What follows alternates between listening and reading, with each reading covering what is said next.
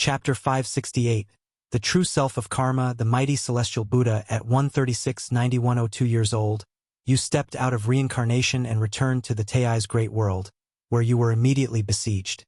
Using your overwhelming cultivation level, you fought your way out and released all the captured strong figures from Tai's. At 136-93-20 years old, you descended upon the Great Hong Great World. You pondered the path of reincarnation of this great world, startling the entire great world. A transcendent being who surpassed the heaven-encompassing free immortal came forth, gravely wounding you. In a critical moment, you used the immortal emperor's eye to escape. Guwen stared at the prompts before him, not surprised to see the emperor of eternal life injured. Just the heaven-encompassing free immortal being so presumptuous and still surviving already proved the strength of the immortal emperor's eye. From the succession of battle achievements, it was evident that the divine skills contained within the immortal emperor's eye were not only for combat, but also for aiding the emperor of eternal life in his escapes, which piqued his curiosity about the immortal emperor's eye. He grew increasingly expectant of the memories inherited from the emperor of eternal life. Experiencing the life of the emperor of eternal life firsthand would undoubtedly be more marvelous than words could tell. Constantly battling, constantly getting injured, yet always escaping from the jaws of death, Guwen retained his original stance. He would take his revenge upon enemies and avoid making unwarranted enemies. If he encountered injustices, he would have the Emperor of Eternal Life act righteously. Guwen believed in the blessings that came from doing many good deeds. By the time the Emperor of Eternal Life was 2 million years old, he had successfully entered the innate golden immortal realm, his strength leaping forward. During his breakthrough, he was attacked yet again, but he managed to succeed in crossing the tribulation amid the fierce battle, an event that resonated through the ages. From then on, the Emperor of Eternal Life was truly grown. He and the profound Demon Emperor often parted ways but always found each other again, which made Guwen think that the profound Demon Emperor was not simple either. Without the immortal Emperor's eye, to follow the Emperor of Eternal Life in his domineering ways and still survive. Perhaps the profound Demon Emperor was once a peerless genius of his world. Wuxia World. Site Wuxia World. Site the great thousand worlds the Emperor of Eternal Life visited were ever increasing. He traveled through reincarnation and probed destiny, encountering few opponents after entering the innate golden immortal realm. The Emperor of Eternal Life would refresh the peak of lifespan reincarnation, and Guwen looked forward to seeing how far he could go. The flow of reincarnation prompts swiftly propelled the time of reincarnation forward.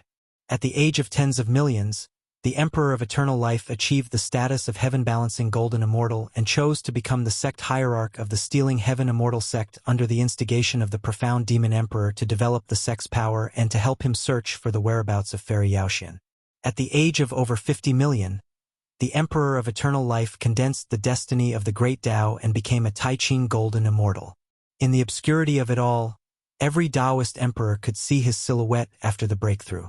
From then on, the Emperor of Eternal Life left an indelible mark on the path of becoming a Taoist emperor. But he was still not happy.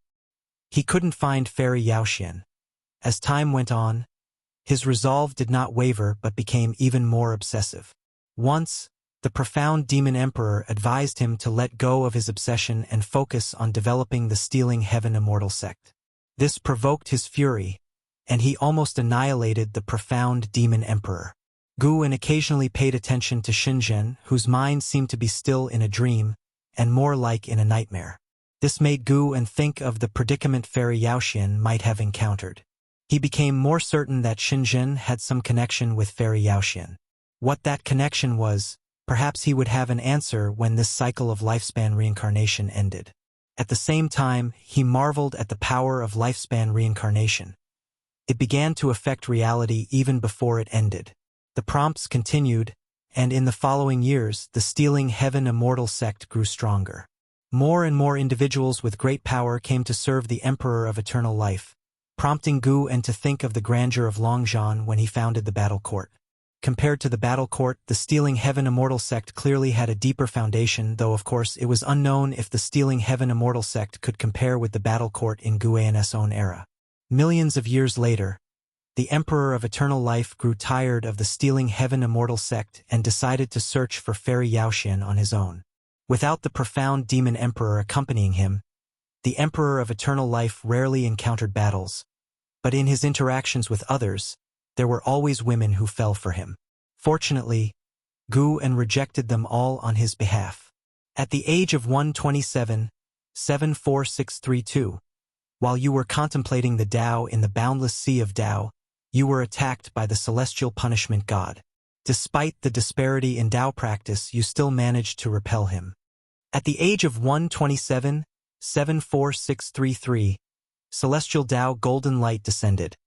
The celestial court sent celestial gods and celestial generals to attack, sealing the cosmic plane to prevent your escape.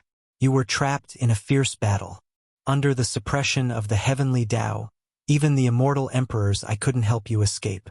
Just as the immortal gods were about to execute you, the celestial Buddha broke through the universe and forcefully rescued you, suffering severe injuries himself. At 127,746,634 years old, the celestial Buddha sent you to the river of cause and effect, instructing you never to step out again. You gazed at the departing silhouette of the celestial Buddha, remaining silent for a long time. At 127,746,656 years old, you encountered the great cause and effect steel within the river of cause and effect, and you began to comprehend the great cause and effect steel. Sure enough, it collided with the celestial court. Guan was surprised that the celestial Buddha could actually contend with the celestial court, even severely wounded, and capable of rescuing the Emperor of Eternal Life, which sufficiently demonstrated the strength of the celestial Buddha. At the same time, the Emperor of Eternal Life also displayed terrifying strength, merely an innate golden immortal, yet able to rival the immortal gods. The celestial spirit gods, celestial extreme gods, and gods of destruction that Guan had previously encountered all possessed the cultivation level of a heaven-balancing golden immortal, and even if that celestial punishment god had just ascended, at the very least, he was of the cultivation level of an innate golden immortal. Keep in mind that the Emperor of Eternal Life did not rely on the ability to evolve through lifespan. His greatest reliance was the immortal Emperor's eye. At 127, 747, 5897 years old, through the great cause and effect steel, you discovered that you were not your true self, which plunged you into confusion. At 127,747,004 years old, you accepted the cause and effect of the self, feeling that such truth might actually be a good thing. You could not save Fairy Yaoxian, but a stronger version of you might be able to. You took out a strand of hair that Fairy Yaoxian had left behind and began to pursue its cause and effect.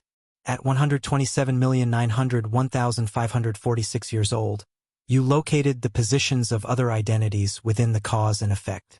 Unable to find the true self, you took Fairy Yaoxian's hair and merged it into the great cause and effect steel, choosing to fall within the great cause and effect steel. You have perished, and your path has dissipated. Reincarnation has ended.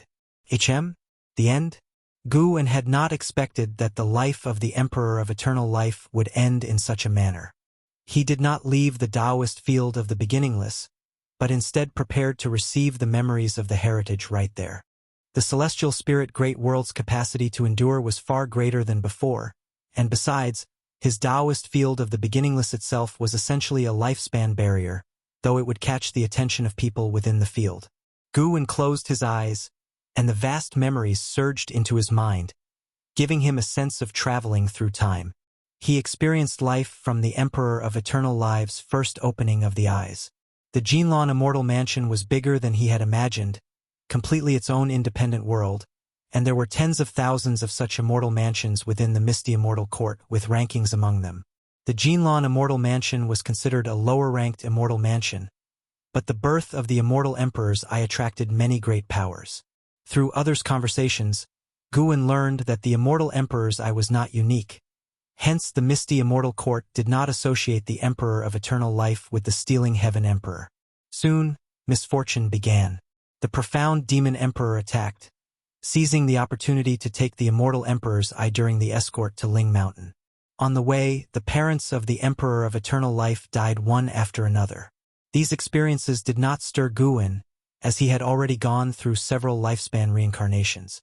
However, through the Emperor of Eternal Lives' perspective, Guwen saw the magnificent expanse of the great Tao world, which broadened his vision. When he arrived at Ling Mountain, he too was shocked by it.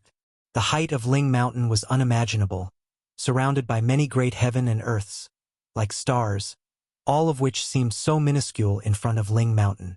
Even the nebulae in the universe were far less vast than Ling Mountain. The Buddha within Ling Mountain each had an extraordinary aura. Some even had golden bodies surpassing tens of thousands of feet in height. Guwen also saw the celestial Buddha, and understanding the image of the celestial Buddha, he realized why he was able to rescue the Emperor of Eternal Life from the hands of the celestial court. Just one glance, and Guwen could ascertain that the celestial Buddha exceeded the Tai Ching golden immortal realm. After becoming a disciple, when the celestial Buddha was alone with the Emperor of Eternal Life, the imposing aura that overlooked all living beings was gone.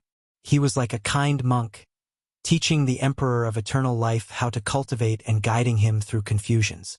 In front of the Bodhi sacred tree, the Emperor of Eternal Life would forget his sufferings. The celestial Buddha let Guwen see what a true Buddha should be like, possessing both the mighty power to shoulder the weight of all living beings and the compassion to care for the weakest. Chapter 569. Battle Court Strikes. Invincible. When Guwen was immersed in his reincarnation memories, spiritual energy from the Taoist field of the beginningless surged towards him, startling the disciples within. Xinjun was the first to be awakened.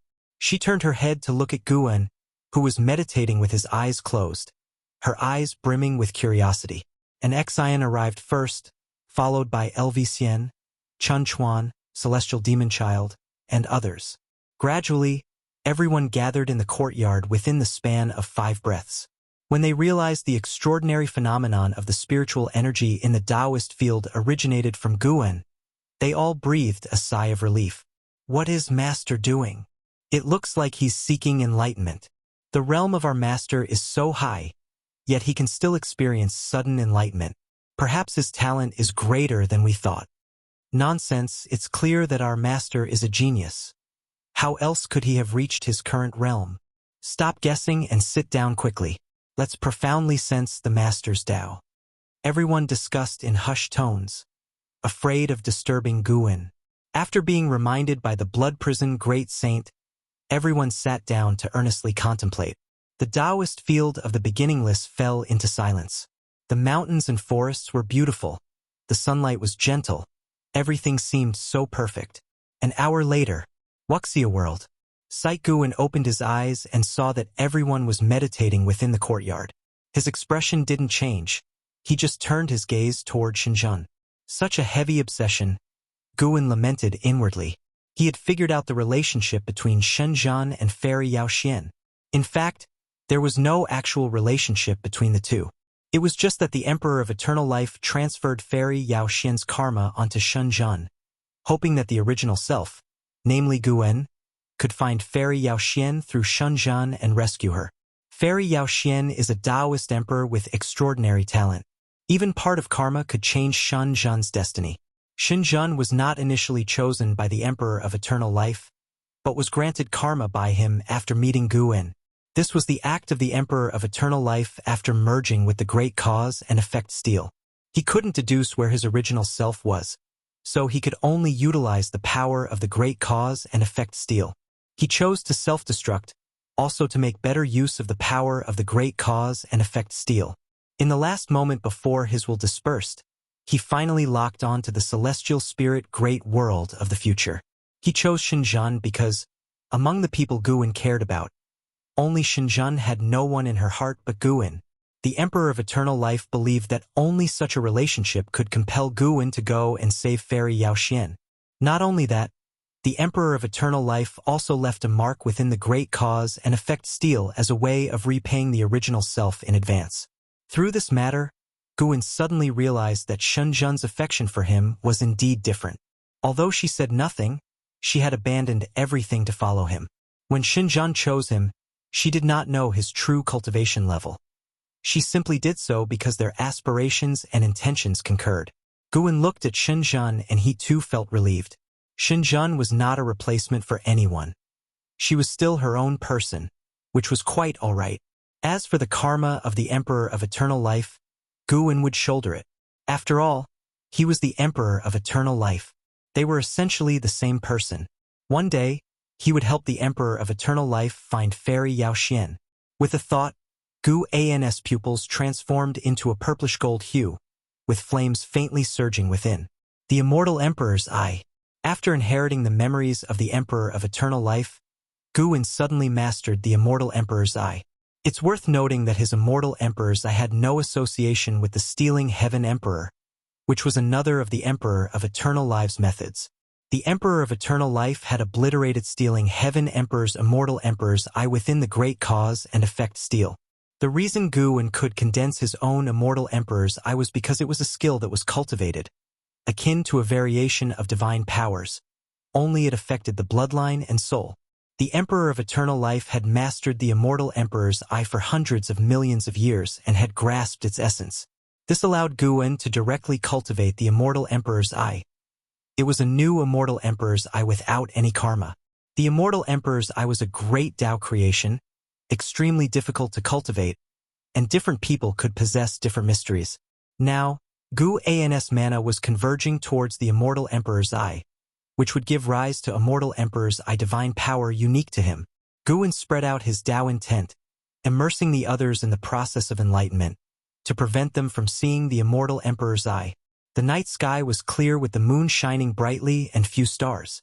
Inside the pagoda of Third Medicine Valley, which once belonged to Gu and Longqing and Yitsong sat opposite each other. They had been talking for several days, with Yitsong speaking and Longqing listening. After Yitsong had recounted his experiences of 9,000 years, he inhaled deeply and said, "Master, I've truly recognized my mistakes. I'm willing to accept punishment. Please discipline me according to the sect's rules." He had already killed Chui Xianlin, avenging his sister, and his vengeance was thus settled, and next, he needed to take responsibility for his own mistakes. When he forced his way into Supreme Sect, although he did not create a massacre, he caused many people to get hurt, bringing immeasurable losses to Supreme Sect. Longqing looked at Yitsong and asked, "If your teacher asked you to take on the responsibility of the Supreme Sect, would you be willing?" "What responsibility?" Yitsong asked in confusion. Longqing answered, "The responsibility of the sect leader." At these words, Yitsong suddenly stood up, astonished. "How can I be the sect leader? Besides, isn't Brother Longtang the best candidate?" As he spoke these words, the image of Guwen surfaced in his mind again. He wasn't clear on what he was thinking, only feeling that the matter was ridiculous. Longqing's gaze remained calm as he said, "You have finished recounting your past experiences. Now it is time for your teacher to talk about his own past." Yitsong's brows furrowed, and he could only suppress the confusion in his heart before sitting down.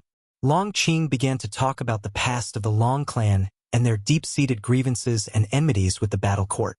Hearing that his master was from outer heaven, Yitsong was shocked but did not interrupt with questions and listened attentively. As time went on, Yitsong's expression continuously changed, and by the end, his mood had turned somber. He had not at all expected that his master carried so many burdens.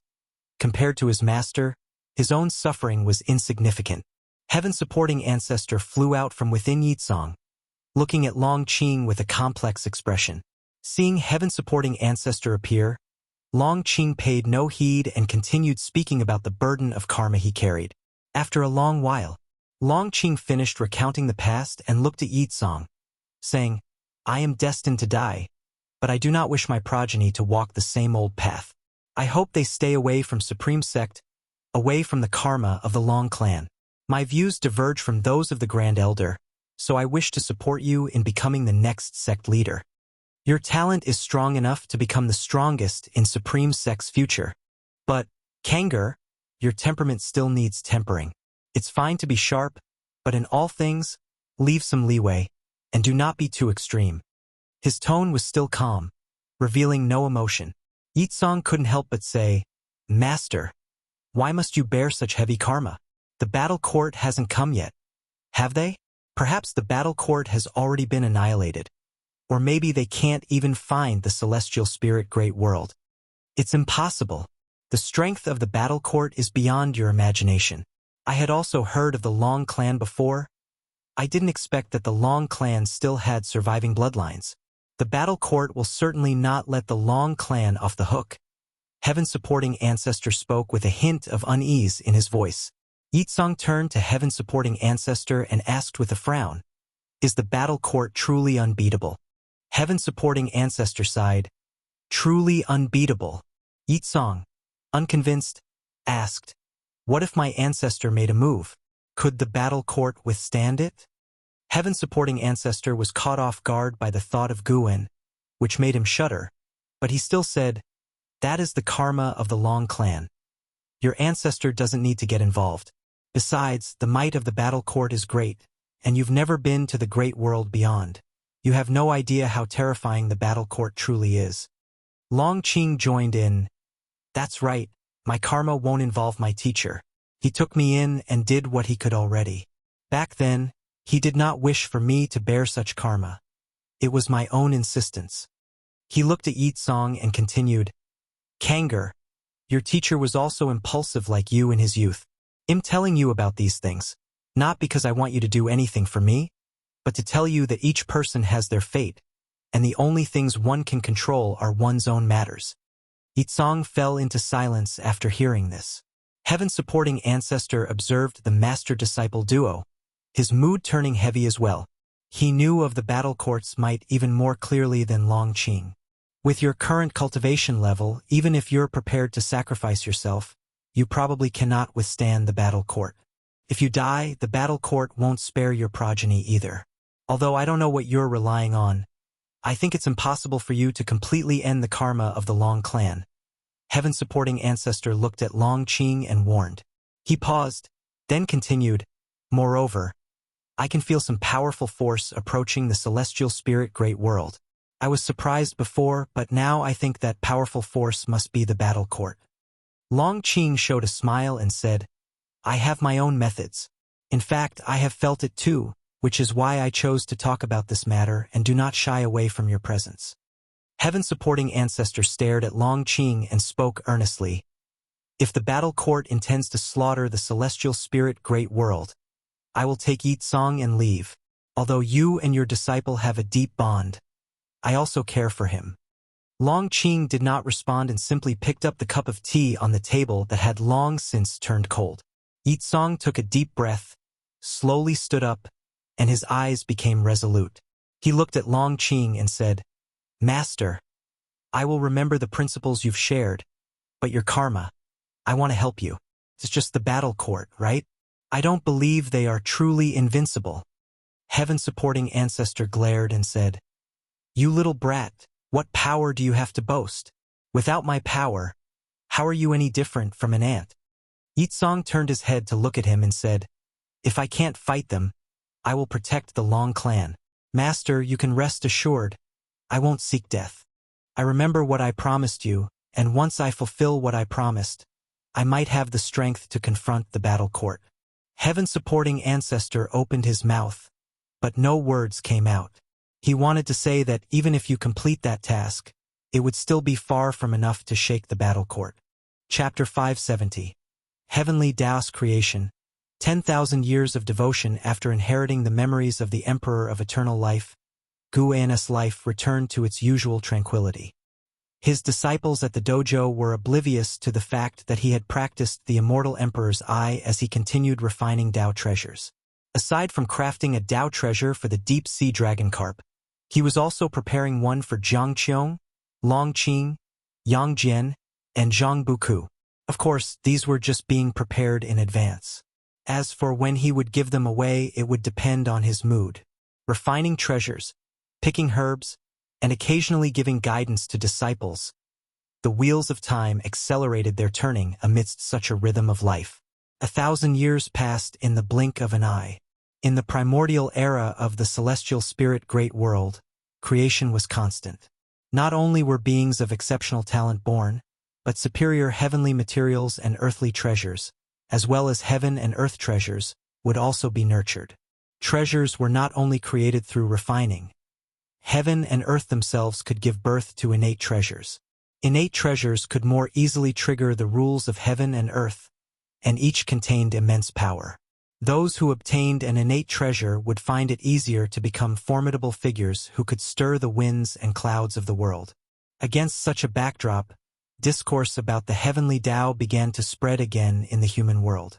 Those who acquired supreme treasures were branded as favored by the heavenly Tao, causing all beings to fear and yearn for the heavenly Tao even more. One day, after Guwen had just finished refining a Tao treasure, he stood up having decided on the foundation for the new treasure's refinement, without even bidding farewell to Xinjun. Xinjun didn't mind too much. Absorbed in the Tao treasure within the great cauldron, she sensed a kind of Tao aura she had never perceived before. How can he possess so many types of the power of the great Tao? Xinjun muttered. In her view, mastering one type of the power of the great Tao was enough to tower over all beings. Yet Guwen had displayed over a dozen unfathomably deep. She simply exclaimed without giving it much further thought and concentrated on comprehending the Tao. In recent millennia, as she comprehended the Tao, a desire had taken root in her heart. It seemed she was searching for something, but even she wasn't clear on what it was. She instinctively felt this longing. Wuxia world. Sight Wuxia world. Sight. This yearning drove her to pursue enlightenment with more diligence than in the first half of her life, no longer allowing herself to slack off. Elsewhere, Guwen arrived at the edge of a cliff and looked down at the mountain path below. Mountains rose high on both sides of the path, blocking the sunlight. The cliff face was covered in grass and vines, creating a quiet, desolate atmosphere. At this moment, a scholar with a bookcase strapped to his back was making his way forward, leaning on a wooden staff. The mountain path was steep without stone steps, and weeds covered the sharp rocks, making his advance even slower. This scholar was the reincarnation of the celestial spirit god. Under Guwen's gaze, a white fox followed behind the celestial spirit god. The white fox had searched for 10,000 years and finally found the reincarnated celestial spirit god. 10,000 years ago, the eldest brother killed an evil person in the city to save the youngest of 5, leading to his being pursued by the authorities. Meanwhile, the 3 white foxes, as agreed, resurrected the youngest brother. However, having shed blood, they could no longer control their murderous impulses, and when anyone troubled them, they would find a way to eliminate them. Eventually, the immortal cultivation sect discovered them. With their low cultivation level, they couldn't resist capture by the cultivators. They were taken prisoner, and the youngest, due to his demonic power, was also taken by the sect. Decades later, the youngest seized the chance to rescue the 3 white foxes, only to find 2 had already died tragically. He could only flee with the surviving one, who, though alive, was at death's door. The surviving white fox, named Su Jin, was gravely injured, forcing the ensuing escape to depend on the youngest's protection. The immortal cultivation sect began to chase them because she once transformed into a courtesan. The cultivators started to speculate maliciously about their relationship, spreading rumors far and wide, damaging their reputation and leading more cultivators to join the hunt. Under the oppression of both the secular world and the immortal cultivation realm, feelings developed between the youngest and Su Jin. When the youngest sent Su Jin to the demon race's territory for her safety, he died by the blade of a cultivator while covering her escape. Such tragedies were not unusual in this world. Su Jin was fortunate to become a disciple of a great power from the demon race and even obtained the reincarnation technique. She searched for the youngest for 10,000 years until she finally found him in this life. Of course, Guwen played a role in her finding him, as the celestial spirit god was covered by his karmic influence. Without his intention, she would never have found him. The celestial spirit god had been reincarnated hundreds of times, experiencing various lives. Each death caused his will to briefly awaken, allowing him to take in the experiences of reincarnation. Guwen could sense the changes in the celestial spirit god's mindset, which is why he gave him the opportunity. In this life, the celestial spirit god was named by Shang, hailing from a remote town. He was on his way to the imperial city of the dynasty to participate in the imperial examination. As he reached the highest point of the mountain path, the downhill path lay ahead. Stopping, he set down his bookcase and began to wipe off his sweat. He turned his head and looked back down the mountain path he came by, beholding the undulating expanse of forest that stretched out magnificently without end. A smile appeared on his face, and a feeling of exuberant pride welled up in his heart. Even if all my reading brings no rewards, having traveled thousands of miles, this life is still worth it, Bai Sheng said with heartfelt emotion, a proud and satisfied smile spreading across his handsome face. Suddenly, he caught sight of a little white fox in the grass below, and with a smile and a wave, he greeted it. "Little fox, we meet again. Can't you bear to part with me?" Upon hearing his words, Su Jin promptly emerged from the grass, hurried up the mountain, and affectionately rubbed against Bai Sheng's trouser leg. Bai Sheng was amused by her, then took out some of his rations and shared a piece with her. Guwen stood atop the mountain, gazing down at the joyful scene of the reunion between the man and the fox. The stories of scholars and demons made Guwen think of the ancient Wuxia literature Strange Tales from a Chinese studio from his past life. In the celestial spirit great world, romances between humans and demons are not uncommon, but they're not as fraught with complications. Few humans betray a demon and live to tell the tale, given the disparity in strength. In this life, the end of Bai Sheng and Su Jin's story was destined to be a tragedy, but with Gu An's intervention, anything could change. Guwen was ready to use Su Jin as a test for the celestial spirit god. If the celestial spirit god still lacked compassion, then it would continue to languish in reincarnation. When Guwen was no longer fearful of the celestial court, that would mark the moment of its annihilation. With time on his hands, Guwen decided to get involved. He turned and strode toward the forest. In an instant, his attire transformed dramatically into that of a traveling martial hero, dust-covered yet retaining the demeanor of a gallant figure of the martial world. He wore a broad-brimmed hat and had the Cyan Hong sword strapped to his waist. Su Jin was nibbling on the pastry, her eyes constantly on Bai Sheng. Staring at Bai Sheng, she felt somewhat dazed. Thousands of years had passed, and he had become completely different. In her memory, Xiao Wu never had such presence, always wearing a worried look on his face. But the secret technique she practiced told her this man's soul was indeed Xiao Wu's. In this life, I will definitely not let you suffer, Su Jin thought silently. Suddenly, she turned her head. Her movement caught Bai Sheng's attention, prompting him to look up as well. The nearby trees shook, and they saw a figure emerge from the woods. Seeing Gu An's attire, Bai Sheng grew nervous, fearing the other might be a bandit. He quickly stuffed Su Jin into his book box and then turned to face Guwen, feigning calm. Guwen lifted his head, his youthful yet somewhat weathered face showing from beneath his broad-brimmed hat. Bai Sheng instantly relaxed, feeling that Guwen seemed like a kind person. "I'm Guwen, just passing through. It's rare to meet someone here, so I thought I'd come say hello. Hope I didn't scare you?" Guwen said with an enthusiastic smile. Bai Sheng quickly raised his hand in greeting. "Scare me? Not at all. My name is Bai Sheng from Lu County, on my way to the Imperial City." Guwen curiously asked, "Are you going to take the official examination?" "That's right. Where might Brother Gu be headed?" "Coincidentally, I'm also going to the Imperial City. How about we travel together? I can protect you. In return, you can keep me company and talk about your studies. You scholars know much that I don't. I've practiced martial arts since I was young and never had much education. Actually, I've always envied the world of scholars," Guwen said with a laugh, his easygoing manner increasing Bai Sheng's favorable impression of him. The two sat down to chat and found they got along splendidly. Suddenly, Su Jin jumped out of the book box, causing Guwen to be taken aback. Bai Sheng quickly introduced her, explaining that he and the little fox were destined to meet. Foxes are very spiritual, and there've been plenty of stories about scholars and fox spirits throughout history.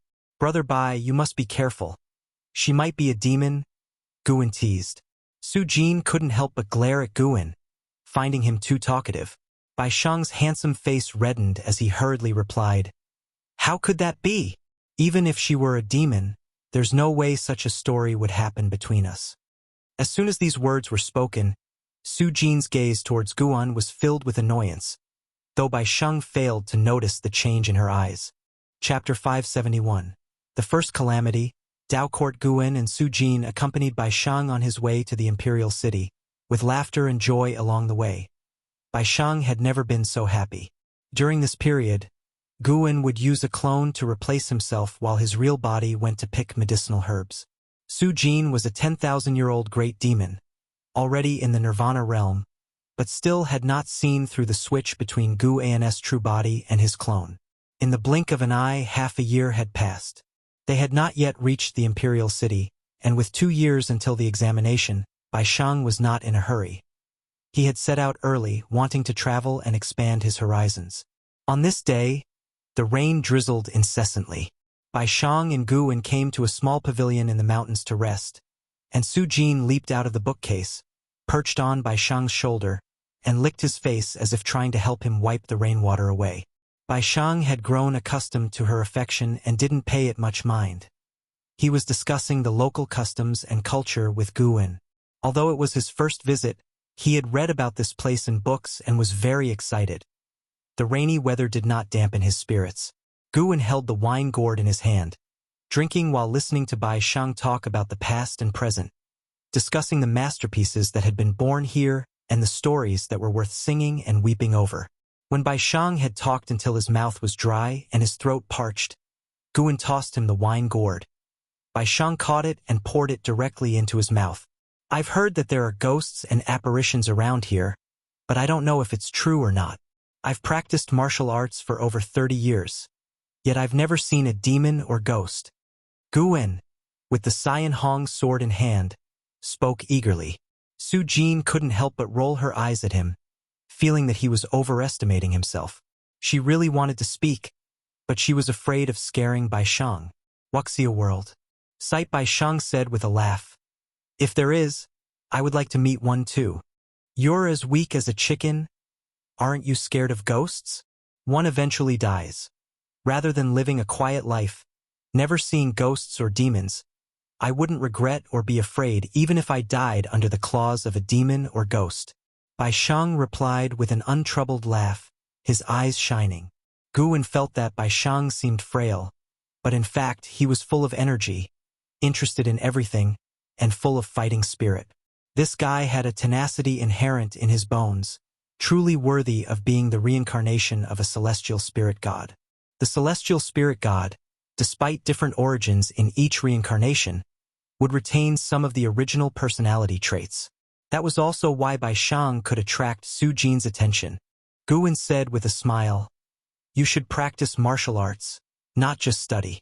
Bai Sheng stood up, holding the wine gourd and assumed a pose, executing a set of awkward fist technique, then said proudly, "Isn't it better to excel in both literature and martial arts? Why don't you teach me a set of swordsmanship? I think swords complement poetry." "All right, let's start now." "Really?" Hearing Guan's words, Bai Sheng was overjoyed and immediately dragged Guan to practice swordsmanship.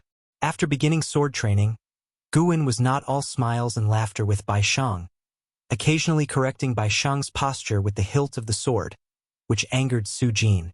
Once Bai Sheng was able to accept her, she'd make Guan pay. As she thought this, she saw Guan applying more force, causing Bai Sheng to cry out in pain, which further annoyed her.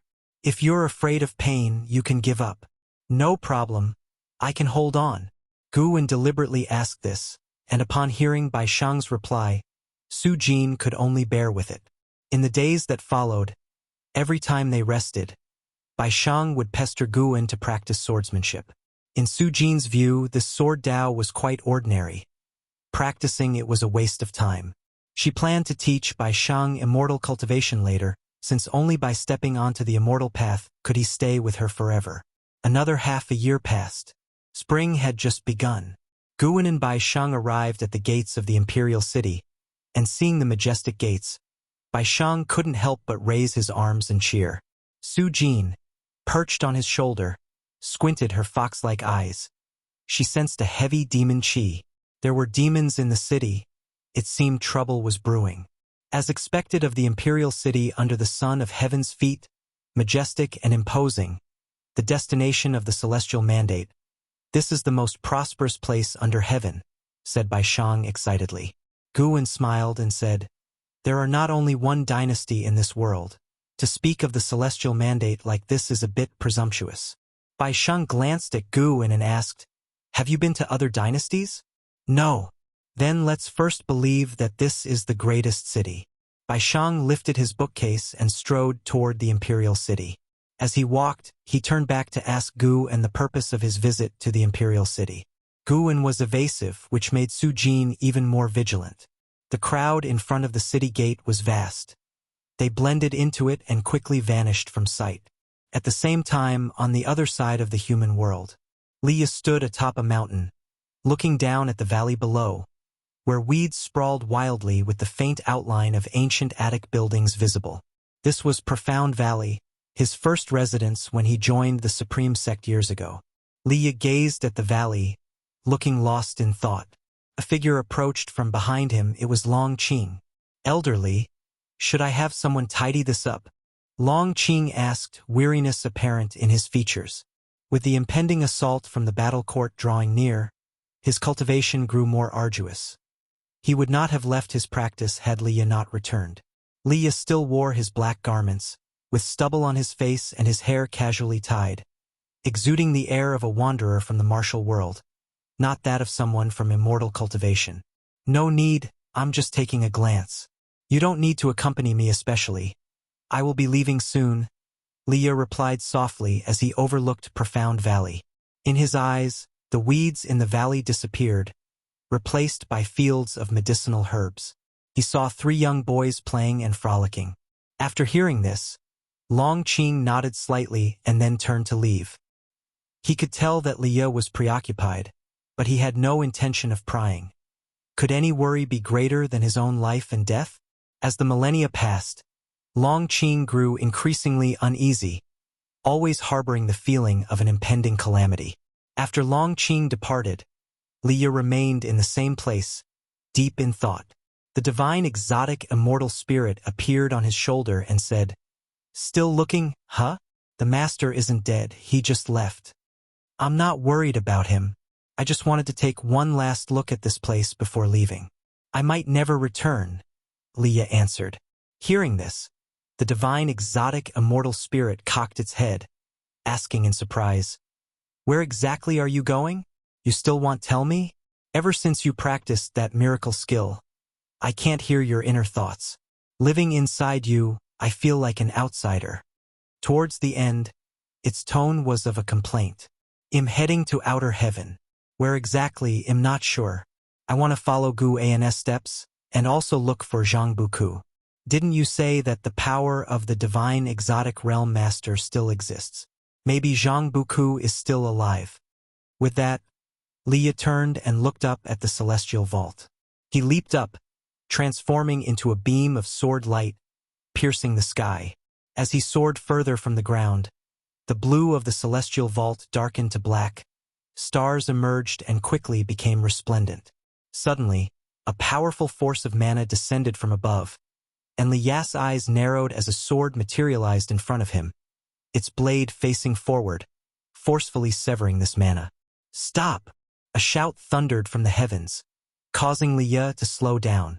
He squinted and saw a man in silver armor, spear in hand, rapidly stopping thousands of feet above him. Without the celestial Tao order, you are not allowed to leave the celestial spirit great world, the silver armor man pronounced, looking down at Leah with a commanding voice. Leah scoffed and asked, the celestial Tao order? Since when does the celestial spirit great world have such a rule? He was filled with confusion. For the past 3,000 years, he had been secluded in sword enlightenment, and upon leaving seclusion, he did not hear of any celestial Tao order. But the other's tone, daring to regulate the entire celestial spirit great world, was enough evidence of his extraordinary background, which Leah found ludicrous. The great world had just been reshaped, and such a powerful force had emerged? Could it be that an outer heaven power had descended and ruled the celestial spirit great world in a very short time? The silver armor man replied, "This celestial rule has been established for 1,000 years, set by the Tao court. I advise you not to act rashly. Above me there is a free immortal who guards. Even if you pass me, you will not reach outer heaven. Should you injure me, it will be seen as a challenge to the Tao court, and you will be doomed never to transcend." The Tao court? Leah frowned. He had only been detached from the mundane for 3,000 years. How had the Tao court suddenly emerged? Upon further thought, he realized that today's great world was vast and boundless. Even 3,000 years ago, his knowledge of the world had been superficial, and he certainly was not aware of its full extent.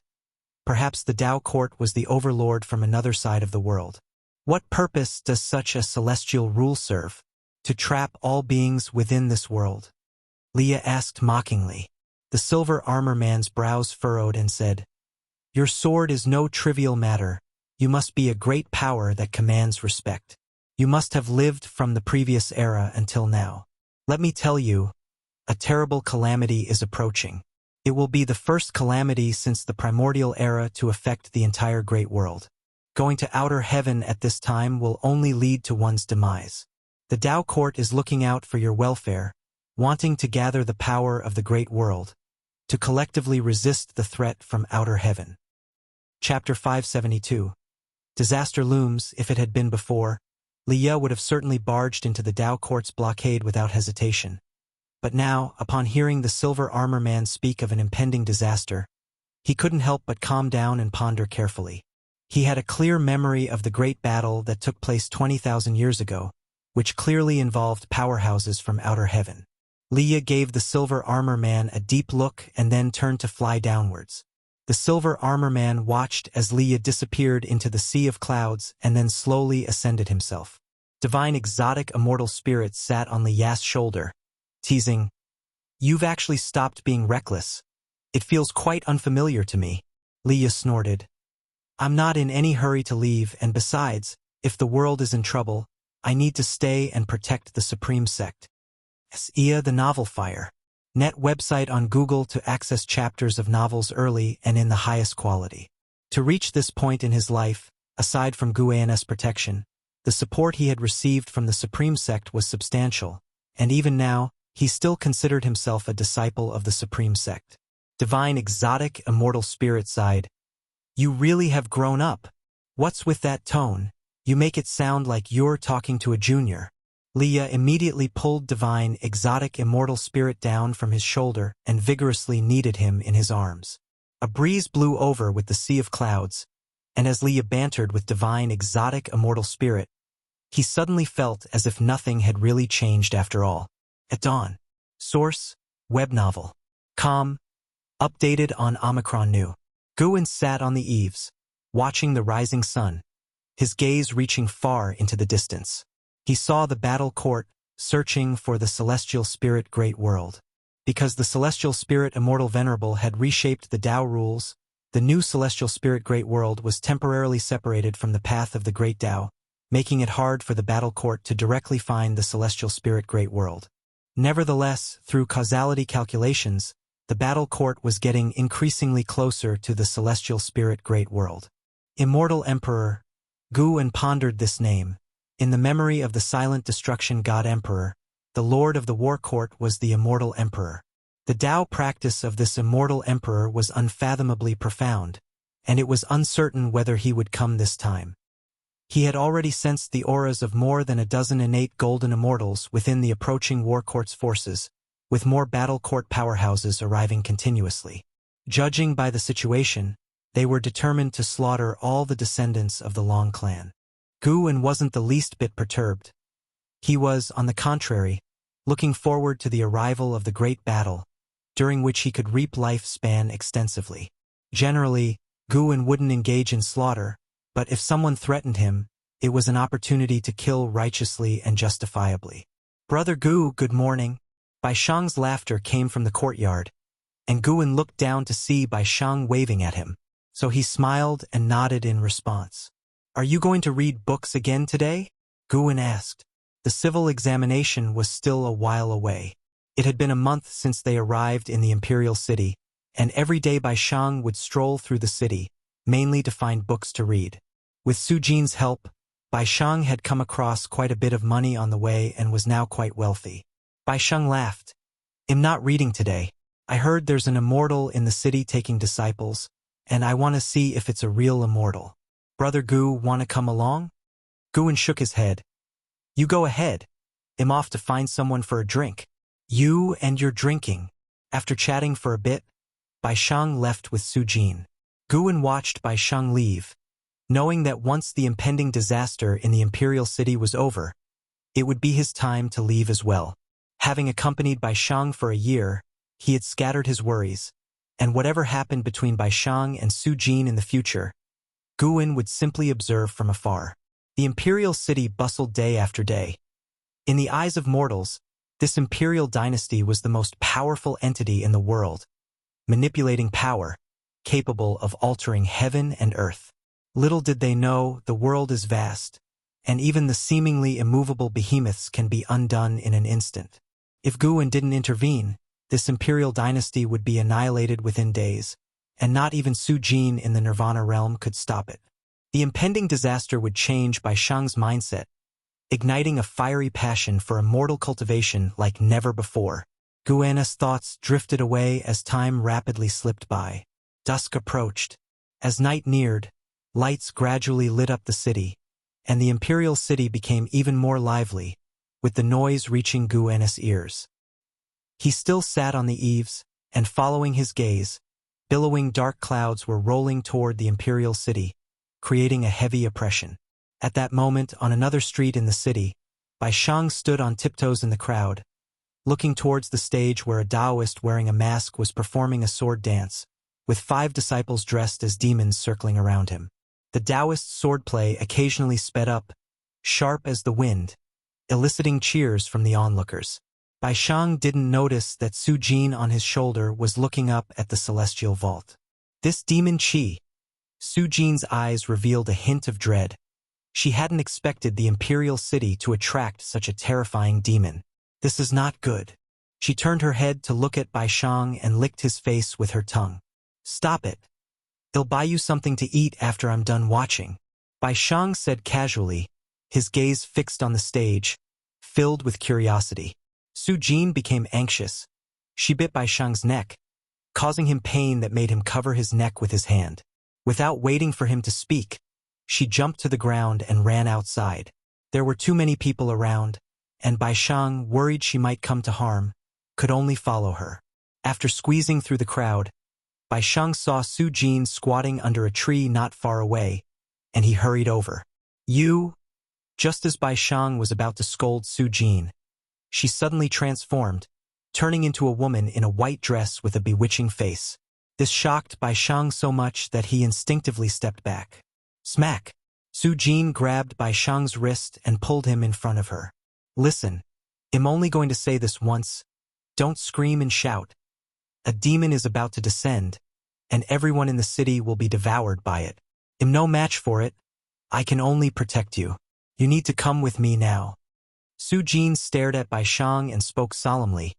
Then, pulling him, started walking towards the city gate. "Wait a minute." Bai Shang came back to his senses and hurriedly said, trying hard to pull his hand away, but he could not break free from Su Jin's grip. Su Jin turned to look at him, her brow deeply furrowed. Bai Shang quickly said, "Even if you can't save the entire city's population, at least bring Brother Gu with us." Su Jin snorted. "Why should I bring him? After all, we've been traveling together. We're already like brothers. How could we abandon him?"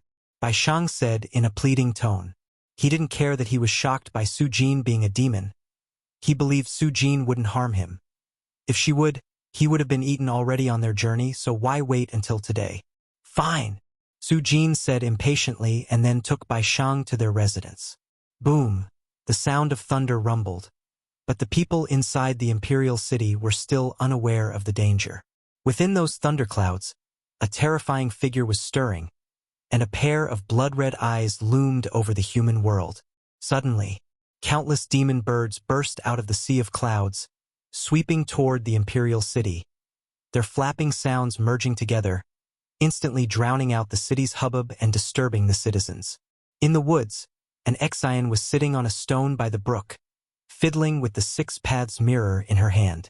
Footsteps approached, and the sect hierarch of Chenkuan sect, Yi Qingshan, arrived. His hair was white, but his face still looked young. He was wearing a wide, exquisite robe, and his presence as the head of a sect was hard to conceal. He came behind an Exian, bowed and said, "Predecessor, the Tao court sent people over, claiming that a great calamity is about to come to the world, and all sects must join forces to repel the enemy.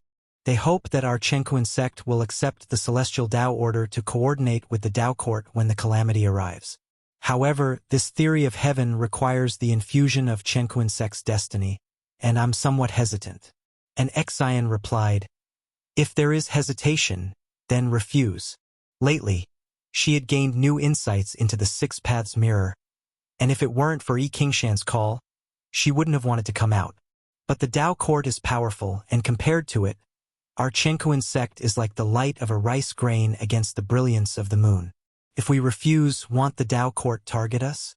Yi Qingshan asked with a frown, his tone full of worry. If they become enemies just because we're unwilling to cooperate, it means that the Tao court does not have the greatness of spirit to shoulder the world. They just want to take the opportunity to calculate against all sections. Such a sect will sooner or later become an enemy. An Exian said casually as she stood up, turned around to look at Yi Qingshan, and asked, "Is that all?" Yi Qingshan was taken aback and replied, "There's one more thing. Someone in the sect has achieved enlightenment and has become crazed. Can you take a look at him? Why not bring him over here? To tell the truth, his cultivation level can be considered top tier within the sect, and we can't handle him. He's locked himself in his cave mansion, raving that the sky is falling. I've never seen him so afraid. I wonder if it has something to do with the calamity mentioned by the Tao court?" Yi Qingshan frowned again. There was something else he didn't mention. In fact, these years during cultivation, he too had felt restless, with a sense of impending disaster hanging over his head. If you find any errors, ads pop up, ads redirect, broken links, non-standard content, etc., please let us know. Report so we can fix it as soon as possible. Chapter 573. Battle Court Mythology. Confronting Destiny in the early morning. The sunlight cut through the smoke-filled ruins of the imperial city, where corpses and broken walls stained with bloodstains could be seen everywhere. Sar the Nelfer. Net website on Google to access chapters of novels early and in the highest quality. Bai Shang, covered in dust and ash, stood atop the debris, staring at the horrific scenes in all directions, his pupils trembling, unable to accept what was before him. The city he considered the most prosperous had turned into ruins overnight, and the sight of the half-remaining mask of the sword-wielding Taoist head seen earlier touched him even more deeply. How could this happen? Bai Shang muttered to himself, his voice trembling. He felt as though he was in a nightmare from which he could not awaken. He looked up into the distance, then immediately rushed down, beginning his search for Guan, combing through bodies along the way, fighting back fear and disgust.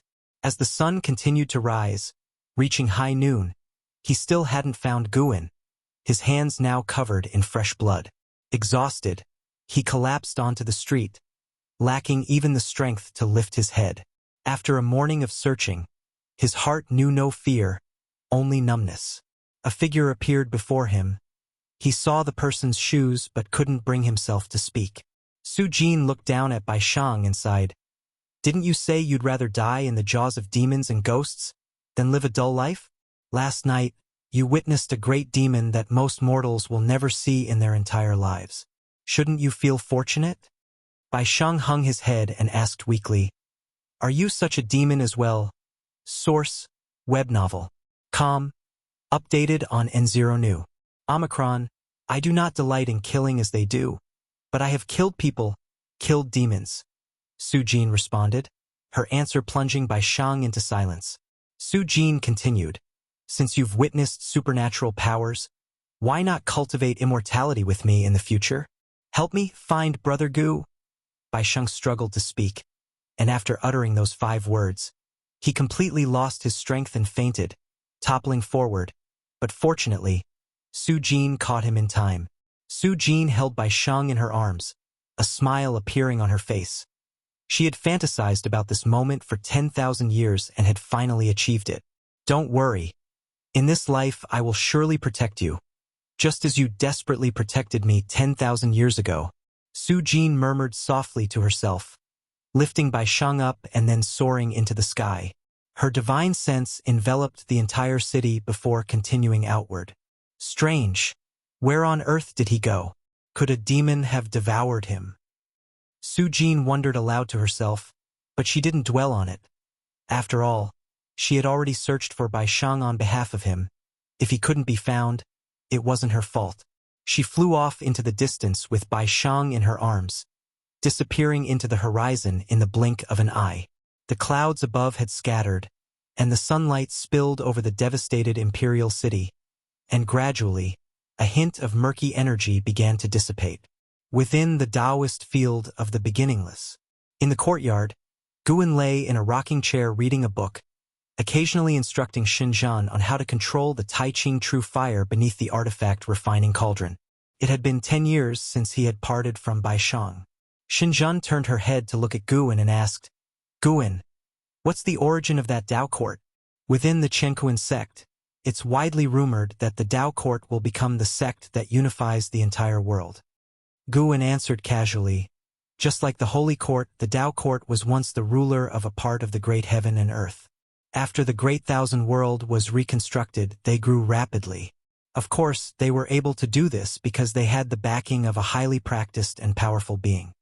"How strong is he, compared to you?" Xinjiang asked with a raised eyebrow. Guan laughed. "Haven't fought, hard to say." "Yeah, right, with you talking like that, that person definitely isn't your match."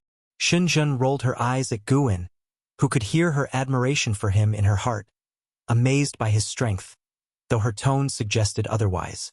Guan, while turning the pages of his book, said, "Nevertheless, it's still too early for the Tao court to dream of unifying the celestial spirit great world." "How far into the future can you see?" Xinjiang asked curiously. In fact, she was extremely curious about Guan's cultivation level but had always restrained herself, feeling too embarrassed to ask. Given the chance to probe, she wouldn't miss it. "Don't ask anymore. The will of heaven cannot be revealed." Guan brushed off the question, and then turned over, his back to Xinjiang. Xinjiang huffed and then focused on comprehending the Tao treasure within the artifact refining cauldron. Silence returned to the courtyard, with only the occasional wind passing through. The 3 pristine true fire beneath the artifact refining cauldron flickered ceaselessly, as if it would never go out. As it wavered, time swiftly passed by. Spring came and went and autumn arrived. 500 years had passed. 500 years later, Guan still lay on the same chair, while Xinjiang remained seated in front of the artifact refining cauldron. Guan turned over and rose, tucking the green hero travelogue into his chest, picked up the Cyan Hong sword, and drew it from its scabbard. The sound of the blade sliding from its sheath startled Xinjiang. She turned her head towards Guan, watched him handling the sword, and was about to ask what he was doing when suddenly her expression changed, and she looked up sharply. Not just her. Everyone in the dojo was alarmed and looked up. Above them, the azure celestial vault began to pepper with black dots, which quickly expanded like black holes, riddling the vault with 1,000 gaping wounds. "What is that?" Xinjiang furrowed her brow and asked. Guan did not look up. He gently swung the Cyan Hong sword, replying, "It's a transcendent force from beyond the Great Thousand World, known as the Battle Court." "The Battle Court?" Xinjiang had never heard of this name before. She asked in surprise, "Why do all these major sects like to name themselves Court? Holy Court? Tao Court? Battle Court? Your book's Celestial Court can't possibly be real, can it?" She had always suspected the investiture of the gods and journey to the west to be true, and now, thinking about it, it seemed very possible. After all, Guan's Tao practice was beyond her imagination. "It cannot be said, it cannot be said," Guan said with a meaningful smile. He was thinking about what sword technique to use to sweep away the battle court. At that moment, he felt something and turned his head towards the distance, a flicker of unusual light in his eyes. He was looking in the direction of the Supreme Sect. At the same time, on the remote Taitsong continent, Candle Star and Yitsong appeared beneath Long Qing's attic, while the soul of the heaven-supporting ancestor emerged from within Long Qing's body. He gazed up at the celestial vault, his brow deeply furrowed. "The battle court is truly fearsome," murmured the heaven-supporting ancestor to himself. Candle Star, too, looked up at the celestial vault, his face showing disbelief. The heaven-supporting ancestor turned to him and asked, "Aren't you also from the battle court? I heard you wanted the Supreme Sect to take the battle court's place." Yitsong looked at Candle Star as well, detecting the sarcasm in the heaven-supporting ancestor's voice. Taking a deep breath, Candle Star said, "I didn't expect the battle court to have such depths. It seems that the existence has finished its seclusion and has called back those great powers who have been gone for so long. It's odd. He clearly despises the Long clan, and it was just those war gods targeting them," the heaven-supporting ancestor speculated. "After all, even the celestial spirit god has fallen, and yet the battle court still dares to come. It must have some confidence." Candle Star couldn't answer. His heart was in turmoil. The oppressive force of the battle court's arrival made him tremble with fear. He dared not imagine the sight of facing those war gods, especially that existence. That existence was the myth and legend of the battle court. Even though he had reached the profound Yuan-free immortal realm, he had never seen that existence. Clang! The door of the attic flew open, and Long Qing walked out, descending the stairs at a steady pace, his expression calm. A figure abruptly appeared at the base of the stairs. It was Long Qing's son, Long Tongue. "Father, what is the origin of the anomaly in the sky? Why do I feel my chi blood surging uncontrollably? I even feel—" Long Tongue asked with a furrowed brow. Long Qing reached the landing and looked down at him. "Even feeling hostility, murderous intentions?" Long Tongue's eyes widened in shock as he pressed, "Father, do you have the same feeling?" Long Qing continued down the stairs, his gaze shifting towards the celestial vault. "Some things are too late to tell you, and there is no need for you to know. Just watch." "Just watch? Father, what are you going to do?" Long Tongue's eyebrows knitted again, an intense unease building within him. Long Qing stepped in front of him, giving the unnerving feeling that he could disappear at any moment, which instinctively made Long Tongue reach out, attempting to grasp Long Qing's robe. Candle Star, Yitsong, and the heaven-supporting ancestor, all aware of the Long clan's destiny, kept silent, their eyes fixed on Long Qing. Yitsong clenched his fists tightly, filled with reluctance. He had not expected the battle court to come so swiftly. 500 years was a long time for mortals, but for him it was insufficient for his cultivation level to break through, far from enough to aid his master. Just feeling the vast oppressive force enveloping heaven and earth told Yitsong that he could not meddle in this karmic destiny. But how would his master face it? Yitsong knew that his own cultivation level was not much higher than his master's, but his master's composure filled him with anticipation. If you find any errors, ads pop up, ads redirect, broken links, non-standard content, etc., please let us know. Report so we can fix it as soon as possible. Chapter 574. Annihilate completely. The celestial spirit great world's celestial vault was covered with black holes of varying sizes. Every creature within the celestial spirit great world, as long as they looked up at the celestial vault, would see such a phenomenon and become panic-stricken. Since the vast majority of living beings had never witnessed such a phenomenon in their lives, it was inevitable that they would be fearful. All the major sects quickly formed arrays and sent great power cultivators to observe the sky. The vast oppressive force of the battle court enveloped the entire great world, yet no creature from the battle court had appeared. Long Qing took 2 steps forward, looking at the myriad of black holes with an extremely calm expression. He had already prepared himself to die. Long Tongue looked at his father's silhouette, unable to resist asking, "Father, what exactly are you planning to do?" Long Qing didn't answer him. The protective formation of the supreme sect rose up, and figures began appearing around the attic. They were either high-ranking individuals of the supreme sect or descendants of the Long family. After Long Qing issued a precautionary command, he no longer spoke, and no matter who asked him, he did not respond. Sar the novel_fire. At website on Google to access chapters of novels early and in the highest quality.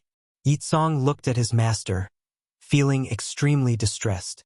Just then, brilliant lights arose from the horizon, all of them entering the black holes within the celestial vault. The lights entered the black holes and disappeared without causing any disturbance, as if traveling through time and space. Far beyond, in the depths of the universe, a dark purple light path stretching millions of miles was rapidly extending. Figures were walking on the light path, with black holes continuously appearing on both sides. Some figures stepped into the black holes, while others stepped out from within.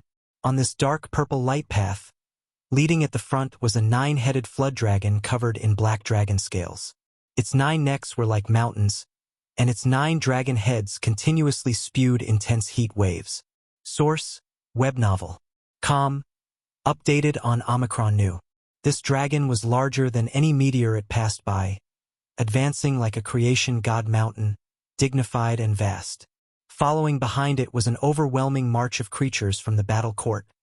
Humans, demons, and ghostly evils, all moving in the same direction. In the midst of this multitude, a sword cultivator advanced. He wore a red robe tightened at the waist, the sleeves broad. His features were young and handsome, and his hair was snow-white. He looked ahead with furrowed brows. His name was Fang Xian, a renowned prodigy of the battle court who possessed the cultivation level of a profound yuan-free immortal. He was shocked by the sight before him.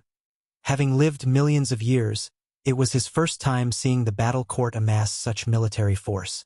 Looking around, the terrifying aura emitted by those figures made him feel alienated.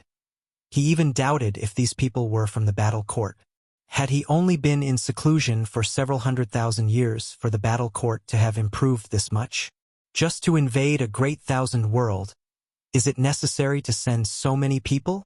I heard that the silent destruction god emperor fell in that great thousand world, which is why there's such a massive mobilization. What? The silent destruction god emperor fell? How is that possible, being such an ancient being? We're going to the celestial spirit great world. This great world has just been reshaped. The world itself poses no threat to us, but there is an extremely terrifying being hiding inside, and it also intends to support the Long clan, which is provoking the battle court. The Long clan? They haven't been completely wiped out?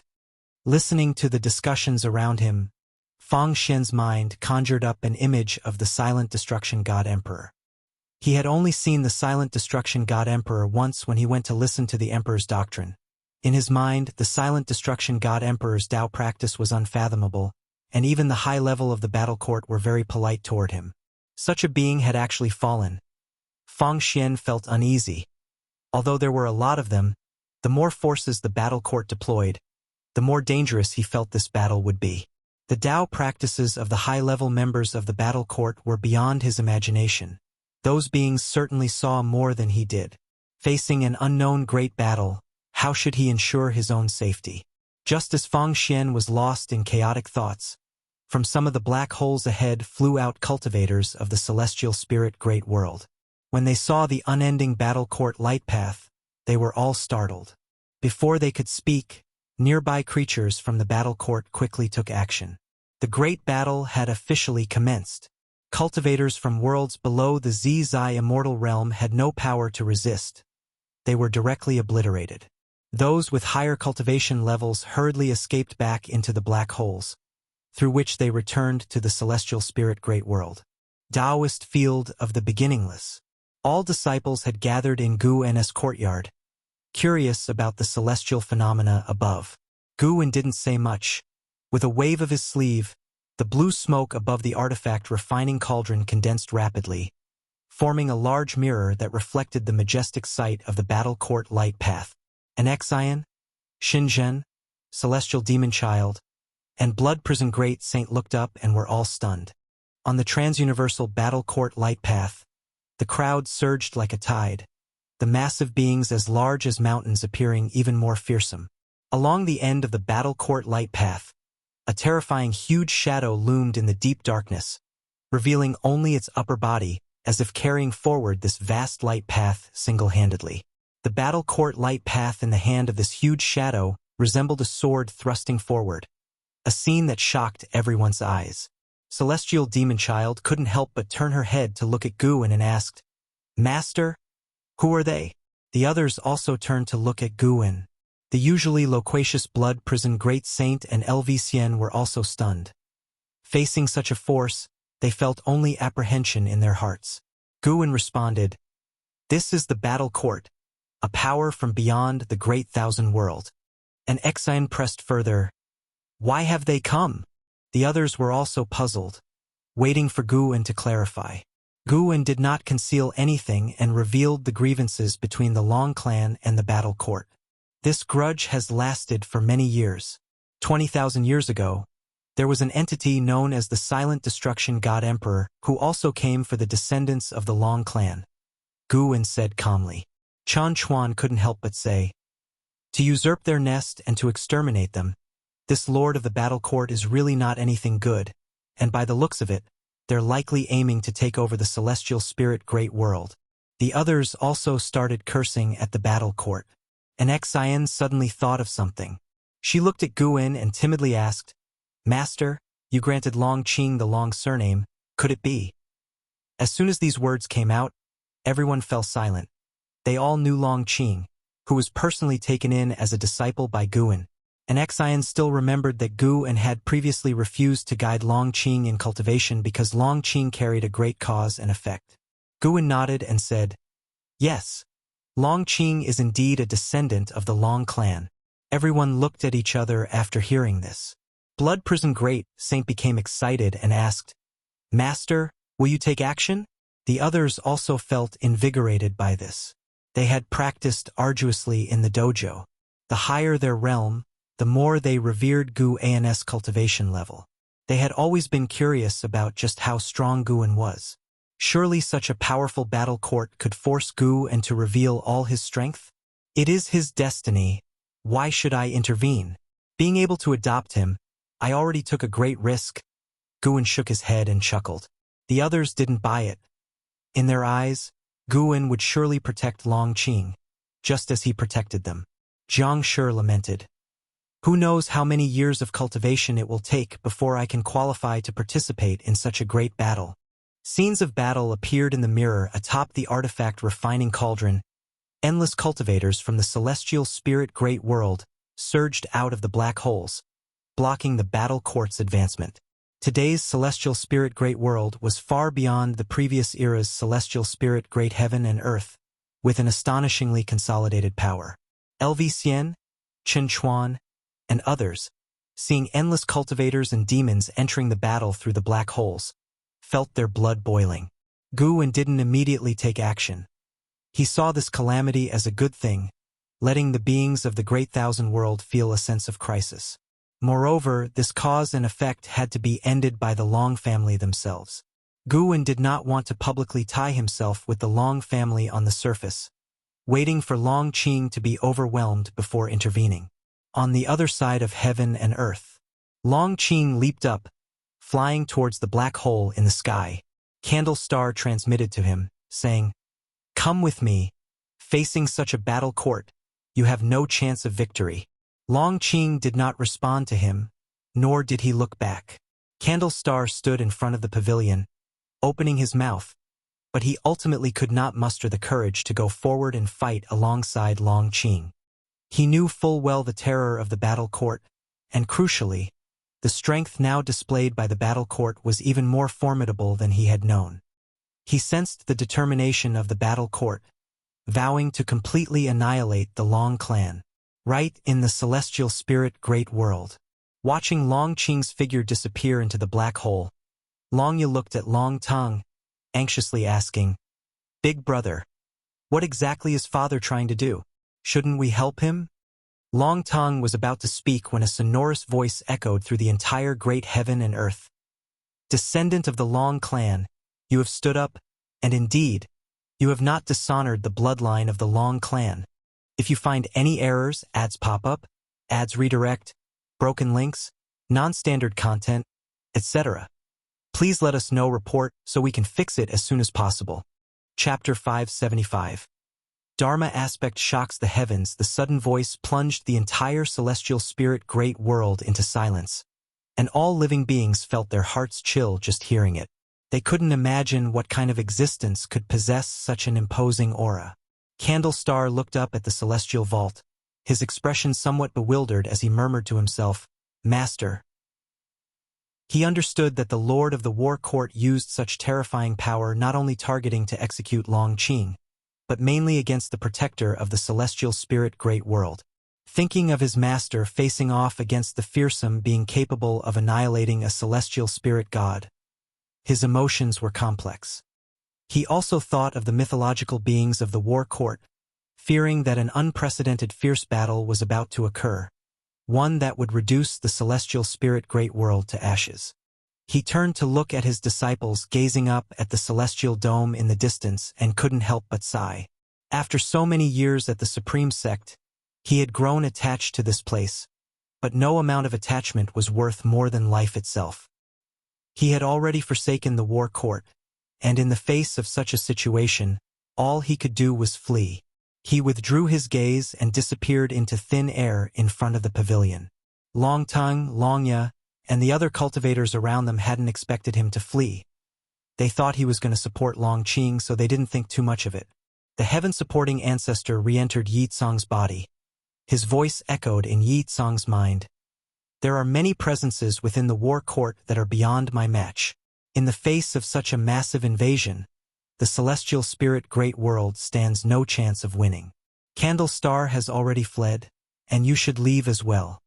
Upon hearing this, Yi Tsong furrowed his brow, his gaze fixed on the black hole above, on the other side of heaven and earth. With the mountains undulating, Bai Shang stepped out of the forest and stood on the hillside, gazing at the spectacular phenomenon in the sky, his brow furrowed deeply, his eyes full of shock. This was the second time in his life that his understanding had been overturned. Su Jin arrived at his side, equally shocked as she looked up at the celestial vault. Bai Shang turned to look at her and asked, "What is this spectacle? How high is the realm of the person who just spoke? And what's the background of the Long clan?" Su Jin took a deep breath and said, "I'm not sure. I can't even guess his realm. You see, I've lived for over 10,000 years, could be influential in the imperial dynasty, but in the grand scheme of the great world, am just an inconspicuous minor character. To many of the great powers, killing me would be as simple as crushing an insect. As for the Long clan, I have never heard of them either. My understanding of the great heaven and earth is not as extensive as you imagine." Bai Shang couldn't help remarking, "It's indeed true that there are always higher beings. If one day I can make a sound that resonates with all living beings across heaven and earth, then this life would have not been lived in vain." Sar the Ovalfire. Net website on Google to access chapters of novels early and in the highest quality. Su Jin rolled her eyes at him, said with irritation, "You always talk like you're giving your last words. Can't you think about diligently cultivating and pursuing longevity? Is there really such a thing as immortality in this world? Even if one ascends to immortality, as you said, there is still an end to it." "I don't care. You must aim for it anyway." They began to bicker, unaware that this was a calamity sweeping across the entire world. In the vast and boundless universe, myriad black holes of all sizes dotted the cosmos, acting like channels through time and space, with figures emerging from them. Fang Xian walked on the battle court light path, looking ahead at the looming great battle with a calm expression. The celestial spirit great world erupted in astonishing solidarity, as more and more figures rushed in to block the advance of the War Court. Yet they did not slow down the pace of the War Court's forces. Fang Xian didn't rush to take action.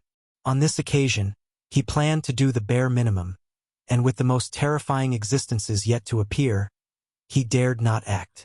"I am a descendant of the Long clan, Long Qing. This causality should be borne by me." Long Qing's voice suddenly came, weak in the vast cosmos even though he shouted with all his might. Fang Xian caught the sound of Long Qing, with the words Long Clan, making it impossible for him to ignore. A pressure stronger than any of the combatants bore down, halting every living being engaged in the battle. A Taoist Zhang Zizai immortal from the celestial spirit great world showed a look of horror, unable to move under this overwhelming pressure. His pupils suddenly dilated, and following his gaze, an imposing figure in the darkness behind the battle court light path gradually became clearer. Fang Xian's gaze, however, looked in the direction of Long Qing's voice. Long Qing stepped out from a black hole, his right hand raised to his chest, his two fingers together. While moving through the air with floating steps, he was casting divine skills. Streams of gray mist emerged from his body, coalescing into figures around him. Furthermore, the space in the surrounding universe twisted, spontaneously producing more gray mists that continued to solidify into humanoid shapes. More and more gazes fell upon Long Qing, but no one from the war court side made a direct move against him. As Long Qing, who was executing the celestial dragon Dharma aspect, looked into the distance, a giant shadow gradually became clear. It was a black-robed Taoist with a Qilin headdress and a stern face. He floated like a mirage behind the battle court light path, with his lower half seeming illusory, and only his upper half clearly visible. It was the Master of Candle Star, the current Lord of the War Court. His title was the Candle Celestial Monarch.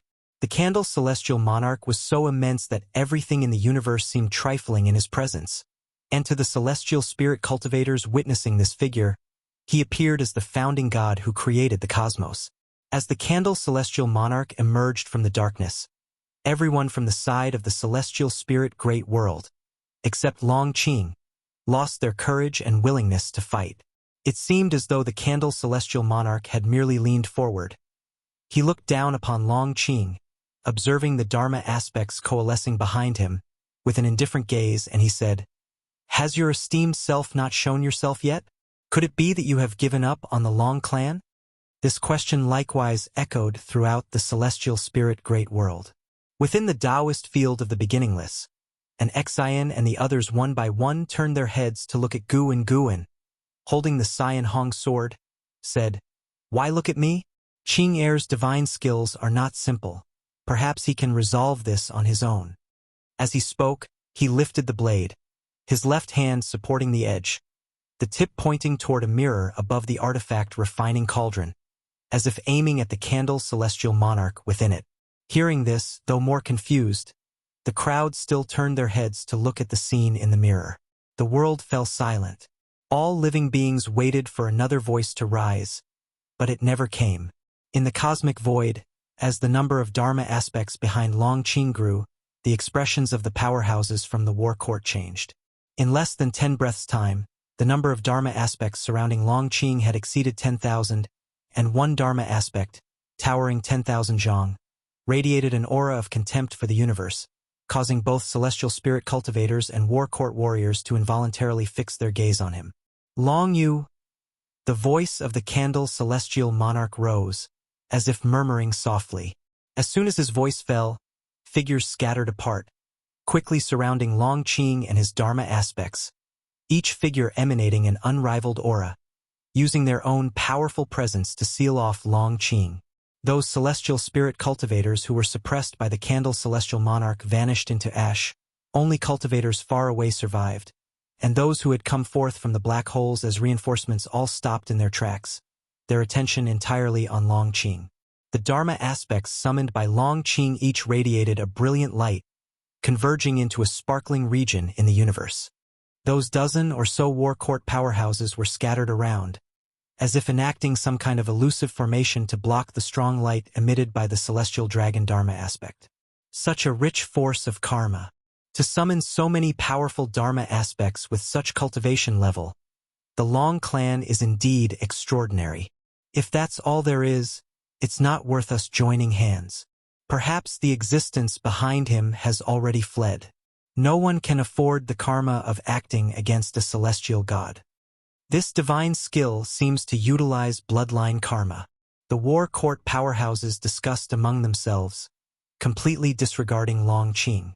The distant candle celestial monarch did the same, whether it was despicable of what stood behind Long Qing or contempt for Long Qing himself. Listening to the voices from all around, Long Qing took a deep breath, his eyes sharpened, and his face began to crack open as blood seeped out. The gray aura around him suddenly turned into a bloody one, and an even more terrifying figure rapidly took shape, as if a giant stood up behind him, quickly growing larger, surpassing the Dharma aspect known as Long Yu by the Candle Celestial Monarch. Upon seeing this Dharma aspect figure, the eyes of the Candle Celestial Monarch suddenly changed. "Kill him!" The voice of the Candle Celestial Monarch rose, and as soon as the words were spoken, the war court powerhouses encircling Long Qing all made their move, with the force of thunder. The terrifying pressure coming from all directions made Long Qing feel as if he were being torn apart. Yet, he did not die. He looked up to see 100,000 zhang tall, blood-colored figure wielding a long spear with one hand, fending off the powerful mana coming at him from every direction. This blood-colored figure was clad in armor, his true face obscured, but he emanated an unrivaled and imperious aura. His appearance made everyone from the war court tense up. In the sea of people, Fang Xian's pupils trembled, and his heart was hit by a storm of shock. The cultivators of the celestial spirit great world were similarly dumbstruck. In that moment, even within the great heaven and earth, all living beings could see a blood-colored figure reflected in the celestial vault, towering high into the sky. If you find any errors, ads pop up, ads redirect, broken links, non-standard content, etc., please let us know. Report so we can fix it as soon as possible. Chapter 576. Celestial Destruction God, Greater Cause and Effect. Looking at the blood-colored figure behind Long Qing, everyone from the battle court was shocked, for the figure's aura was immensely powerful, especially the spear in its hand, which emanated an extremely dangerous aura that seemed capable of collapsing the entire universe. Amid countless Dharma aspects, the blood-colored figure stood like Mount Tai surveying the surrounding peaks, shocking even Long Qing. In Long Qing's mind, the strongest should have been Emperor Longxin. He had managed to manifest the figure of Emperor Longxin, which was that enormous figure. Yet, Emperor Longxin appeared so weak in front of this blood-colored figure. After mastering the Celestial Dragon technique, Long Qing dared not casually manifest his Dharma aspect, as he only had one chance. This was his first encounter with the blood-colored figure. Somehow, he knew the name of this figure. Long Mie. Long Qing had heard this name before, the grandson of Emperor Longxin, the son of Long Jun. He had heard Long Jun boast that Long Mie possessed the strongest talent within the Long clan. But after seeing the figure of Emperor Longxin, he believed Emperor Longxin was the strongest. Today, he truly understood how terrifying the strongest figure of the Long clan could be. Long Qing's skin continuously cracked open, and blood incessantly seeped out. He quickly turned into a bloody figure, but his eyes were so bright. With his own strength, Long Mie demonstrated power that dominated the current battlefield against numerous strong members of the battle court. From afar, Candle Celestial Monarch watched Long Mie, frowning deeply. 10 innate golden immortals actually couldn't destroy this Dharma aspect. What was the origin of this Dharma aspect? The innate golden immortals who were casting spells were equally shocked. Their power was enough to destroy the universe, but they concentrated their mana together, trying their best not to affect the heavenly Tao. Yet, the existence they targeted would suffer a more intense impact. However, Long Mie's Dharma aspect easily resisted their attacks. How could they remain calm? Long Qing struggled to lift his right hand, and in an instant, the Dragon Annihilation Dharma aspect holding the spear pushed forward, vigorously repelling several innate golden immortals and causing airwaves that shook the battle court light path. Almost instantly, all Dharma aspects surged like arrows, rushing toward the battle court light path. Long Qing was still performing the Celestial Dragon technique, continuously manifesting Dharma aspects, and joining the battle, while the Dragon Annihilation Dharma aspect continued to guard behind Long Qing. Everyone, retreat. A great cultivator from the Tao court loudly commanded, and with someone leading, other hesitating cultivators quickly retreated to observe from a distance. The Long Clan's Dharma aspects, like a grand army, swiftly advanced onto the battle court light path, as more and more battle court cultivators joined the fight. Fang Xian drew a sword, ready for battle, his gaze fixated on the blood-colored figure of Long Mie, his heart filled with astonishment. A loose immortal could summon such a formidable entity. Was this the Long Clan? He had always failed to understand why the upper ranks of the battle court insisted on completely annihilating the Long Clan, but now he understood. Facing such an enemy, it was indeed necessary to eliminate them completely. However, another thought uncontrollably popped into his mind. How did these high-level individuals snatch the battle court from the Long Clan? As Fang Xian was lost in thought, a sword light streaked over his head, powerfully colliding with space, striking the Dragon Annihilation Dharma aspect, which still defended with the spear in its hand. Two formidable forces collided, creating shockwaves that caused distant celestial spirit cultivators watching the battle to vanish in smoke and dust, while cultivators from the battle court side were protected by a force of destiny, spared from disaster. From afar, an energy barrier enveloped the battle court light path, defending against all impacts. In Taoist field of the beginningless within the courtyard, everyone intently stared at the artifact refining cauldron's mirror, watching the power standoff between Dragon Annihilation's Dharma aspect and Candle Celestial Monarch, secretly terrified at the immense power before them, where every existing being between the two seemed insignificant. Furthermore, Candle Celestial Monarch's aura could even reach into Celestial Spirit Great World. They were fine, protected by the dojo, but the outer environment trembled, a catastrophe for mortal spirits. An Exian involuntarily looked at Guwen, noting her master was still calmly watching the battle, and she was puzzled. "Master, why aren't you taking action yet? This isn't like him, and moreover, this calamity originates from Qing'er. He certainly won't stand by idly." Could it be that Master has already planned a response? It must be so. Master is always like this, claiming indifference, yet always ends up intervening. With that thought, and Zin's confusion cleared, replaced by exhilaration. In her heart, her master had always possessed great compassion to protect all living beings, and she had witnessed it many times. Even if Master wanted to leave, he would just disguise his identity and hide in another part of the world, showing that at heart, Master couldn't sever his ties to this land. Guwen stared at the image in the mirror, hearing the thoughts of the crowd, especially those of an Exian. He felt both relieved and helpless. He was relieved that an Exian had always trusted him, but he felt helpless because his image in Zin's mind was too great. Guwen indeed had a strategy to cope. This calamity, originating from the grudge and karma of the Long Clan, was different from previous calamities. It was a disaster of the Long family, triggered by his reincarnation body, and he would naturally resolve it. However, he would not do so as Guwen, but as Longzhan. In this calamity, he would not let the innocent die.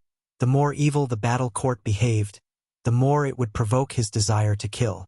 His pupils flickered with a peculiar purple-golden flame. "Have you already joined them?" Guwen stared at the Dragon Annihilation Dharma aspect in the mirror and muttered to himself. He felt the aura of the heavenly Tao emanating from the Dragon Annihilation Dharma aspect. This aura was similar to that of the Celestial Spirit God and the Celestial Extreme God. No wonder Long Mie could escape the karma of the Long Clan. It turned out that a stronger force was shielding him from karma. But this time was different. Long Qing was using the karma from bloodlines, and as long as Long Mie did not change his physical body, the karma attached to the bloodline would still exist. Candle Celestial Monarch, being in the late stage of innate golden immortal realm and joined by 16 other innate golden immortals, was strangely unable to defeat the Dragon Annihilation Dharma aspect. Guwen was curious about what cultivation level Long Mai's true self had reached now.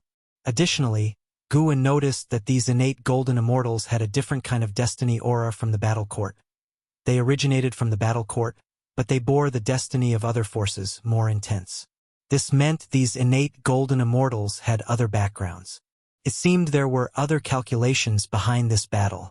Guwen began to look forward to the appearance of the immortal emperor. As for getting involved in more trouble, Guwen was not too concerned. This battle would certainly allow him to reap a tremendous lifespan, and perhaps after some time, he would break through to a higher realm. On the vast earth, countless fierce beasts were slaughtering each other. The ground split open, blood flowed into rivers, and corpses were countless. The fierce ground battle continued, but the celestial vault was extraordinarily bright, with stacked clouds making the celestial vault appear even more expansive. A towering figure clad in blood armor stood proudly among the clouds. His hands hung naturally, his shoulder armor resembled a dragon, and his white hair fluttered in the wind, with a blood flower mark on his forehead. His face was handsome, but his gaze was so indifferent. He looked down at the slaughter below, his expression unchanged, but the reflection of Long Qing employing the celestial dragon technique flickered in his pupils.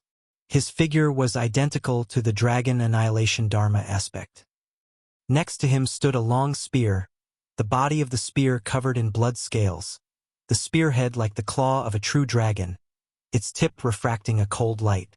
A figure leapt up and landed beside him. This was a cyan-robed Taoist, standing on a red gourd, bearing an air of immortality and wearing a cynically amused smile. Celestial Destruction God. Someone else is using your power again? How long will you protect them? The cyan-robed Taoist asked teasingly. Celestial Destruction God's expression remained indifferent as he calmly said, "It's not exactly using. That's their own capability." The cyan-robed Taoist raised his hand and drew a circle in front of him, revealing an illusion reflecting the battle outside the celestial spirit great world. The dragon annihilation dharma aspect was so eye-catching. At its feet, a strong light gathered around Long Qing, who was continuously consolidating the dharma aspect. The continuous dharma aspect assaulted the battle court light path, with Candle Celestial Monarch stepping over from above, continuously approaching the dragon annihilation dharma aspect. Those 16 innate golden immortals surrounded the dragon annihilation dharma aspect, endlessly displaying divine skills and spells, shaking the entire universe. Sar the Nelfer. Net website on Google to access chapters of novels early and in the highest quality. The edges of the universe displayed twisting rainbows. The tremors were from the great Tao. So many innate golden immortals attacking a loose immortal, quite extravagant. Without your power, this guy would have died long ago. Does this still count as his capability? The cyan-robed Taoist asked, half smiling. Celestial Destruction God was silent for a moment before saying, "This is a divine skill called Celestial Dragon Technique created by my grandfather. It gathers all those with bloodline karma through the bloodline, allowing them to form dharma aspects to fight on their behalf. This child has summoned so many dharma aspects. His lifespan will be exhausted. This is his last battle." Last battle? I doubt it. You always say this, yet you always end up intervening. Without your intervention, the Long clan would have perished long ago. The cyan-robed Taoist shook his head. To this, Celestial Destruction God did not respond. The cyan-robed Taoist continued, "It won't be long before you can break through and reach a higher realm. Your immortal position could be promoted, and if you could be transferred back to the 3,000 great worlds, you would be able to protect your descendants." The reflection of Candle Celestial Monarch gleamed in Celestial Destruction God's eyes, his gaze so cold. He watched Candle Celestial Monarch continuously destroying the Celestial Dragon Dharma aspects, approaching his own Dharma aspect. This time, fate might be hard to escape, with even stronger beings approaching. Celestial Destruction God solemnly said, pausing momentarily before adding, "No matter, with me here, the bloodline can continue. When I return, I will let these folks experience the most painful torment of the Great Tao. If you find any errors, ads pop up, ads redirect, broken links, non-standard content, etc., please let us know report so we can fix it as soon as possible." Chapter 577. Ancestral Dragon War. The sword that cleaved the universe in the universe's void that constantly shimmered with bright light. The Dragon Annihilation Dharma aspect wielded the gun Shadow in its hand, blocking divine skills attacks from all directions, manifesting an unstoppable aura. More and more battle court powerhouses joined the surrounding attack, spreading out in different directions, beginning to form their formations with a majestic momentum. Above the head of the dragon annihilation Dharma aspect, clouds of light tumbled, where dragon and phoenix phantoms intertwined, as if another dazzling heaven and earth were descending. As the number of battle court powerhouses involved in the battle soared, the aftermath grew rapidly stronger, with continuous black holes being annihilated, forcing celestial spirit cultivators to either flee back into black holes or retreat at full speed. The fleeing cultivators looked back, unable to conceal the horror on their faces. That person called Long Qing, who exactly is he? His cultivation level aura is clearly just a loose immortal. I've never heard of him, but the divine skills he's using are too terrifying. No wonder he has provoked so many powerful beings. So, in addition to chi absorption cultivation, cultivating divine skills can also lead to attainment. Since those guys are targeting that person called Long Qing, we indeed should not get involved. Today's battle has truly been an eye-opener for us. Within the great world, we swagger and dominate, but in outer heaven, there are far too many existences stronger than us. The celestial spirit cultivators discussed while fleeing today's battle. They would never forget the name Long Qing. On the other side, the Candle Celestial Monarch had already arrived in front of the circle surrounded by innate golden immortals. He retrieved a golden pestle from his sleeves, which connected with 9 golden chains and had a silver-blue gem embedded at the bottom.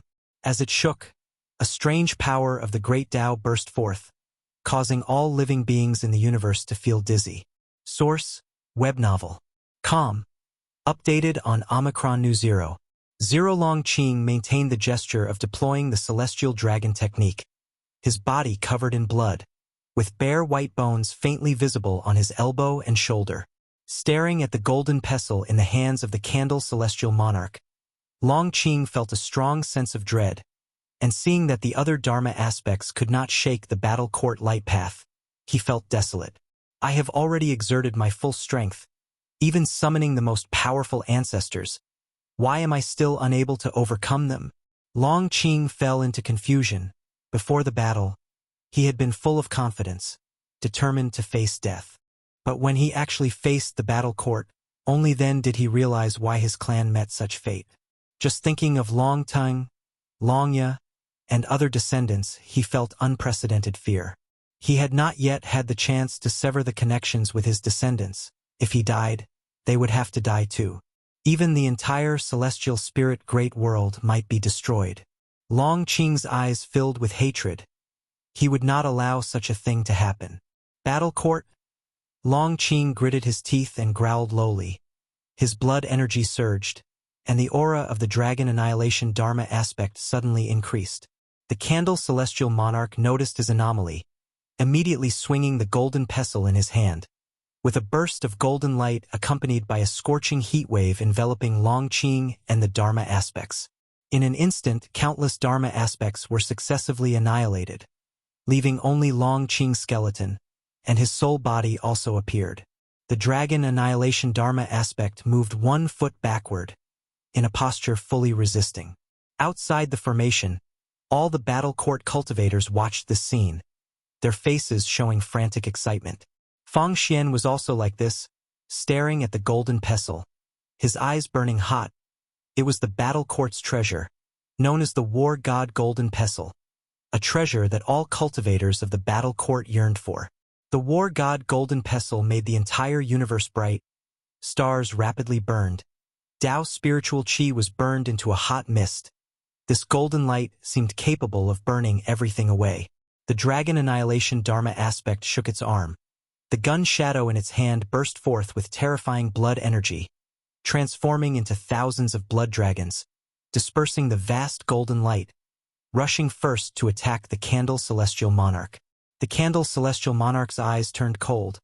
He leaped up, raising the war god golden pestle high and smashed it down towards the dragon annihilation Dharma aspect. His figure no less than the dragon annihilation Dharma aspect, his high position giving him an incredibly terrifying aura. Sir the Oval Fire. Net website on Google to access chapters of novels early and in the highest quality. The figure of the dragon annihilation Dharma aspect was reflected in the celestial vault of the celestial spirit great world, and as the Candle Celestial Monarch leaped above the head of the dragon annihilation Dharma aspect, His silhouette was also seen by the beings of the celestial spirit great world. This scene caused all living beings to tremble in fear. No matter where they were witnessing this scene, their eyelids jumped wildly. Bang! The dragon annihilation Dharma aspect raised its spear for a stab. The light cloud above was directly dispersed. Great magical power carrying a blood wind descended, as if intending to pierce through the top of the universe. The candle celestial monarch held the war god golden pestle to block the blood wind. But only for a moment. The candle celestial monarch exploded with a sudden and violent storm of attacks. The war god golden pestle quickly swinging, and the dragon annihilation Dharma aspect similarly swung the gun shadow in its hand. Myriad illusions burst forth, as if two worlds were colliding. The earth and mountains shattered. Ocean straits were destroyed. Celestial beasts roared as they rushed towards each other, both vanishing into illusion. Various fantastical scenes unfolded, dazzling the observers. This was a collision of two Tao fruit worlds, a confrontation of the Tao. As the Tao generates all things, their every move contained myriad changes. The battle court cultivators watching were equally dumbfounded. Unable to approach, they were barely holding on, maintaining the formation outside. Below the dragon annihilation Dharma aspect, Long Qing, with only his soul attached to his skeleton, still retained his will. He could no longer see clearly what was around him. Everything in his eyes was shaking, his vision increasingly blurry. He struggled to think of his children, but his will was pulled down by an unprecedented heaviness. Just as he was about to despair, he instinctively thought of a figure. Master. Above the sea of clouds, the celestial destruction god and the cyan-robed Taoist were still watching the battle in the illusion. The cyan-robed Taoist clicked his tongue in wonder. He's about to give in, your Dharma aspect is dispersing. Following his gaze, although the dragon annihilation Dharma aspect in the illusion was still maintaining its attack, the blood light on its body was dimming. If you find any errors, ads pop up, ads redirect, broken links, non-standard content, etc., please let us know. Report so we can fix it as soon as possible. Chapter 577. Ancestral Dragon War. The sword that cleaved the universe understood. The celestial destruction god did not make a sound, but the coldness in his eyes grew more intense. Descendant, is this all you can achieve? The celestial destruction god pondered silently. Although he spoke of protecting the Long family if he was present, he understood in his heart that if Long Qing's lineage perished, the Long clan would cease to exist. After attaining the immortal class, he severed his ties with the mortal world. The reason he continued to protect his descendants was merely due to a fixation in his heart. He was unwilling to see the Long clan meet such a fate, but unfortunately, he could not personally aid the Long clan. At that moment, a brilliant light burst forth in the apparition, erupting from the feet of the dragon annihilation Dharma aspect, or rather, it was Long Qing who was radiating the light. Long Qing's soul body shone with an exceptionally bright white light. His flesh began to recover at a speed visible to the naked eye, and his will was also being restored. He was still thinking of his mentor, when he suddenly felt a miraculous power burst from the depths of his soul body, different from the pain induced by the celestial dragon Dharma aspect. This power made him feel extremely comfortable, sweeping away his pain and fatigue. The candle celestial monarch seemed to sense it and quickly retreated. The dragon annihilation Dharma aspect also stopped its actions. The 16 innate golden immortals presiding over the grand formation felt immense pressure, an invisible force pushing them back. They widened their eyes, their gaze fixed on Long Qing. Numerous cultivators from the battle court also looked towards Long Qing. Everyone watched as the intense light on Long Qing's body began to condense into a figure. This figure rapidly grew taller. The dragon annihilation Dharma aspect disintegrated, transforming into an endless stream of blood energy that surrounded this new Dharma aspect. The blood energy quickly faded from red. Feng Xian watched this figure rapidly rise, his heart pounding wildly. His intuition told him that the terrifying presence he feared most was about to reveal itself. Because the dragon annihilation Dharma aspect was reflected in the celestial vault of the celestial spirit great world. All living beings could see the new Dharma aspect. This new Dharma aspect shone with white light all over, quickly growing to the same size as the Dragon Annihilation Dharma aspect. Compared to the destructive aura of the Dragon Annihilation Dharma aspect, the aura of this Dharma aspect was even more vast and majestic, as if it hailed from the source of time, overlooking all transformations on the great Tao. Within the Taoist field of the beginningless, an Exion, celestial demon child, and others watched more clearly through the mirror on the artifact refining cauldron. They all turned their heads to look at Guwen, their expressions peculiar. LV Xian couldn't hold back and was the first to ask, "Master, isn't that Dharma aspect you?" The Dharma aspect condensing from Longqing was in the form of Longzhan. Although the attire's outline was different from Guan's, the posture and facial features were extremely similar to Guwen. And how could it be such a coincidence? Longqing was also Guan's disciple. Wasn't it said that the celestial dragon Dharma aspect could only summon his ancestors? Shenzhen murmured. Her voice was light, but in everyone's ears, it was like a thunderclap. Could Guwen be Longqing's ancestor? The blood prison great saint's eyes lit up, and he instantly believed it. Following Guwen for so many years, seeing countless orphans, he had never seen Guwen take in anyone else, and he had long noticed how much Longqing resembled Guwen Gu and remained calm, still staring at the mirror, merely having sheathed the Cyan Hong's sword into its scabbard. Seeing that he was unwilling to speak, everyone could only refocus their gaze on the mirror. When the Dharma aspect on Longqing thoroughly solidified, the terrifying pressure enveloping the celestial spirit great world rapidly dissipated, and all living beings breathed a sigh of relief. On the edge of the Taitsong continent, the waves crashed against the shore. Leah stood on the edge of a cliff, looking up at the celestial vault, his pupils trembling. Junior brother Gu? Leah did not know the celestial dragon Dharma aspect, but he immediately recognized that the Dharma aspect resembled Gu and junior brother Gu had saved the world once again. So junior brother Gu had never left. At this moment, Leah felt a strong fighting spirit arise. Junior brother Gu had not left, so he could not leave either. He resolved to stay in the celestial spirit great world, to protect all living beings. As for Zhang Buku, he had no leads to search for, so he decided it would be better to find them after attaining the Tao. Elsewhere, Bai Shang looked up at the towering Dharma aspect, his expression peculiar. For some reason, he found this figure somewhat familiar. Su Jin, however, did not think too much about it. Guwen had not left a profound impression in her memory. She had disliked Guwen from the beginning and naturally would not hold him in her heart. On the other side of the human world, on a barren plain, a man wrapped in a large robe walked through the wind and sand. He looked up and saw the massive Dharma aspect on the celestial vault. A look of shock appeared on his weathered face, but it quickly gave way to a smile. "Guwen, you're indeed still here," Martial Resolution murmured to himself, then bowed his head, continuing to move forward against the wind and sand. Having glimpsed Guwen, his heart was completely at ease. The heavens would not collapse, and he could continue pursuing his destiny. The gaze of all living beings was focused on Guan's Dharma aspect. Aside from Guan's old acquaintances, the multitude of beings felt hope. At the first sight of this Dharma aspect, all beings felt a profound peace. This feeling was peculiar, yet it truly existed. Longqing slowly raised his head to look and then stood there dumbfounded.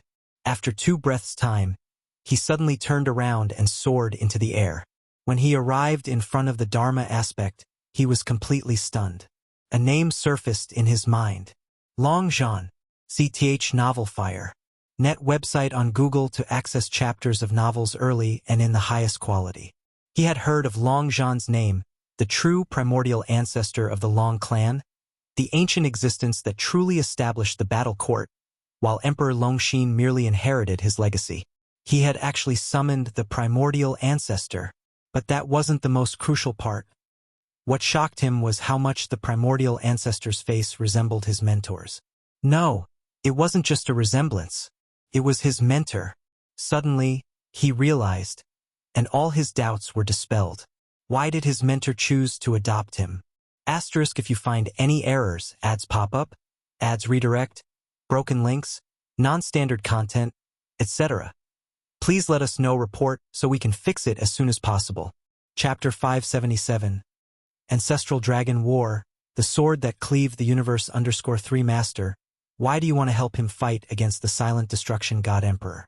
He suddenly became excited, enveloped by a huge surprise, trembling all over. The Long clan actually has such an ancestor. The voice of Candle's celestial monarch came through, filled with emotion. Just the dragon annihilation dharma aspect alone was troublesome enough for him, and now the emergence of an even more daunting dharma aspect gave him a chilling sense of an unbeatable adversary. He trusted his intuition. Master, it's time for you to make a move. The voice of Candle's celestial monarch rose again, teasing in tone. All the cultivators of the battle court looked towards Candle's celestial monarch, almost every one of them showing a bit of astonishment. In the hearts of the vast majority of battle court cultivators, Candle's celestial monarch was the strongest, and they had not expected him to have brought along his master. The master of the Lord of the War Court, could it be that ancient myth? As Candle's celestial monarch's words fell, a gigantic pair of eyes suddenly appeared in the darkness of the void behind him, looming over the entire battlefield. The stature of Candle's celestial monarch was colossal, taller than any mountain in the world. Yet before these eyes, he was less significant than their pupils. Faced with these eyes, every creature felt panic. The celestial vault of the celestial spirit great world also revealed these eyes, causing all beings to tremble with fear, unable to comprehend what the heavens and the earth were facing. They could only focus on Gu-N's dharma aspect. Perhaps this mysterious existence could protect them. Long Qing turned around and was equally frightened by the silhouette behind Candle's celestial monarch. What kind of eyes were those? He had lived for 20,000 years and, with the experiences of his previous life, had never seen such terrifying eyes, like the abyss of the universe, hiding the utmost horror and despair. He is not the person I am looking for. He is just an effect and cause dharma aspect. A voice of cold indifference echoed through the universe, audible to all the myriad beings of the great thousand world. Each word trembled the hearts of all beings, as if the supreme heavenly Tao was declaring the laws of heaven. Candle's celestial monarch was about to speak, but another voice interrupted his thoughts. The one you seek may well be me. All the cultivators of the battle court turned their heads in unison, including the innate golden immortals and even those celestial spirit cultivators watching from the distant void. The voice came from the dharma aspect behind Long Qing. Long Qing turned and clenched his excited fists tightly. That was his master's voice. His master was his primordial ancestor, ancestral dragon war. This fact did not cause him to crumble. Rather, he felt fortunate. The person he most revered was his ancestor. It felt like a dream. Guen's dharma aspect lifted his right hand. A myriad of silver lights appeared in his palm, quickly converging into a sword. The moment he grasped the sword, Guen's voice rang out again. Break! Ping! Space shattered like a mirror. All beings were frozen in place, including the innate golden immortals, unable to move. They saw a dense expanse of spatial fragments before them, where a more majestic figure appeared behind Candle's celestial monarch. It was a man in a white robe with yellow, withered hair longer than his robe, his face shriveled, like skin stretched over bone, his eye sockets deep-set. The entirety of his appearance was shockingly terrifying. It was the immortal emperor. The immortal emperor's face showed astonishment. Long Qing, too, was startled by the sudden appearance of the immortal emperor. Then his attention was caught by the sword light. Glancing inadvertently, he saw a silver blade, spanning longer than the heavens and the earth, slash before him, as if a mythological celestial river had appeared. SAR the Novel Fire, net website on Google to access chapters of novels early and in the highest quality. That was the sword in Gu-An's dharma aspect's hand. Long Qing couldn't move. He could not even hear any sound. Not just him, all beings had lost their hearing, unable to act, merely witnessing the dharma aspect raising his sword to strike at Candle's celestial monarch and the immortal emperor. All the cultivators of the battle court were plunged into extreme terror because they realized that Candle's celestial monarch and the being behind him also could not move, as if waiting to be beheaded by the enemy. With one slash from Guin, the sword light burst forth, too fast for even the vision of innate golden immortals to fully capture. The universe seemed split in two by it, a sight profoundly awe-inspiring. In an instant, Candle's celestial monarch was reduced to ash, the immortal emperor slashed by the sword light, eyes widening in shock. Space busted once more, the shattered fragments quickly dispersing as though illusions striking the senses of all beings. Before they could react, a roar of outrage erupted. "You?" Upon uttering just one word, the immortal emperor's flesh erupted in 1,000 sword lights, followed by annihilation, becoming dust, gone from existence. The entire universe fell into silence for a moment. The sword light that had bisected the universe still hung in the air, as the cultivators who regained their senses looked towards both ends to discover they could not see the end of the sword light, as if the entire universe was indeed cut in half by it. If you find any errors, ads pop up, ads redirect, broken links, non-standard content, etc., please let us know. Report so we can fix it as soon as possible. Chapter 578. Reverse Cause and Effect. Annihilate Battle Court. Candle Celestial Monarch, Immortal Emperor extinguished. All the cultivators from the battle court were unable to accept this reality, and they all stared blankly at the sword light spanning the universe. They could not move, the scene before them sending chills down their spines, driving them to despair. Feng Xian stood in the void, his eyes wide open, the universe trembling in his eyes. His heartbeat was so intense. "It's over." Feng Xian fell into an abyss of despair. Since entering this universe, he had speculated that the battle court might fail, but he never imagined that Candle's celestial monarch and immortal emperor would be so powerless to defend themselves. Just who was that divine figure? How high was their cultivation level? Feng Xian glanced at the dragon battle dharma aspect on Long Qing's body, filled with shock. All beings in the universe looked toward the dragon battle dharma aspect with disbelief in their eyes, and although the beings in the celestial spirit great world didn't know the specifics of the battle, the disappearance of those mysterious giant eyes gave rise to hopes in their hearts. Could it be a victory? Long Qing had seen his master win many times before, but each victory still scared him. Just how profound was his master's Tao practice? It felt like no matter how strong the opponent, they were effortlessly defeated before his master. Karma retribution, no one can escape it. Today, the battle court sought to exterminate my Long clan. I will exterminate the battle court in return. With but a single swing of my sword, life and death are your own fate. You should all feel fortunate, for if you faced the battle court, you wouldn't even have a chance to live. The voice of Guin rang out once more, plunging all the battle court cultivators into the depths of despair. Without giving them time to think, the dragon battle dharma aspect lifted its sword and slashed horizontally. A sword light swept across all directions, passing over the battle court light path, over the battle court cultivators surrounding Long Qing. 16 innate golden immortals turned to ash first. The other cultivators met the same end. Long Qing looked around to see the spectacle of enemies being extinguished everywhere, a sight tremendously grand. At the same time, inside the Taoist field of the beginningless, prompts kept popping up before Guin. You have successfully stolen 309,872,265 years of lifespan from Jinren Chenyang, early stage of innate golden immortal realm. You have successfully stolen 870,928,711 years of lifespan from Xingxing Dao, middle stage of innate golden immortal realm. You have successfully stolen 1,087,249,720 years of lifespan from Yi Yuelan, early stage of innate golden immortal realm. Watching the prompts before his eyes, the corners of Guin's mouth curled up.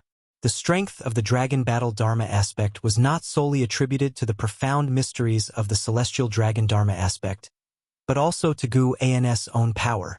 After all, he intended to steal lifespan, so he poured his own power into the dragon battle dharma aspect to make the strike through it. And Xian, LV Xian, and others turned their heads toward Guin, seeing him with a slight smile. Everyone could feel his triumphant spirit. People couldn't help but reveal looks of adoration and fervor.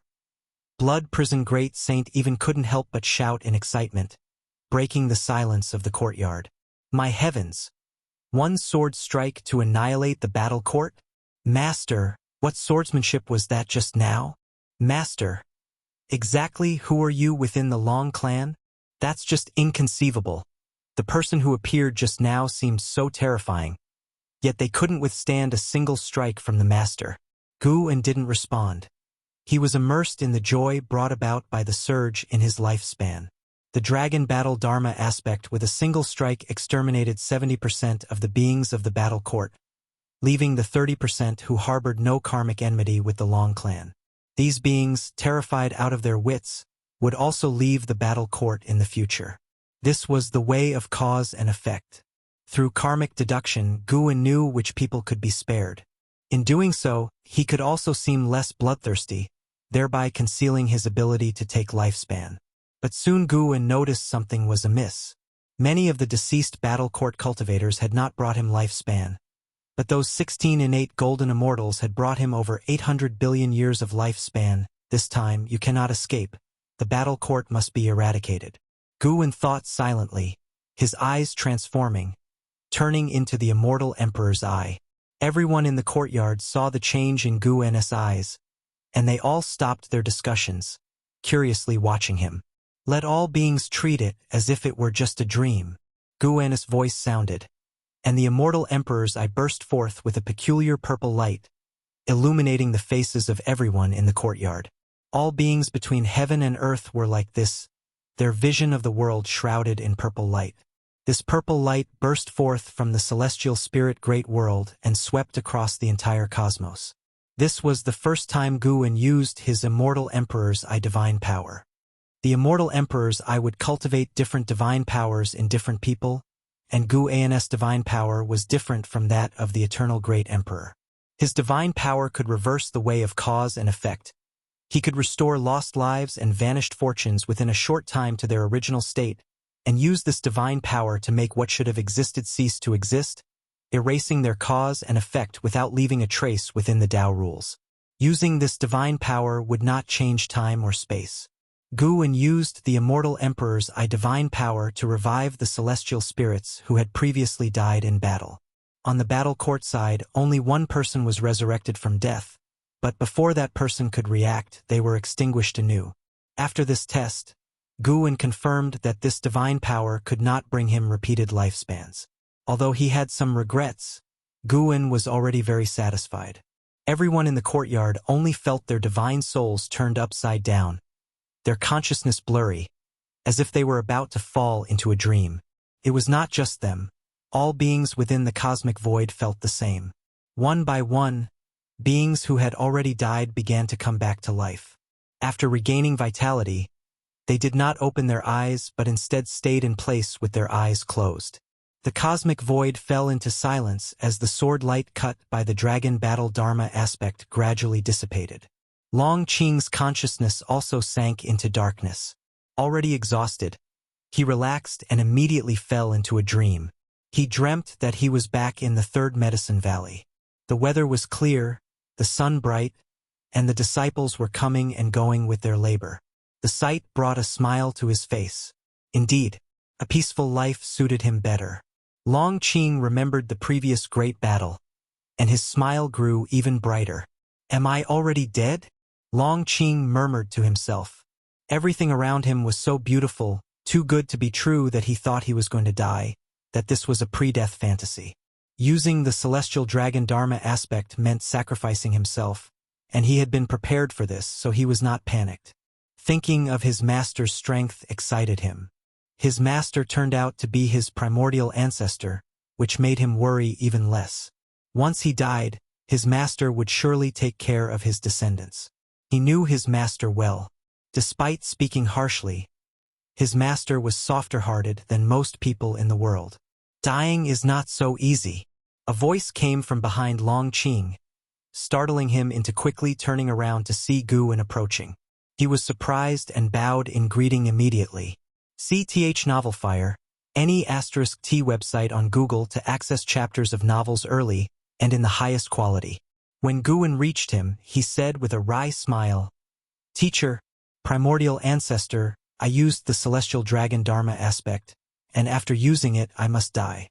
Guwen looked at him and said, "Although the celestial dragon Dharma aspect was created by Long Xin, this divine power originates from my own celestial dragon reincarnation Dharma aspect.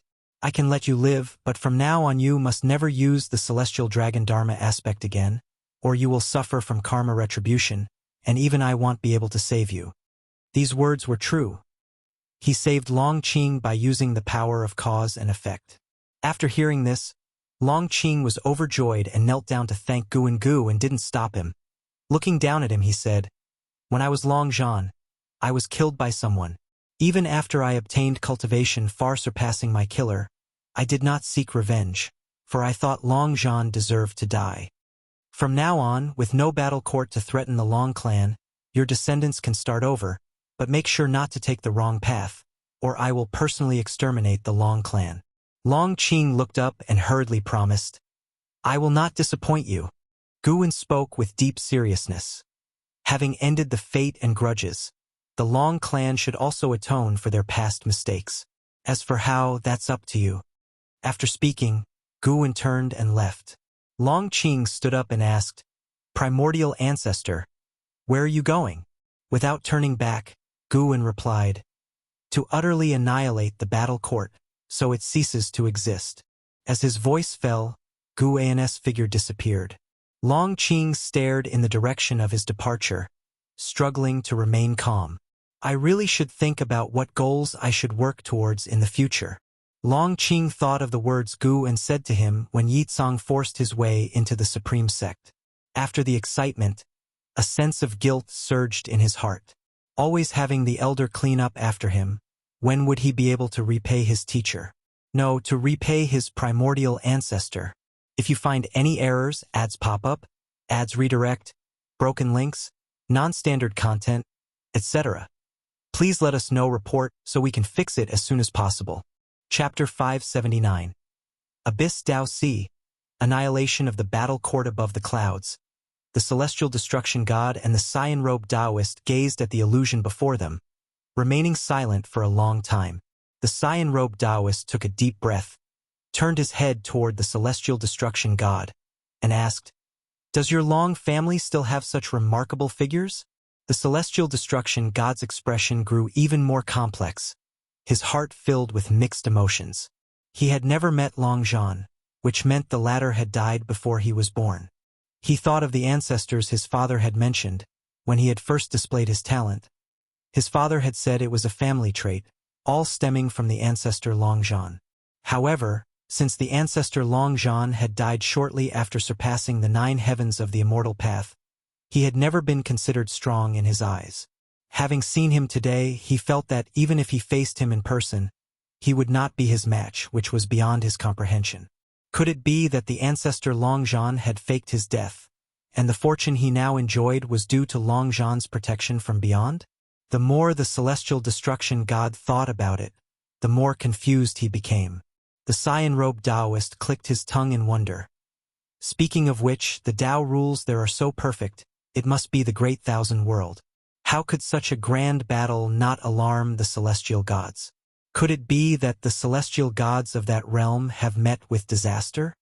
If that is indeed the case, then it's likely they died at the hands of... Before he could finish his sentence, the celestial destruction god's cold gaze fell upon him. The cyan-robed Taoist chuckled and did not continue. He waved his hand to dissipate the illusion before them, and then looked down at the ground below, lamenting. The slaughter over there has ended, but the killing here is endless. The celestial destruction god also looked down, his expression returning to its previous indifference. In a bright palace, above was a sea of clouds and below the ground mist tumbled.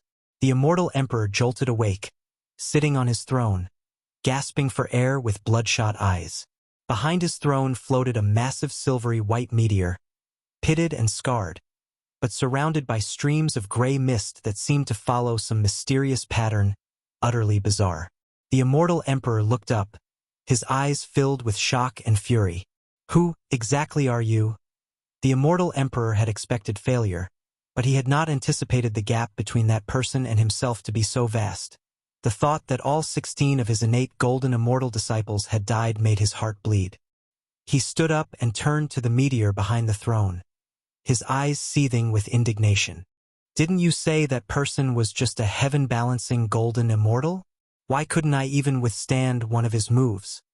The immortal emperor demanded in a deep voice, his tone barely concealing his murderous intent.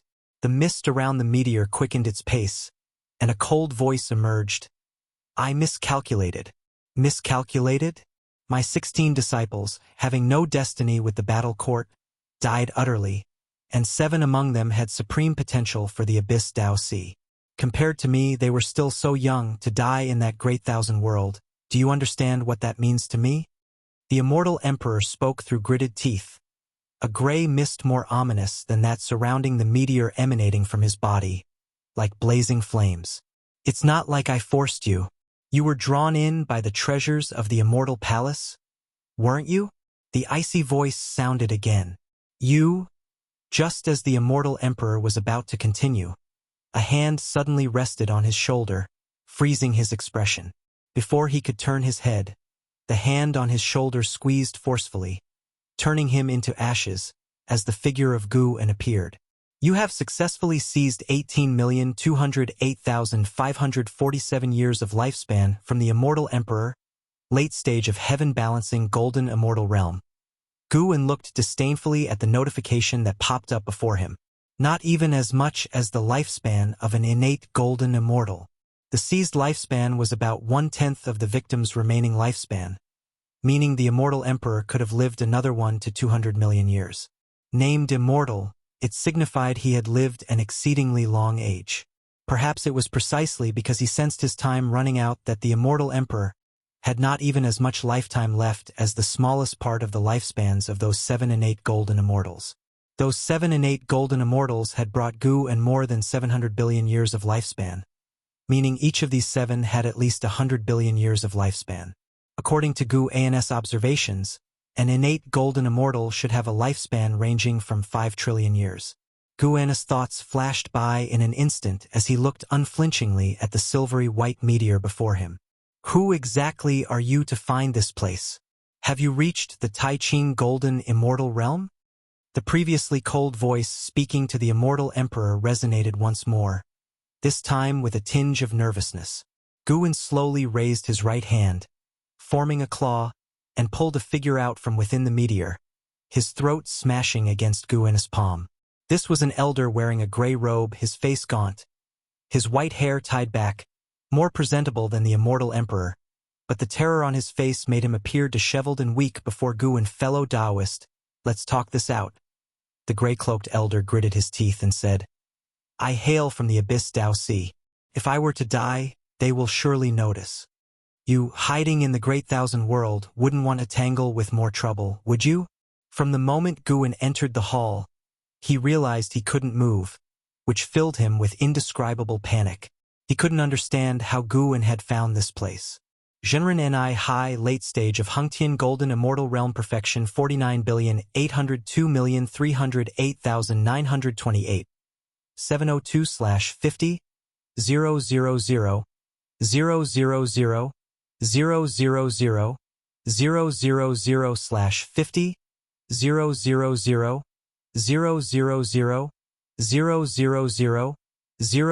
000 5 trillion years lifespan. CTH Novel Fire, net website on Google to access chapters of novels early and in the highest quality. That is to say, the lifespan of a heaven-balancing golden immortal ranged from 5 trillion to 50 trillion years. Too bad, yet another one close to his life's end. It's true, who would risk everything unless they felt their limit approaching? Guan couldn't be bothered to communicate with Zhenren Ni Hai. His eyes suddenly changed. This time, it wasn't the immortal emperor's divine power, but the calamity absolute I. He was going to search Zhenren Ni Hai's soul. In an instant, Zhenren Ni Hai's eyes lost their luster. The hall then fell into silence. Guan rudely probed Zhenren Ni Hai's memory, completely disregarding his soul, And during this process, calamity slowly began to latch onto Jinren and Hai's body. Jinren and Hai came from the Abyss Dao Sea and had a not insignificant friendship with the immortal emperor. 10,000 years ago, Jinren and Hai was a guest at the battle court when he accidentally heard Candle's celestial monarch complaining to the immortal emperor about the resurgence of remnants from the Long clan who had killed a being known as the Silent Destruction God Emperor. Learning that people from the Long clan were in the celestial spirit great world, and that the shattered celestial spirit great world was beginning to reshape itself, he thought of the treasure of the immortal palace. The celestial spirit immortal venerable, who established the celestial spirit great world, stole the treasure of the immortal palace. By decree of the celestial court, they ordered the celestial spirit god to execute him, but the celestial spirit god did not obliterate the celestial spirit great world. Thus, rumors suggested the treasure of the immortal palace might still be hidden within the celestial spirit great world, and the celestial spirit god was waiting for this treasure. As for informing the celestial court, that would not be possible. The celestial court snubbed contact with the great thousand world, and even a powerful being like Jinren and Hai had only ever encountered the guardians, the celestial gods of the great thousand world. Every celestial god was arrogant, looking down on mortal spirits. Without obtaining the celestial Tao immortal position, even if one's cultivation level was higher than a celestial god, they would be disregarded, and ordinary people would not dare to provoke a celestial god. The celestial gods had the supreme celestial court standing behind them, an existence beyond provocation. The so-called immortal palace was also a palace belonging to the celestial court. How the news of the immortal palace's treasure was leaked was something Jinren and Hai had no idea about. He only knew the clues to the immortal palace's treasure. The celestial spirit immortal venerable had already perished, but the whereabouts of the immortal palace's treasure remained unknown. Guan surmised that the celestial spirit immortal venerable had left the immortal palace's treasure to Anhao. Although Anhao had perished, he was a being born of the destiny fostered by heaven and earth, destined to be reborn one day. However, at that time he might no longer be Anhao but become someone else. Guan was quite interested in the Abyss Dao Sea, having encountered this place when he had chosen to break through his lifespan. In Jinren and Hai's memory, the Abyss Dao Sea did not belong to the Great Thousand World but lay in a mysterious region beyond it, an ocean formed by the Tao rules, boundless and vast. It was said that since its birth, the Abyss Dao Sea had been expanding infinitely and had not stopped until now. Even Jinren and Hai, who was born from the Abyss Dao Sea, did not know its full extent. As Guan was searching Jinren and Hai's memory, a series of footsteps could be heard. The hall was vast, and at the far end, a strong light was visible. Candle's celestial monarch stepped out from the brilliance, his figure flickering rapidly as he advanced toward Guan. Suddenly, he stopped walking, frowning as he looked at Guan's back figure. Guan's attire was different from the dragon battle Dharma aspect, so he didn't recognize him immediately. He didn't even associate Guan with the dragon battle Dharma aspect, considering how far this place was from the celestial spirit great world. How could the one who killed him come back to life faster than him, when he had just been resurrected? "Who are you?" Candle's celestial monarch frowned and asked. Although the immortal emperor was often in seclusion, he always received fellow Taoists, and the immortal emperor's disciples were numerous too. His divine sense couldn't come close to Guan, and he couldn't see the scene in front of Guan. Guan slowly turned around, and it was then that Candle's celestial monarch saw the person Guan was holding in his hand. Candle's celestial monarch's pupils contracted sharply, instinctively drawing out the war god golden pestle. He remembered Jinren and Hai, an ancient presence, whom the immortal emperor treated with notable respect, leaving a deep impression on him. "You?" Candle's celestial monarch wanted to ask more, but Guan spat out a word, interrupting him. "Die!" Candle's celestial monarch's eyes widened, and he instantly turned into a mist of blood. Longevity, true words. This was Guan's Tao fruit divine power, using the power of cause and effect to determine Candle's celestial monarch's death, possessing the subtlety of speaking and making it so. Following that, the Jinren and Hai in Guan's hands also turned to ash, and his gaze shifted to the outside of the hall. Numerous palaces entered his view, countless marvelous sights, and mythical beasts were taken in by his eyes. The colossal entities that dominated many universes were about to become illusory in Gu An's eyes. Everything that belongs to Long Zhan should come to an end. If you find any errors, ads pop up, ads redirect, broken links, non-standard content, etc., please let us know. Report so we can fix it as soon as possible. Chapter 580. Descending into the Abyss. Dao Sea Battle Court, as a transcendent power above the Great Thousand World, had countless creatures under its command, many of whom were compelled to serve. Gu and even saw numerous races enslaved, mining cultivation resources for Battle Court. He stood in the Grand Hall of the Immortal Emperor and drew the Cyan Hong sword from his waist. Although the Cyan Hong sword was just an ordinary treasure sword, it was his favorite because it was a gift from Yilan. He swung the sword forward casually, effortlessly, yet with that very strike, he severed the destiny of Battle Court. He began to eradicate those creatures of the Long clan who harbored resentment, using the power of karma. He simply needed to calculate who would target the Long clan afterwards. In addition to these, Gu and also dealt with those Battle Court creatures who had committed excessive killings. The number of creatures under Battle Court was vast, and to kill them all would undoubtedly bring great trouble, especially if it provoked the Celestial Court. Although Gu An's Dao practice was profound, he was yet unable to deduce the karma of Celestial Court. With the power of karma, the enemy was killed invisibly. As the destiny of Battle Court collapsed, palaces, cities, and towers standing in the starry sky began to crumble. Many creatures tried to flee, but their vision blurred, and their consciousness plunged into darkness. They died, their Dao perished. The disaster came so suddenly that all the deceased had no time to react. Those cultivators who had just been revived through the destiny of Battle Court were still discussing the terrifying nature of the Dragon Battle Dharma aspect when they perished in succession. Those cultivators who died later suffered the most, despair assaulting their spirits. They were helpless and could only wait. A loud uproar erupted from Battle Court, but soon, the noise disappeared.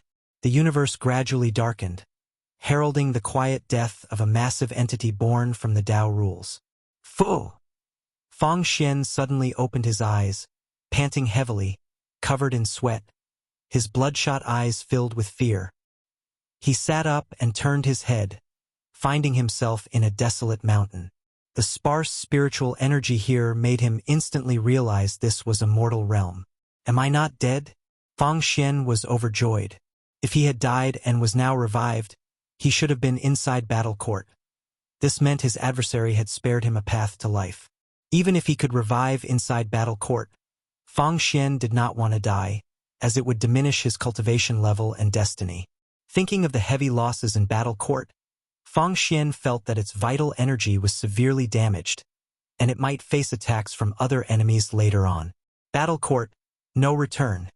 Fang Xian felt that the terrifying entity from the celestial spirit great world would continue to retaliate against Battle Court. He stood up, the sunlight falling on him, giving him a feeling of rebirth. The higher-ups of Battle Court are too foolish to provoke such beings. I need to seek a new way to survive. Fang Xian murmured to himself, still shivering from the thought of the previous battle. He dared not be an enemy of that terrifying entity any longer, hoping only to be as far from it as possible.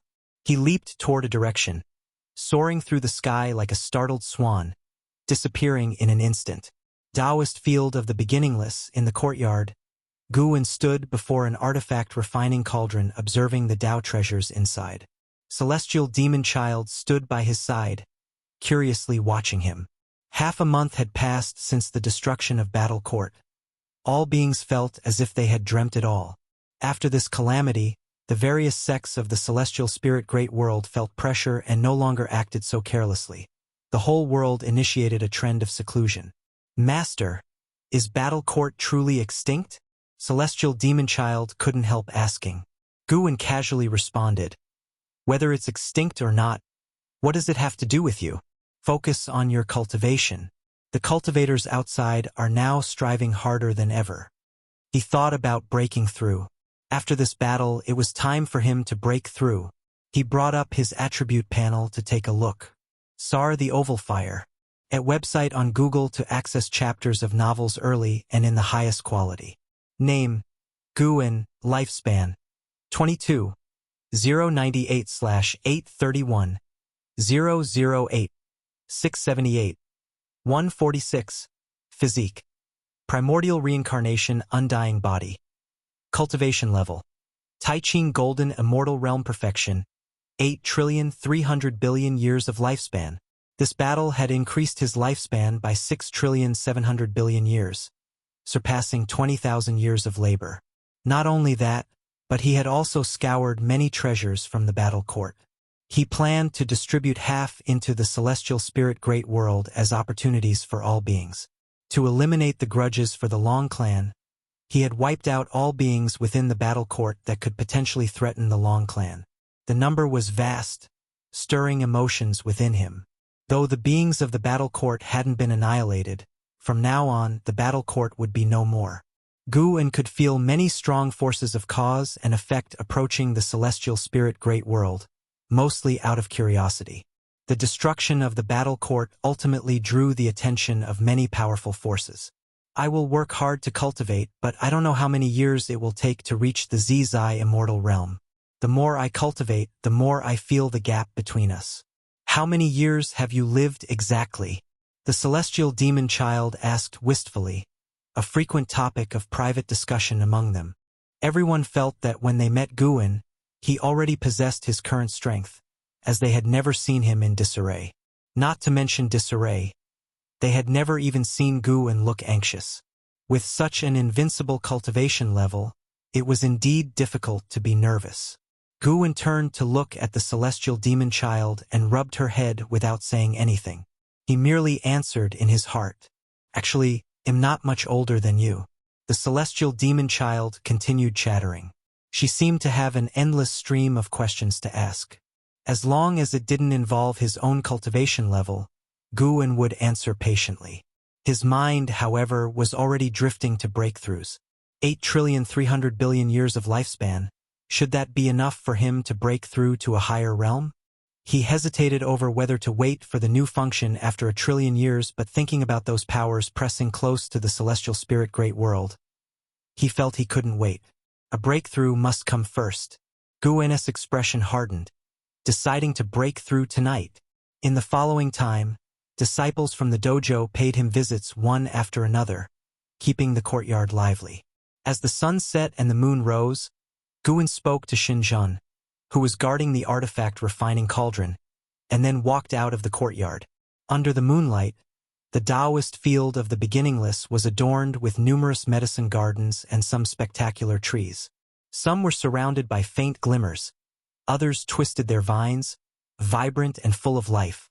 Guin walked along, enjoying the scenery of the dojo. He was quite pleased with the ghost mother of ephemera. She not only helped increase production but also made the dojo more beautiful. Having a delightful environment was always a benefit. Reaching the edge of the dojo, Guin stopped by a lake and began initiating his lifespan breakthrough. You have activated the lifespan breakthrough function. Based on your current realm, select from the following breakthrough locations. 1. Path of the Great Tao. 2. Celestial Extreme 9 Heavens. 3. Abyss Tao Sea. 4. Ascending to Yellow Heaven. 5. Ling Mountain. 6. Endless Jade Pool. 7. Immortal Cave Heaven. 8. Sea of Suffering. 9. Taiwei Great World. Seeing the option for the Abyss Tao Sea, Guin suddenly became intrigued.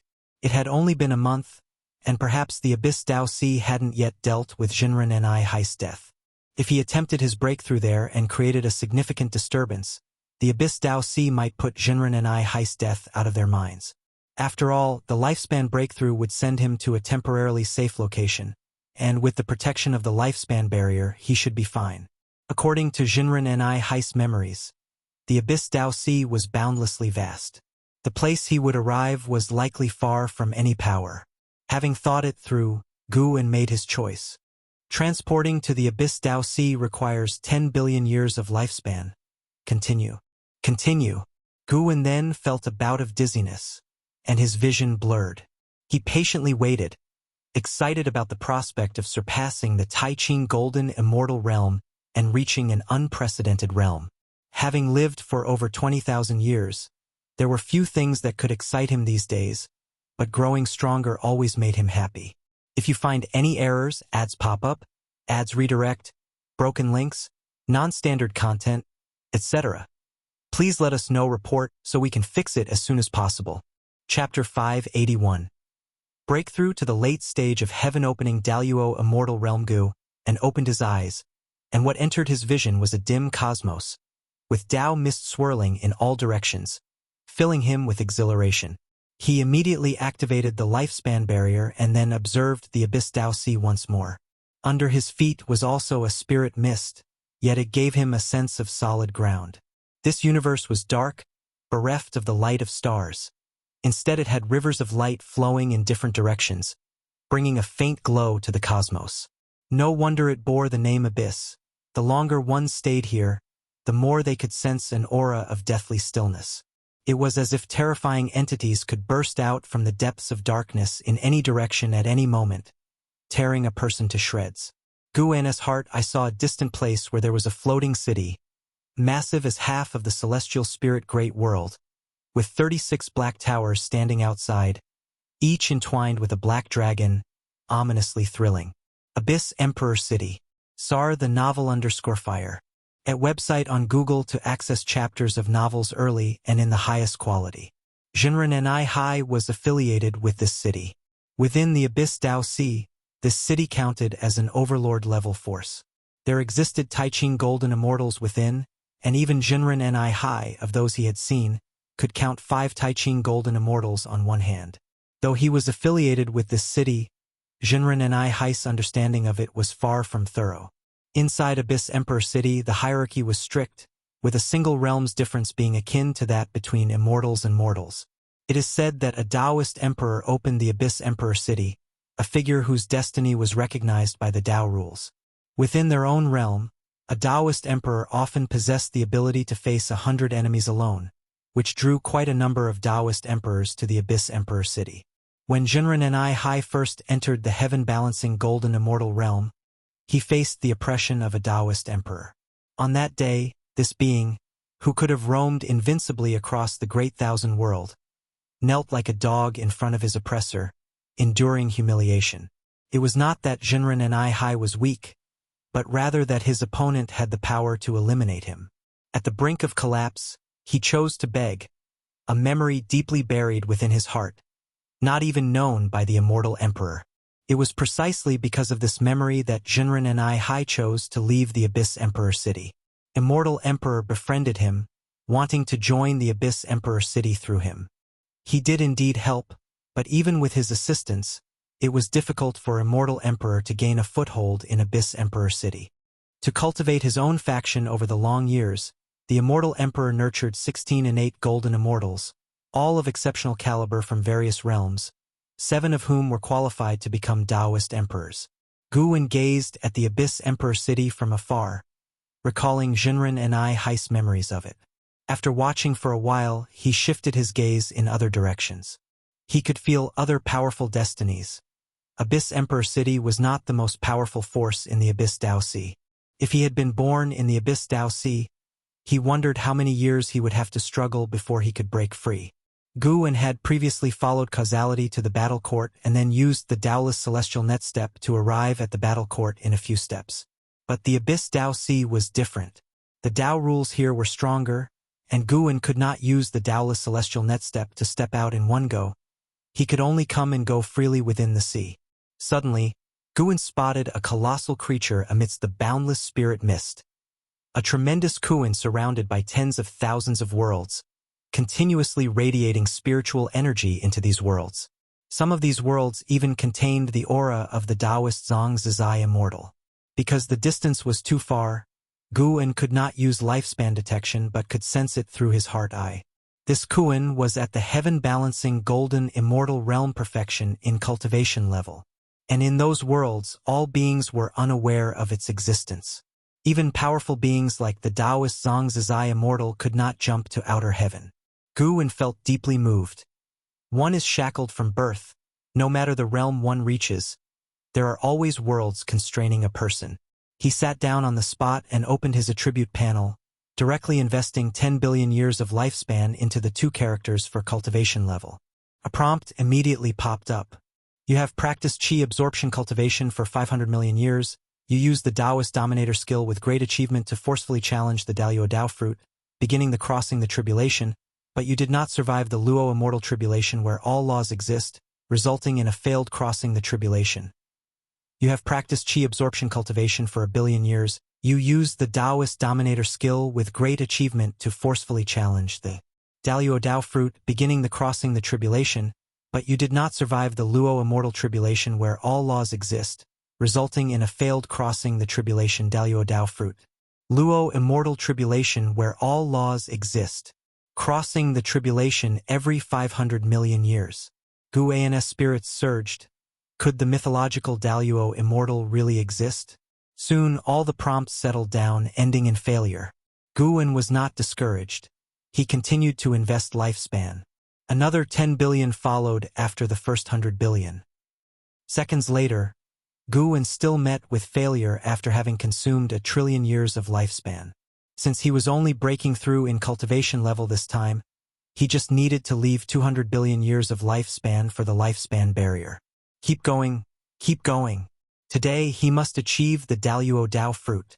Guan was filled with fighting spirit, ceaselessly investing lifespan failure. Failure. Failure. Up until the 48th billion year mark, a change finally occurred. You have practiced Qi absorption cultivation for 7 billion years. With the great achievement of the Taoist dominator skill, you forcibly assailed the Daluo Dao fruit and began crossing the tribulation. You have weathered the all laws are contained in the Luo immortal tribulation. Crossing the tribulation was successful. Your golden immortal Dao fruit transformed into the Daluo Dao fruit, and your cultivation level has broken through to the early stage of the heaven-opening Daluo immortal realm. You have practiced Qi absorption cultivation for 8 billion years. Your cultivation level has enhanced. Guan showed a smile, genuinely worried that his breakthrough might fail. Although he did not utilize his lifespan for evolution and improvement prior to this breakthrough, the endless marvels of the immortal emperors I might have played no small part during the tribulation. He continued to invest lifespan, hoping to bring his cultivation level to the perfection of the heaven-opening Daluo immortal realm. However, when he had advanced to the late stage of the heaven-opening Daluo immortal realm, his lifespan had plummeted to 200 billion years, scaring him from going further. He feared being drained dry by the lifespan barrier.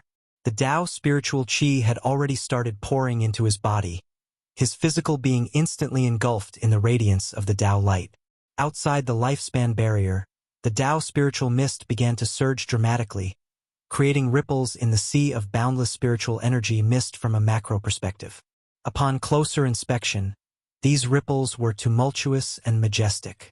Phenomena emerged unpredictably. Soon, various places within the Abyss Dao Sea burst with the upheaval of spiritual energy and the manifestations of Dao rules. Before Guan could accept the inheritance memories of a heaven-opening Daluo immortal, he already sensed numerous powerful divine senses sweeping across. Heaven-balancing golden immortal, Tai-Ching golden immortal, Tai-Ching golden immortal, heaven-balancing golden immortal. Quietly, Guan gauged the cultivation levels of these divine senses. The Abyss Dao Sea was indeed terrifying, far beyond what the battle court could match.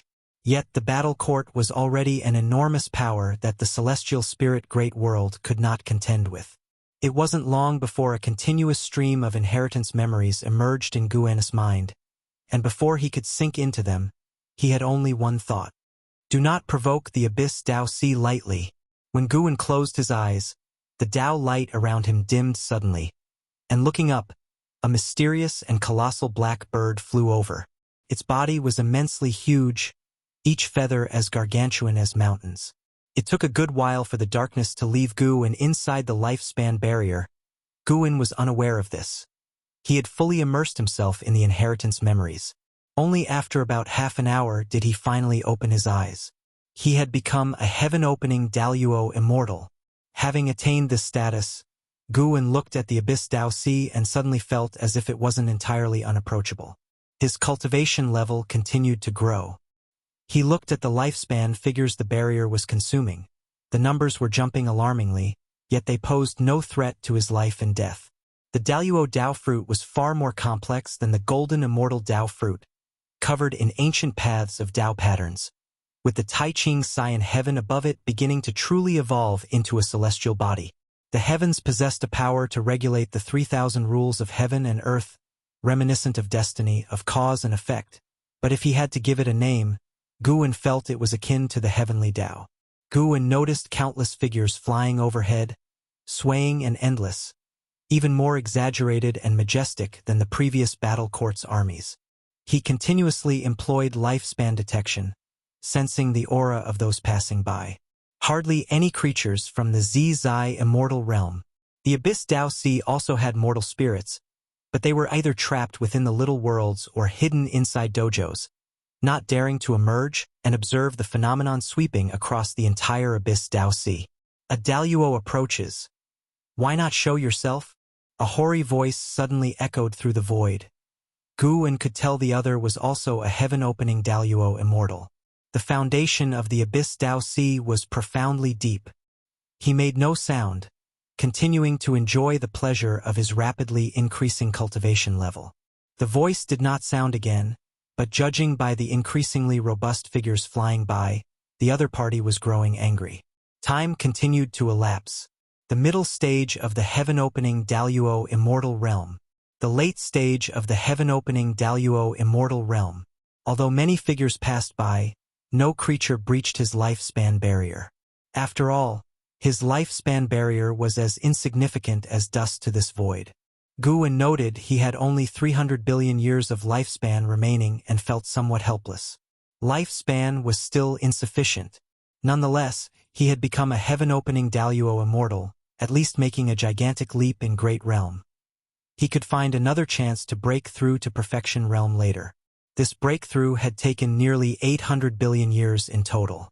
Guwen slowly stood up. He looked again at the Abyss Dao Sea, now able to perceive more. Indeed, the Abyss Dao Sea was limitless and full of natural wonders. But the once mighty Abyss Emperor City now seemed to have lost its powerful aura in his eyes. If you find any errors, ads pop up, ads redirect, broken links, non-standard content, etc., please let us know. Report so we can fix it as soon as possible. Chapter 582. An unprecedented golden age. Guwen hadn't immediately left after his breakthrough. Instead, he stood within the lifespan barrier and began to observe the Abyss Dao Sea. After reaching the level of a heaven-opening Daluo immortal, the Abyss Dao Sea appeared much clearer in Guwen's eyes. The number of worlds and beings within the Abyss Dao Sea far exceeded those in the universe where the celestial spirit Great World was located, and by more than tenfold. CTH novel_fire. At website on Google to access chapters of novels early and in the highest quality. Stronger Dao rules, more opportunities for creation. This was enough to nurture even more terrifying entities. As a mere heaven-opening Daluo immortal, Guwen had already located 3 others, one residing in the Abyss Emperor City, and the others hidden in the shadows. In places with independent consciousness, conflicts easily arose, and these 3 heaven-opening Daluo immortals were clearly not united. Their destinies hindered each other, dividing the central region of the Abyss Dao Sea into 3 parts. Besides observing the forces within the Abyss Dao Sea, Guwen was also curious about the creations in this place. There were many peculiar races living there, some invisible to the naked eye, existing within the Dao itself, and others were beings formed by thousands of meteors converging together, constantly changing shapes. Bizarre and marvelous. A plethora of new and strange phenomena assaulted Guwen's heart-eye. Seeing new things also allowed Guwen to deepen his understanding of the Dao. As a heaven-opening Daluo immortal, the essence of his mana was completely different from that of a golden immortal, contrasted as starkly as cloud and mud. Although there was more creation and profound mystery from being a Tai Ching golden immortal to a heaven-opening Daluo immortal, what Guwen felt most was sheer power. Pure power. Physical body, soul, senses, mana, etc.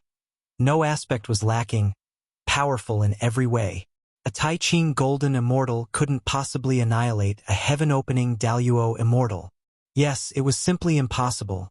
The disparity in life essence was too enormous.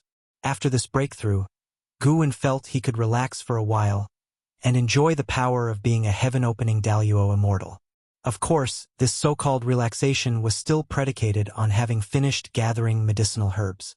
Even having reached the state of a heaven-opening Daluo immortal, Guwen did not want to stop his path to becoming stronger. Heaven-opening Daluo immortal was still not enough. Guwen stood within the lifespan barrier, gazing for a long time, before finally choosing to teleport back. Above, many powerful figures flashed by, none noticing Guwen's departure. Upon returning to the Taoist field of the beginningless, it was still before dawn, and Guwen roamed within the forest, using his heaven-opening Daluo immortal senses to feel the universe. After the breakthrough, he had only 200 billion years left on his lifespan, which might seem almost eternal to mortals, but it felt perilous to him. He would need at least 2 trillion years of lifespan before he dared to challenge a higher realm. He even felt that 2 trillion years might not be enough.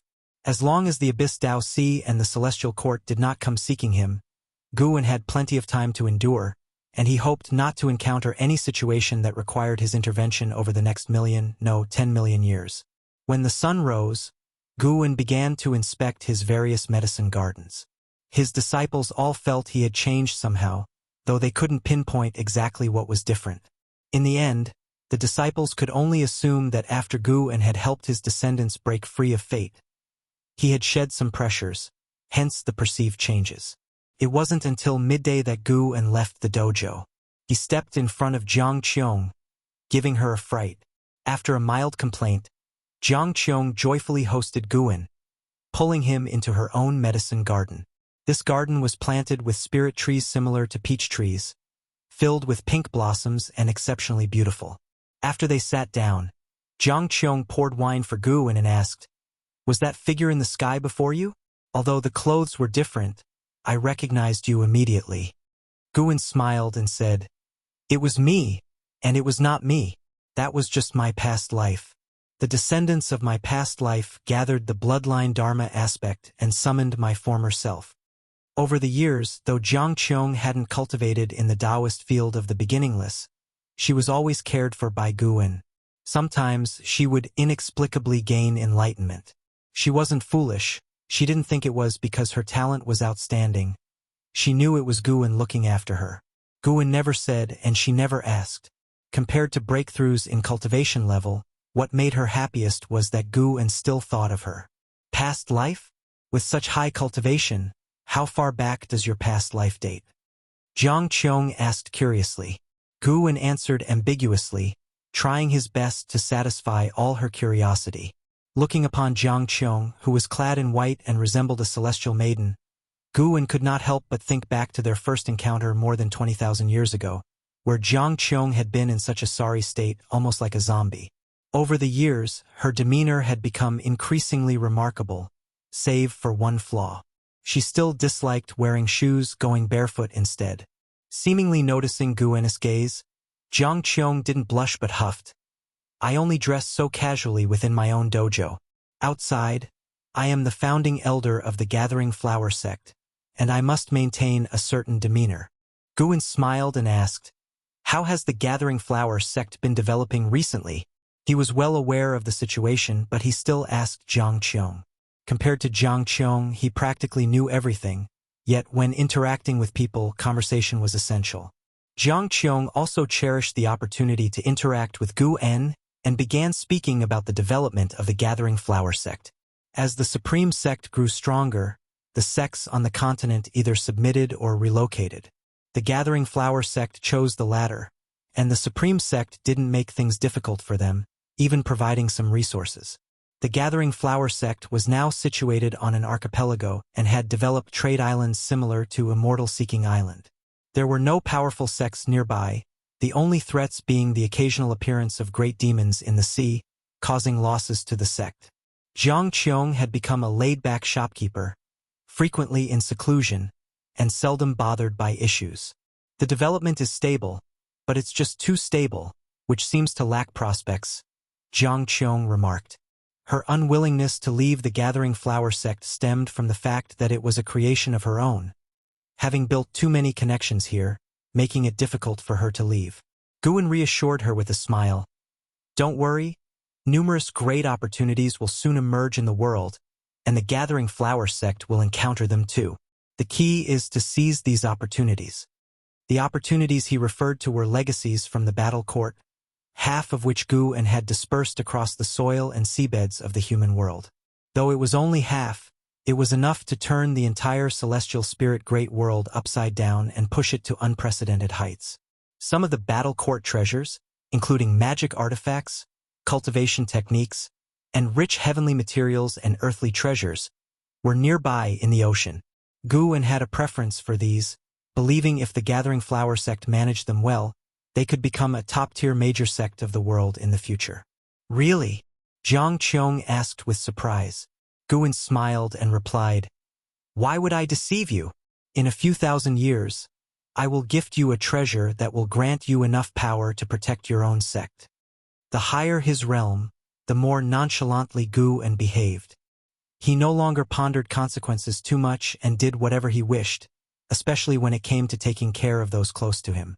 Hearing this, Zhang Qiong became even happier. She stood up, moved closer to Guan, and reached for his chest with a giggle. What day is today that you're treating me so kindly? Or could it be that you've finally been moved by mortal feelings and missed me? Guan pushed her away and huffed. Nonsense. I'm a reader of the classics. What are the classics? Are they something low-class like the Supreme Secret Transmission? Hearing Zhang Qiong mention the Supreme Secret Transmission made Guan somewhat tense. What Supreme Secret Transmission? I don't know about it. I've heard its author, Shenzhen, has a great relationship with you.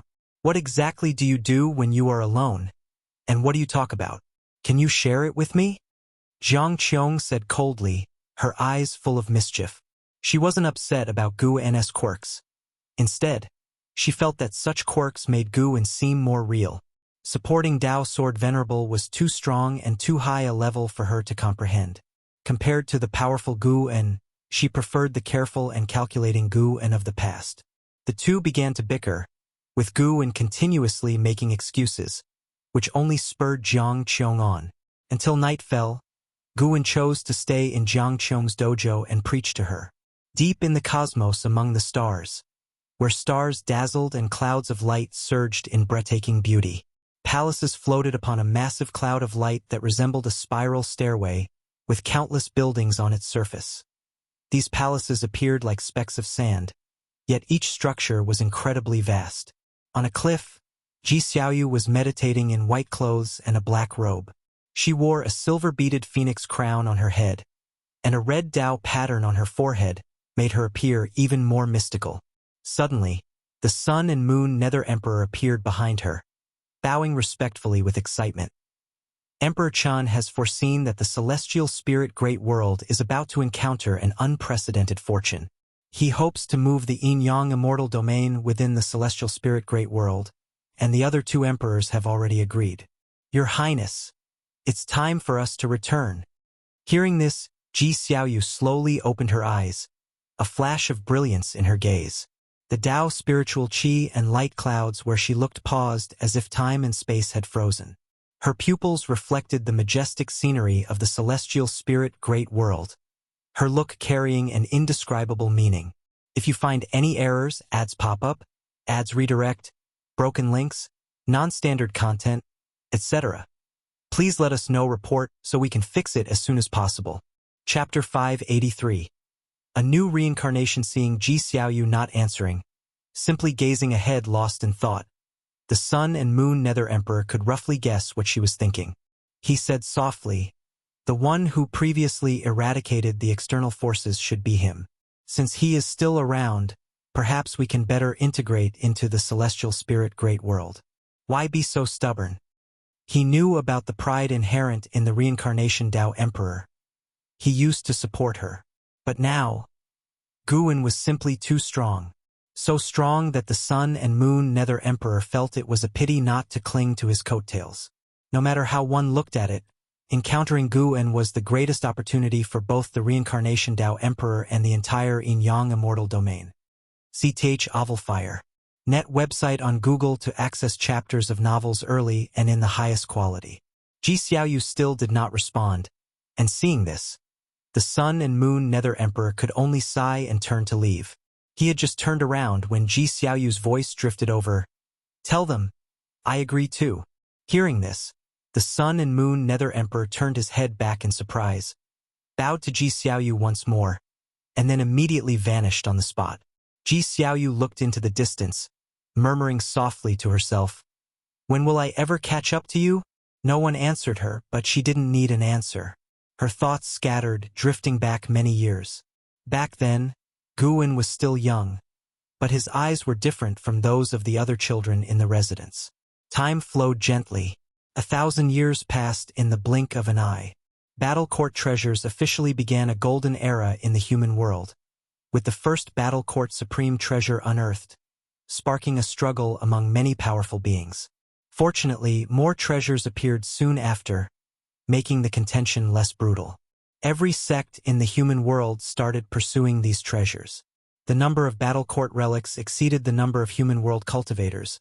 After all, the Great Thousand World had just been reshaped, and the human race was not yet widespread across the entire world. The Chenkuan sect too joined in this trend, with an Xian often bringing news back to the dojo, stirring up excitement amongst the others. Unfortunately, Guwen did not allow them to go out. Guwen's attitude serened them down, indicating that the treasures outside did not catch his eye. After reaching the heaven-opening Daluo Immortal, Guwen's Dao intent strengthened, allowing the dojo's disciples to perceive even more. The Blood Prison Great Saint had already broken through to the wandering immortal realm first. His talent was not lacking before Nirvana. He was also at the limit of 9,999 years of lifespan. In the dojo, only the celestial demon child could match him in talent. In this millennium, the yin-yang immortal domain descended upon the celestial spirit great world. Guwen saw the Dao court negotiate with it, eventually coming to some agreement, and allocated a portion of the edge of the great world for the yin-yang immortal domain to settle. After returning to the celestial spirit great world, Ji Xiaoyu didn't visit the supreme sect, nor did she establish any relationship with the Ji family. Guwen could hear Ji Xiaoyu's heart. She often thought of him, but she had a strong competitive spirit in her bones. She wanted to stand on equal footing with Guwen. To this end, Guwen could only respect her. He couldn't have everything in the world develop according to his wishes, and Ji Xiaoyu's way of thinking made him look forward to it. He had protected many people. It was rare for someone not to rely on him, and it made him curious. "Miss Third, keep it up. No matter how hard you try, you will never catch up to me," Guwen thought proudly, his gaze drifting to the distant sky, where there was a barrier. Inside the barrier, Xian and Chunchuan were sparring again. Though there were millennium-long combat rituals, these two always sparred privately. Their relationship was excellent. Guwen did not interfere. In a previous life, Xiaochuan was just a low-level member of the Supreme Sect. Xian was the first genius of the sect he had looked up to and envied. Now they had become the best of brothers. Truly, fate made fools of people. No, it should be said that destiny is wonderfully inexplicable. Guwen watched for a while, then turned his gaze in another direction. Xiaochuan and Lu Jujia had already reincarnated into the celestial spirit great world, and Yilan was soon to follow. Yilan bore the Dao Destruction Destiny Seal, and Guwen could feel her progressing along the path of reincarnation, drawing closer and closer to the celestial spirit great world. Reincarnation is complex, and being reborn could lead one to any other great world, but the world of one's birth had a certain pull on the being, ensuring that they would always return to their own great thousand world. From afar, Guwen saw Yilan's soul and the 17 lifetimes before her.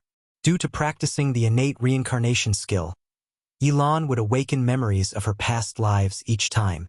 She would continue to practice the innate reincarnation skill, accumulating cultivation level, which made her talent higher in every life. Perhaps it was because of the memories of past lives, but she always died alone, never married.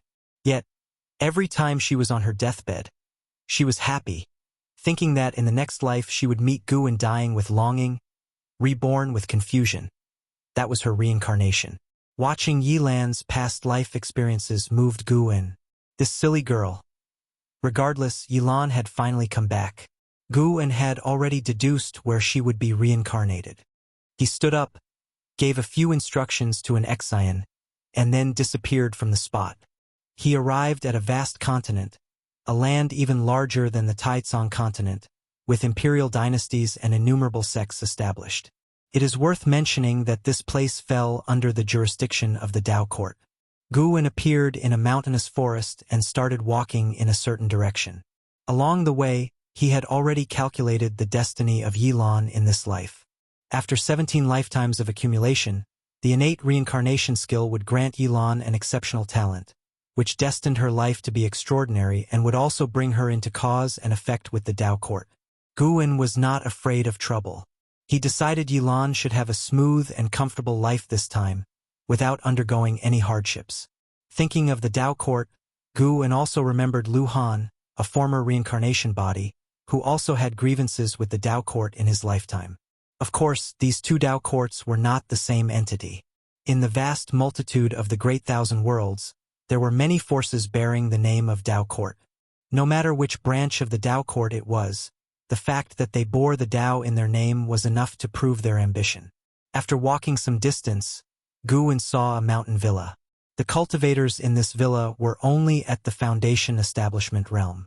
Since they had no hope of advancing in immortal cultivation, they retreated from the secular world to live an ordinary life. Gu's demeanor suddenly became subdued. His magical treasures vanished, and he changed into simple black clothing, with the Cyan Hong sword and white spirit sword hanging at his waist.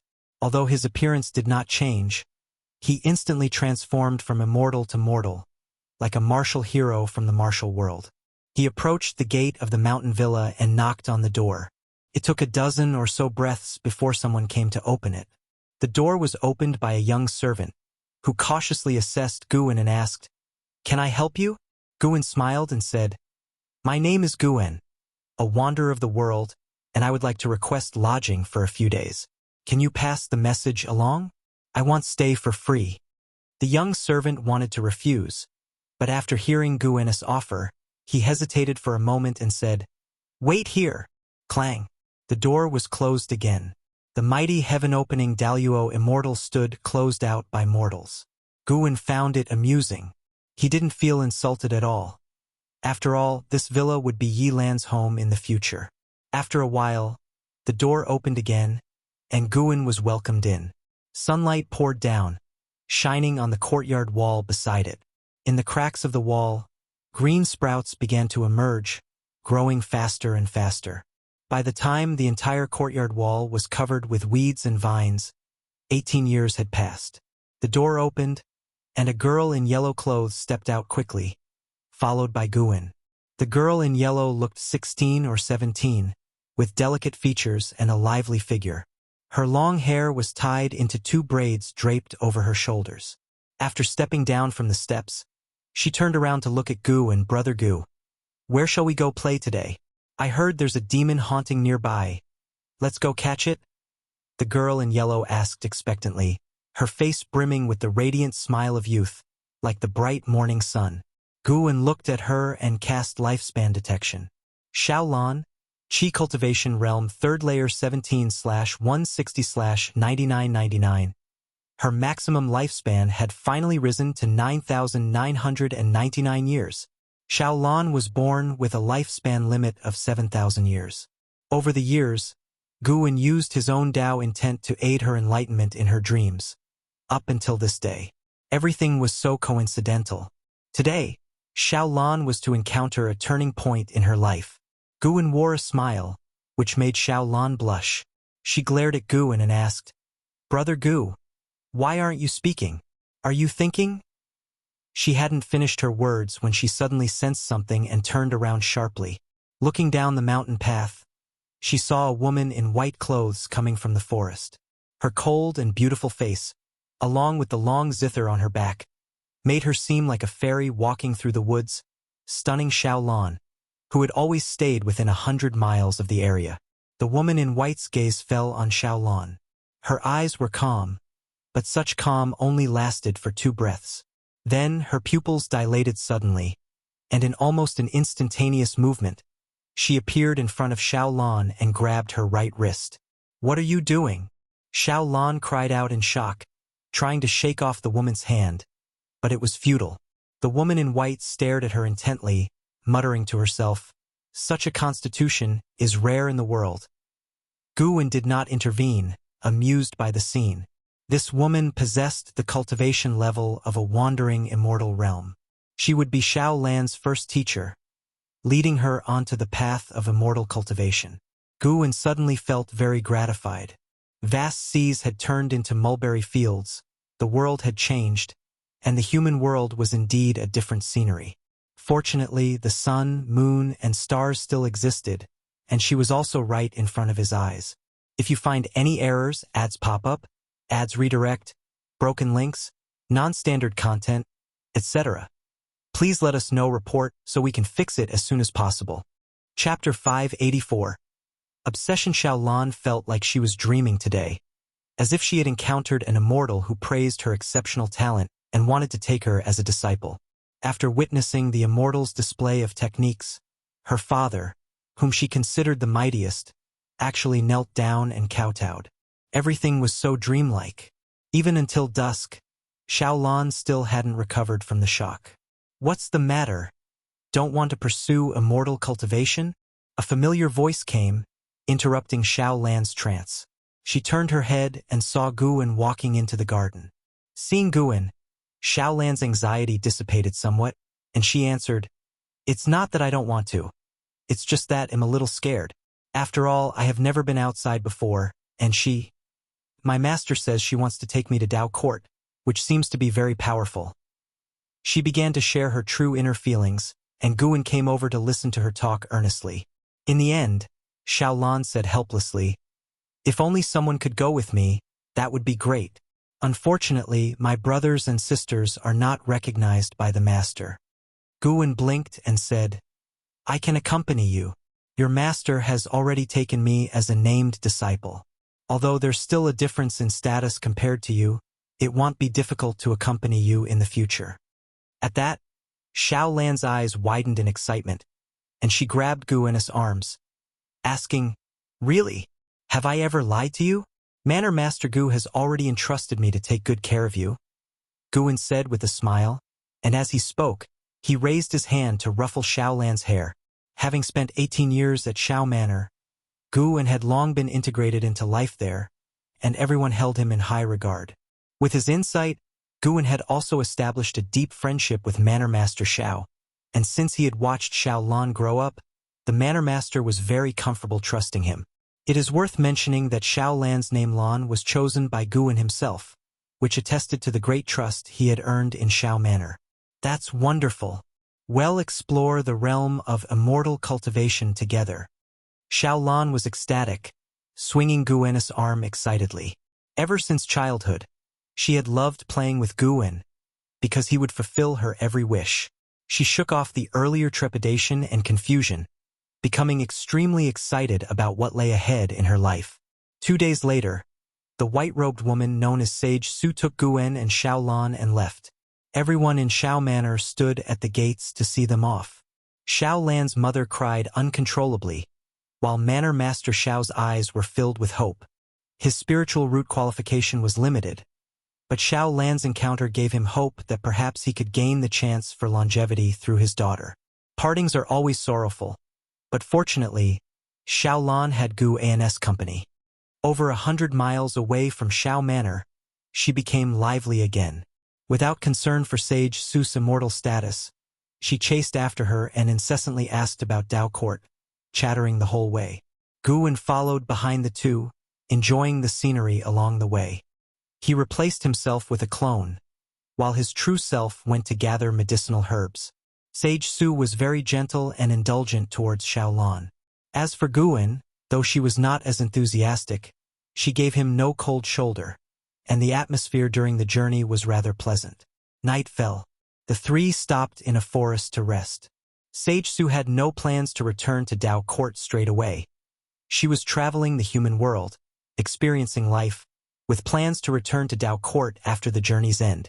During this period, she would teach Xiao Lan the techniques for cultivation. Xiao Lan was very excited and couldn't settle down, even after half a day had passed.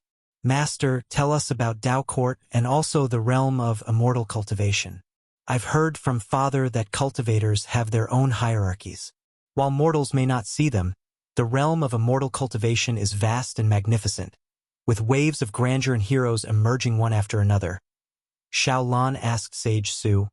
Leaning on Gu and Sage Su was somewhat displeased with their close interaction, but she did not let it show and instead started to introduce Dao Court. In Sage Su's description, Dao Court was the most powerful sect under the heavens with countless branches. She mentioned one famed name after another, all prominent figures within Dao Court. My disciple, your talent is no less than theirs.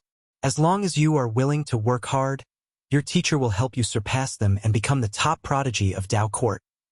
Sage Su declared to Xiao Lan with a burning gaze. Xiao Lan became even more elated. She sat up, tapping Guin on the shoulder with a triumphant smile. Brother Gu, I will be the top prodigy in the world someday, and you just wait for me to protect you. Guin laughed and said, Good. I'm already looking forward to it. Sage Su slightly furrowed her brow. In her eyes, Guin was not worthy of Xiao Lan, and, moreover, the path that Xiao Lan must walk did not require romantic entanglements. To become a top prodigy in Dao Court, one must devote all their energy to cultivation. She didn't stop her, though, knowing that once Xiao Lan experienced the power and splendor of Dao Court, she would eventually lose interest in Guin. Her gaze toward Gu and became one of pity. To be abandoned was not a good feeling, and after all, this child was still her disciple. She would ensure he had a good end in the future. Listening to Sage Su's inner thoughts, Guin almost laughed out loud, but he was an excellent actor and restrained himself. Xiao Lan, unaware of their thoughts, was still indulging in her dreams of a cultivator's life. That year, Xiao Lan began her qi refinement. Sage Su not only taught her cultivation techniques but also provided her with elixirs, which greatly accelerated her cultivation speed. The following year, Guin gifted Xiao Lan the White Spirit Sword, which delighted her immensely. She had grown up and had a budding understanding of affection. She realized her feelings for Gu and resembled that of a married couple in the human world. Whenever this thought crossed her mind, her cheeks reddened, and she couldn't help stealing glances at Guin. Neither of them pointed out this unspoken understanding, savoring the hazy romantic feelings. Although Sage Su did not expressly prevent it, she often took Guin and Xiao Lan to observe mortals suffering for love, hoping to make Xiao Lan realize that love was not reliable. However, Xiao Lan remained unaffected and felt even more fortunate that her brother Gu was not like those men. In the blink of an eye, 50 years went by swiftly. Xiao Lan had reached the cultivation level of the divinity transformation realm, and her talent symbolized by the lifespan limit of 9,999 years was fully evident. According to Sage Su, if Xiao Lan had cultivated within Dao Court, her progress would have been faster. Gu An's apparent cultivation level had reached the core formation realm, which was extraordinary in the Taizong continent but barely noteworthy in Sage Su's eyes. Over those 50 years, they visited 12 dynasties, experienced the customs of various places, and encountered other cultivators, demons, and ghosts. Xiao Lan had matured, letting go of the ties in her braids, and gradually developed the demeanor of a daughter of heaven. No matter how much higher her realm was than Gu N's, her feelings for him had not faded but rather deepened. It used to be Guin taking care of her, but now the roles had reversed. Whenever Guin remained silent, she would ask him what was wrong, fearing he was under mental stress. This bemused and sometimes frustrated Guin while also increasing Sage Su's dissatisfaction. She couldn't fathom why Xiao Lan was so fond of Guin. Before, Xiao Lan had never left the manor and had not met men more outstanding than Guin, so Sage Su could understand her feelings. CTH Ovalfire. Net website on Google to access chapters of novels early and in the highest quality.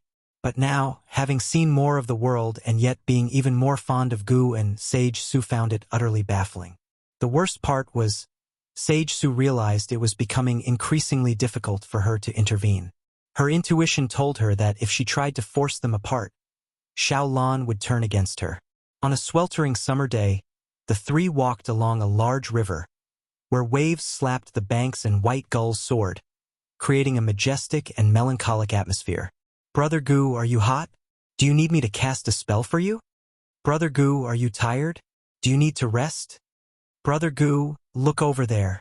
Isn't that demon bird cute? Do you like it? Do you want me to catch it for you? Listening to these incessant questions, not only Sage Su grew weary, but even Guin felt it was a bit much. I'm at least at the core formation realm level. Why are you treating me like some delicate scholar? Guin said, rather helplessly. Clad in white, with makeup enhancing her fairy-like appearance, Xiaolan stood beside him prettily. Hearing his words, she blinked and said softly with a giggle, well, I just can't help it. For some reason, she was always thinking about Gu and, sometimes to the extent that she wouldn't even listen to her master's words. As long as she looked at Guin, she felt elated and considered herself the luckiest person in the world. While they spoke, she couldn't resist hugging Guin's arm, as though afraid he might leave. Guin was torn between helplessness and being touched by her actions. He hadn't cast any spell on Xiaolan. This was an emotion that transcended reincarnation. Yi Lan's love for him had become an obsession through the cycles of reincarnation. If you find any errors, ads pop up, ads redirect, broken links, non-standard content, etc., please let us know. Report so we can fix it as soon as possible. Chapter 585. The world's #1 Sage Su really didn't want to look at the young lady Xiaolan's posture. Her eyes fixed on the great river ahead, her brows slightly furrowed. She sensed a faint trace of demon qi, enigmatic even to her realm of existence. The opponent's cultivation level was likely higher than hers. Xiaolan had clung to Guin for quite some time before she finally, reluctantly, came to Sage Su's side, asking with curiosity, Master, since just now you have been furrowing your brows. What are you looking at? Sage Su turned her head to look at her, thinking, have you finally remembered your teacher? There seems to be a great demon hidden in the river ahead, and am hesitating whether to change our course. Sage Su replied softly. Xiaolan's eyes immediately lit up and she said, what kind of great demon? Compared to the endless flood dragon we encountered before, which one is stronger? This demon is probably stronger than your teacher. Sage Su shook her head, unafraid to show weakness in front of her disciple. Hearing this, Xiaolan subconsciously looked at Guin, then turned back to Sage Su and frowned. Then we should change routes. Sage Su felt both relieved and helpless. Relieved because Xiaolan wasn't so reckless, but helpless because the girl considered everything with Guin as the primary factor. Guin's gaze drifted to the distant great demon. Downstream in the great river was a vast lake that resembled a boundless ocean, where a demon and a great cultivator were engaged in combat, vying for the battle court's legacy treasures. That great cultivator was adept in the qi concealment technique, not revealing the slightest trace of his aura, making the battle not earth-shatteringly noticeable. The great demon was likewise afraid of the treasure's qi leaking out, endeavoring to contain its demon qi, but still leaking quite a bit. Watching their combat, Guin also got some ideas. CTH Novel Fire. NT website on Google to access chapters of novels early and in the highest quality. What kind of Dao treasure should he refine for Xiaolan? When autumn came, the third Medicine Valley gradually took on a withered yellow hue. Under an ancient tree, Long Tongue sat in meditation. His robe fluttered slightly, with Jin Qi swirling around him like various strands of dragon qi. Long Qing approached him with someone in tow, none other than the emperor of the Taizong dynasty, Li Xiandao. Dressed in a golden robe and topped with a dragon crown, Li Zuando's imperial presence was unmistakable, drawing frequent glances from Medicine Valley disciples along the way. Ever since his nirvana, Li Xiandao had truly displayed his dominance. Reigning for 20,000 years, he had become the god in the hearts of Taizong imperial dynasty's people. He and Long Qing were the two most powerful individuals in the Taizong continent. Many feared that a rift between them would lead to chaos, yet their relationship had always been amiable. This cordiality allowed the Supreme Sect and Taizong imperial dynasty to interact harmoniously, resolving any conflicts by discussion.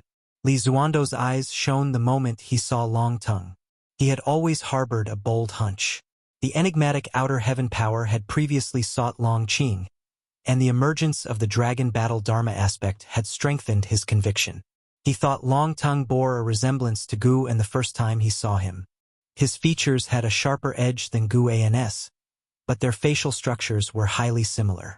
Upon reaching Long Tongue, Long Qing spoke, "Tengayer, this is His Majesty of the Taizong Imperial Dynasty, an old friend of my master.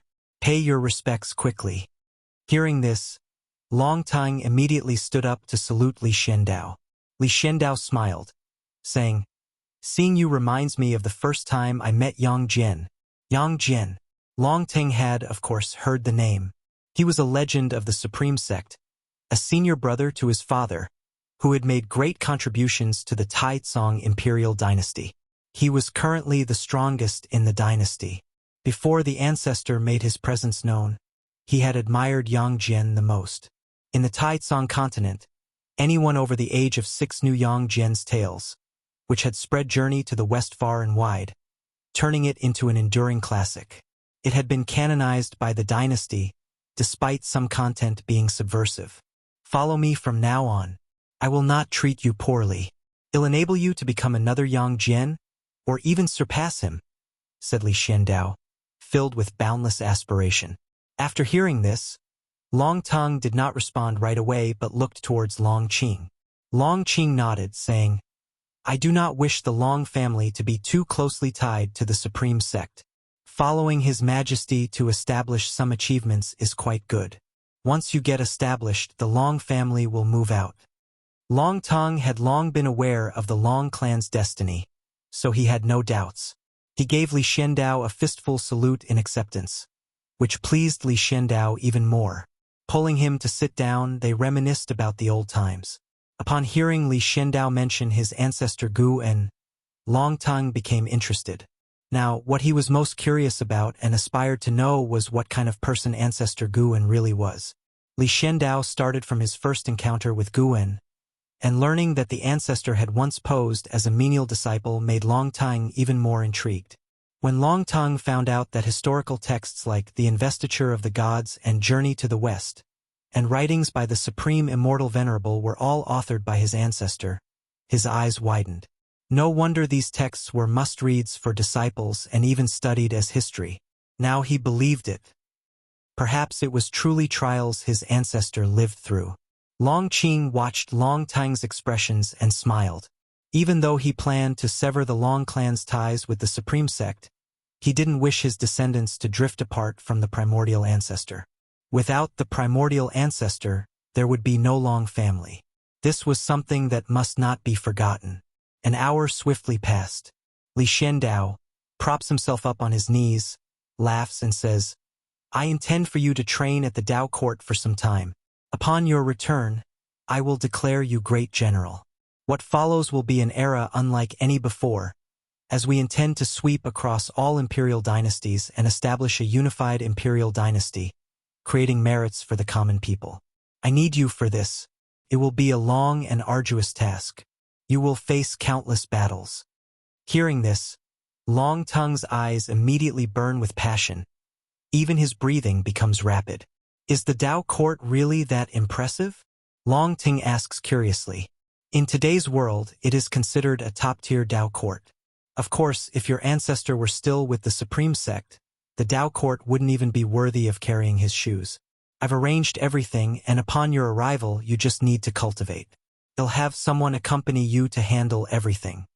"Thank you, Your Majesty."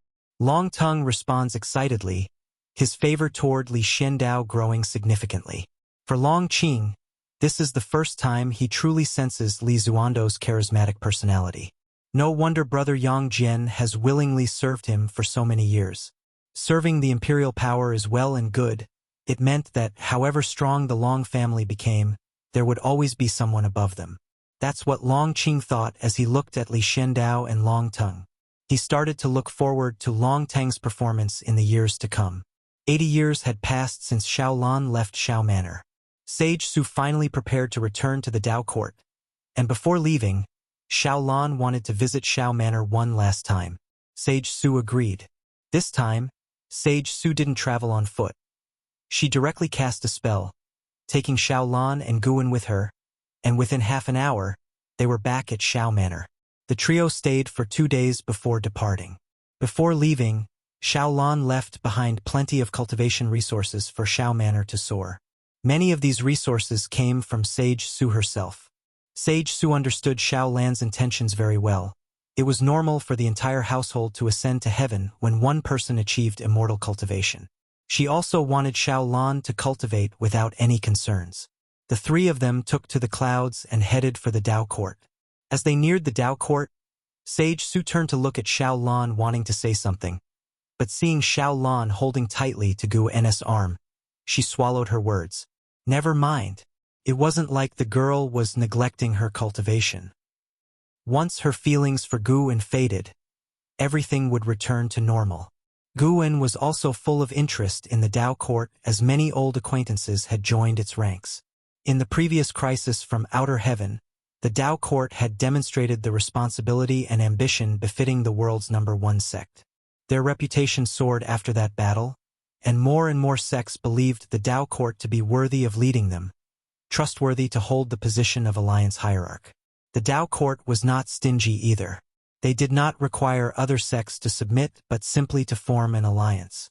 For each ally, they provided opportunities to cultivate Taoist techniques. As disciples from other sects returned from training, the Dao Court's reputation continued to grow. Xiaolan, too, eagerly anticipated the Dao Court. She said she wanted Gu En to stay in her cave mansion. According to Sage Su, with her talent, she was entitled to a high level of treatment, and her cave mansion was rich with spiritual energy. Facing her anticipation, Gu En agreed, causing Sage Su to shake her head but say no more. Before long, the magnificent sight of the Dao Court appeared before them. The Dao Court occupied an entire continent, and above that continent, a layer of cloud seas had formed. On these cloud seas were built dojos and cities. With the higher the cultivation level, the higher the residence. Even before setting foot on the continent, one could feel its magnificent destiny, something neither the former immortal dynasty nor holy court could compare with. Gu En detected the presence of the Saint Minister and other high-ranking officials of the holy court. The Dao Court's swift growth had much to do with the contributions of former members of the holy court and immortal dynasty. Precisely speaking, the Dao Court was an amalgamation of the former overlords of the Great Thousand World before its reconstruction, with a complex interweaving of factions. This was why the Dao Court did not annex other sects but chose to form alliances. Their essence, too, was an alliance of sections. If you find any errors, ads pop up, ads redirect, broken links, non-standard content, etc., please let us know. Report so we can fix it as soon as possible. Chapter 586. Variables. Under the guidance of Sage Su, Gu En and Xiaolan were successfully initiated into the Dao Court, becoming true disciples of the Dao Court, while Xiaolan became Sage Su's direct disciple. With treatment and status far surpassing Gu En, Xiaolan's first cave mansion featured an interior space so vast it resembled the Third Medicine Valley, which made Gu En reflect upon the deep foundations of the Dao Court. It should be known that although Xiaolan had extraordinary talent, her cultivation level wasn't high. Yet the cave mansion she received was still better than those of over 1 million other disciples with superior cultivation. After moving into the cave mansion, Xiaolan could no longer hide her petty concerns, but Gu En sternly criticized her, telling her to focus on cultivation, as longevity was the true path. This made her feel ashamed and abandon those trivial thoughts in favor of earnest cultivation. Gu En didn't stay for nothing. He began helping Xiaolan plant medicinal herbs and manage the cave mansion, allowing her to concentrate on her cultivation. By the time he had filled the entire cave mansion with medicinal herbs and organized everything neatly, Sage Su was very pleased with his performance when she came to visit. Sage Su suddenly thought that there were still many redeeming qualities about Gu En, and perhaps he was having a positive influence on Xiaolan, who was now able to dedicate herself entirely to cultivation. "You're doing well. Keep helping her, and she will be your greatest opportunity on the path of immortal cultivation," Sage Su said before she left, and Gu En suddenly felt as if he were back in his old line of work. He shook his head and chuckled, not minding it, for helping Xiaolan was something he did willingly. and it also allowed him to conveniently snatch lifespan. Xiao Lan, who practiced the innate reincarnation skill, could easily awaken memories of her previous life if subjected to a shock. And in this life, she had experienced smooth sailing without any signs of regaining those memories. Guwen wasn't in a hurry for her to recover her memories because the longer she lived in this life, the deeper her understanding of the Great Tao would become. Of course, Guwen wouldn't always stay in the cave mansion with her. Occasionally, he would switch with his clone while his true self was busy with other matters. Cultivation was a lengthy affair. The higher the realm, the more time was needed for secluded meditation. In the blink of an eye, another millennium passed, and Guan's yearly income of lifespan had increased to 40 million years within this year. Over 1,000 years, Xiao Lan had reached the Nirvana realm and was making rapid strides toward the loose immortal realm. During this period, she had returned to Xiao Manor twice, helping Xiao Manor transform into a cultivation family. Unfortunately, Manor Master Xiao's maximum lifespan was too short, and he had passed away some years ago. One day, Sage Su sent a message to Xiao Lan, which led her to find Guwen and leave the cave mansion with him. There are over 10,000 branches within the Tao court, and the competition is fierce. It's said that there will be an enlightenment conference soon, and disciples from other sects will also be attending. Master wants us to go to Tao City to broaden our horizons, Xiao Lan said with a smile as she flew on a cloud beside Guwen. Having attained the Nirvana realm, she still exuded a lively temperament.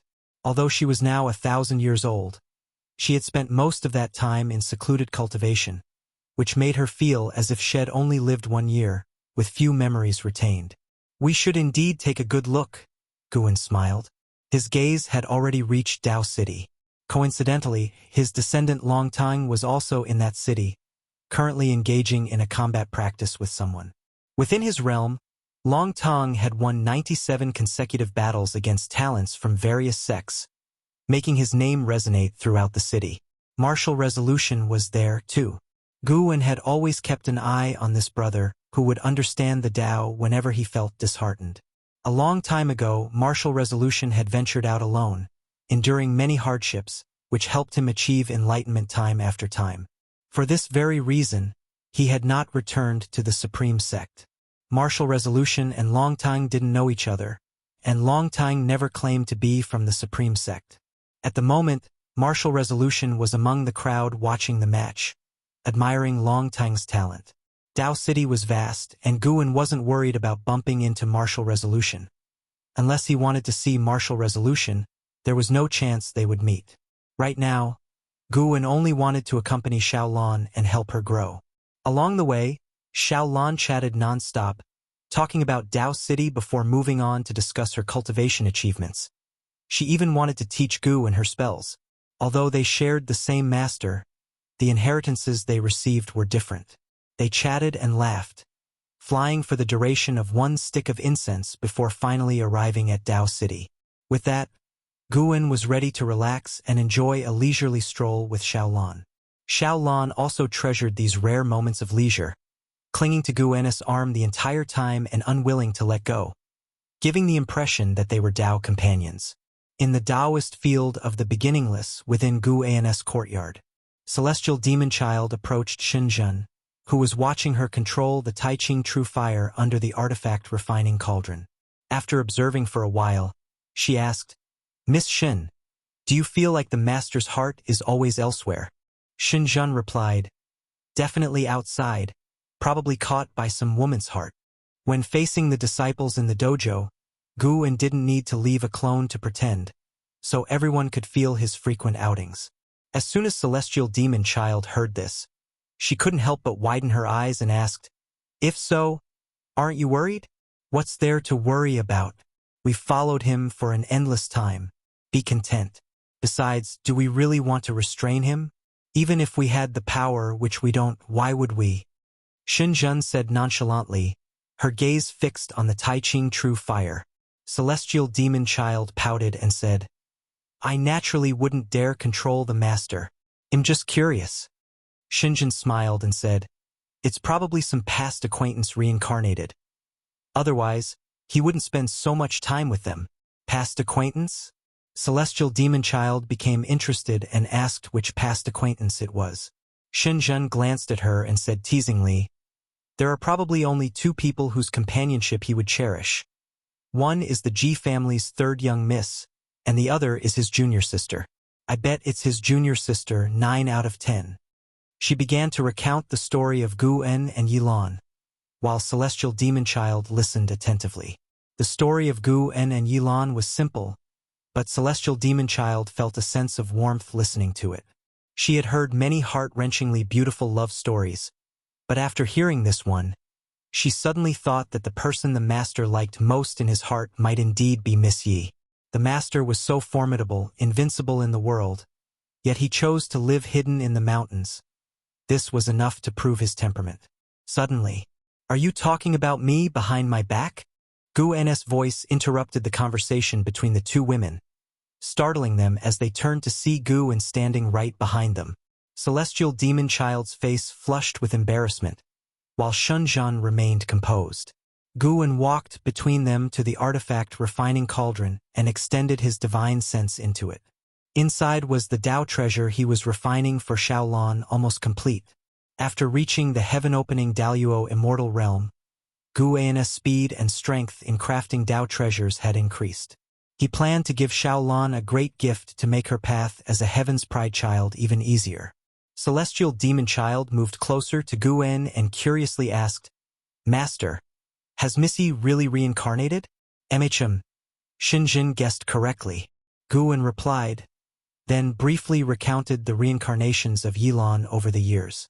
Hearing that Yilan had endured more than a dozen reincarnations without forgetting Gu En, even Shenzhen was touched.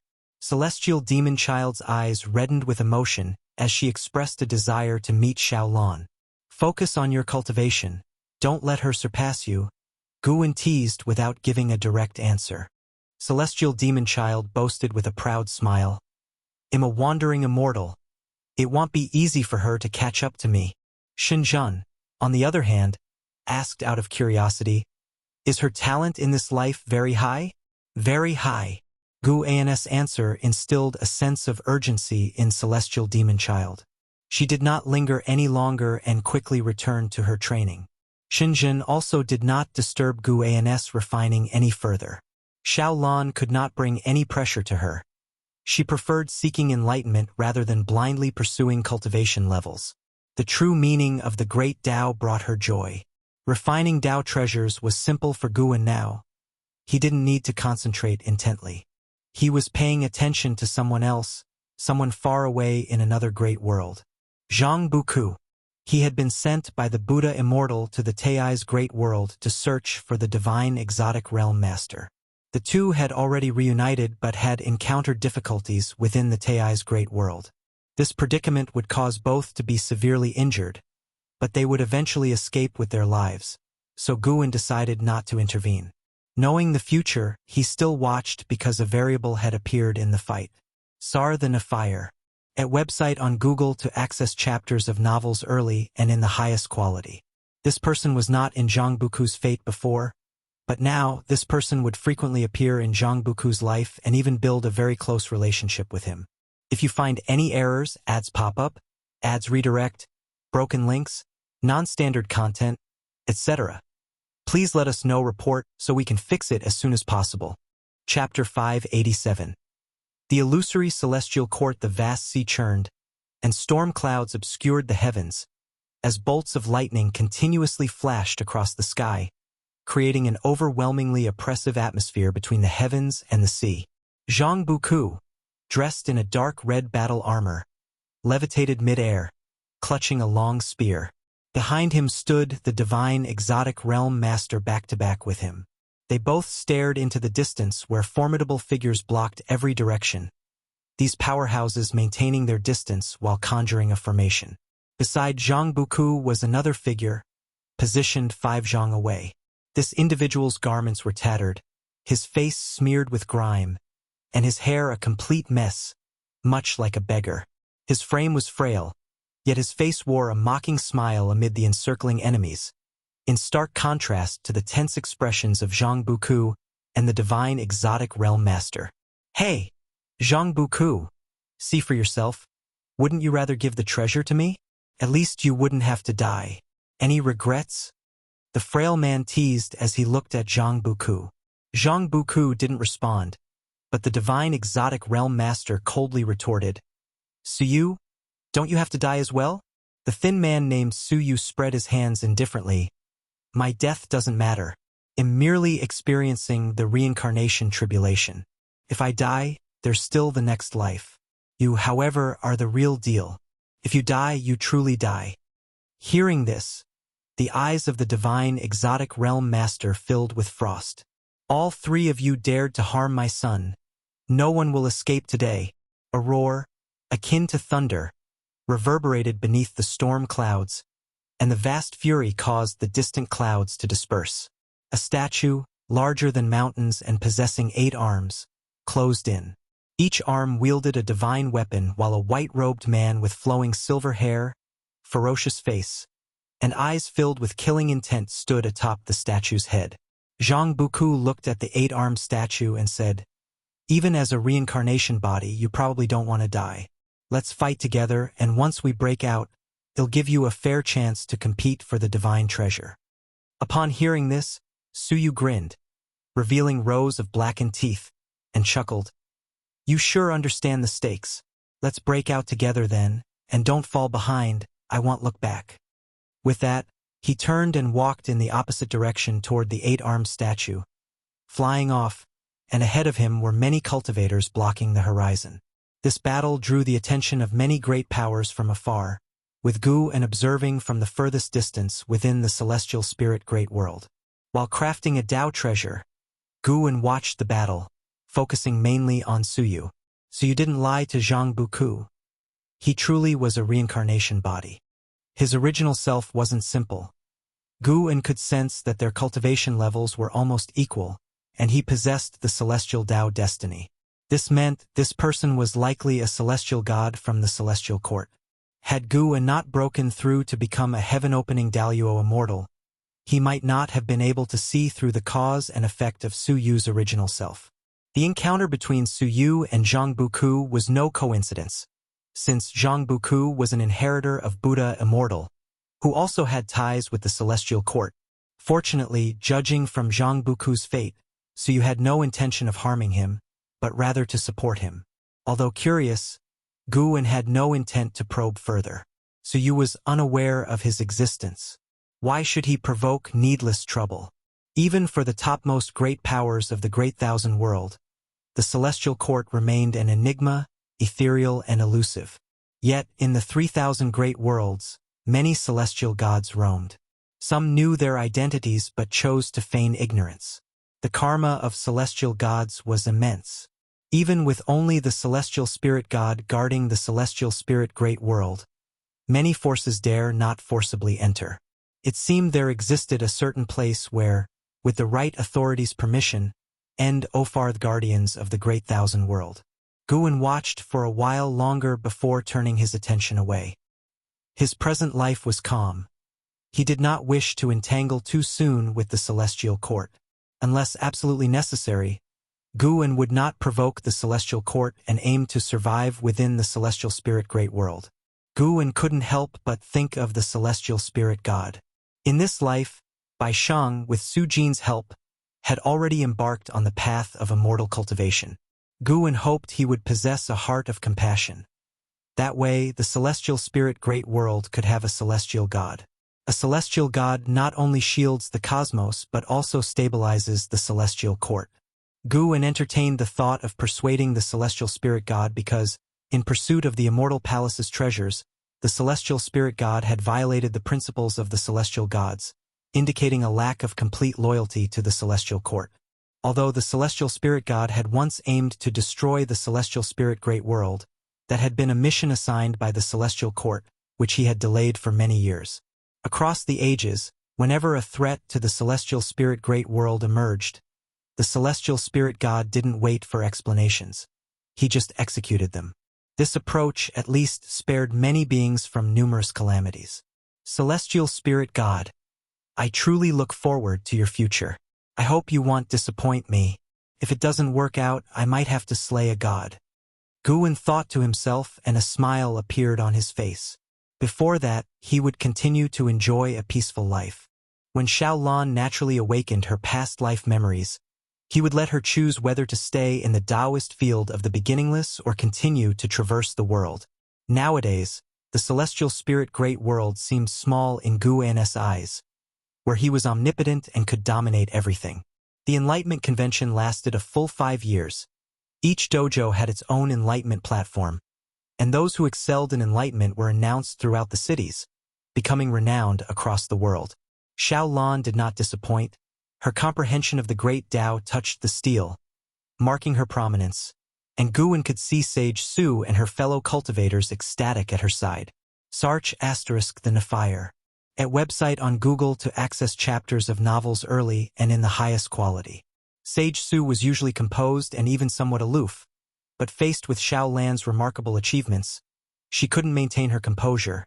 Fortunately, Xiaolan did not witness that scene. The Tao court was vast, with tens of thousands of branches, and the Enlightenment Convention was similar to the imperial examination in the human world, an opportunity for disciples to change their fate. Even those disciples with mediocre spiritual root qualification harbored hope, as the Tao court valued comprehension of the great Tao more. Only after the end of the Enlightenment Convention did Xiaolan awaken. Guwen accompanied her off the platform, and they were soon met by Sage Su and other mentors. "Come, let me take you to meet the great powers of our sect. Your comprehension has been recognized by the higher-ups. My disciple, you are truly going to become a prodigy of the Tao court." Sage Su grasped Xiaolan's hand, excitedly said. Xiaolan hesitated and looked towards Guwen, who winked at her and said, "Go on. It's not a goodbye. When you return, we'll have a good chat." Upon hearing this, Xiaolan's face bloomed into a smile, and she nodded immediately. Sage Su pulled Xiaolan and flew away quickly. Other great cultivators began to attend to their own disciples, and seeing that they had nothing to discuss with him, Guwen turned and left. "Guwen, right? You better be prepared. Xiaolan will soon soar to great heights and become an existence that both you and even we will look up to," said a middle-aged Taoist, watching Guwen's departing figure, and suddenly spoke. Guwen did not stop walking. His departing silhouette made the other great cultivators shake their heads, thinking he was being stubborn. Little did they know how fragile emotions are in the face of time and talent. The journey of immortal cultivation is about mastering the Tao heart and dominating instincts. When cultivators overcome their emotions and desires, they naturally make the most beneficial and rational decisions for themselves. Guwen did not mind the discussions of the wandering immortals. His thoughts were on Long Tongue. Long Tongue was about to face trouble, and he was ready to lend a hand. Regardless, he was Long Zhan, and Long Tongue could be considered his kin. Furthermore, Long Tongue's presence in the Tao court was arranged by Li Xiandao. If something went wrong, and the Li family and the Long family turned against each other, it wouldn't be a pretty sight. Guwen did not want to test personal relationships. He was not walking quickly, as if strolling, since combat was not allowed within Tao City. Long Tongue had performed well over the years, and Guwen was quite satisfied with him. If there was any flaw to point out, it was that he was too righteous, not selfish enough. Such a character was rare in the Long family, and Guwen intended not only to save him but also to give him a push. Meanwhile, along another street, Long Tongue and a man in blue walked shoulder to shoulder. "You are really impressive." The steel in front of you lit up, causing an uproar from the crowd below, and many were inquiring about your origins. The man in blue was sent by Li Xiandao to accompany Long Tongue in his cultivation. After experiencing the prosperity of the Tao court, he thought the Taicang continent was quite primitive, so he acted very prudently. Over the years, seeing Long Tongue suppress various geniuses, even those of Tao court were no match for him, which delighted him immensely, especially his performance at the Enlightenment Convention. Long Tongue's comprehension achieved the highest score, with only a handful of people comparable to him. Compared to the man in blue's excitement, Long Tongue was quite calm. He was still pondering the insights he gained from enlightenment. He felt he needed to find a path genuinely suitable for himself, as his current Taoist techniques were too mixed, leaving him somewhat confused.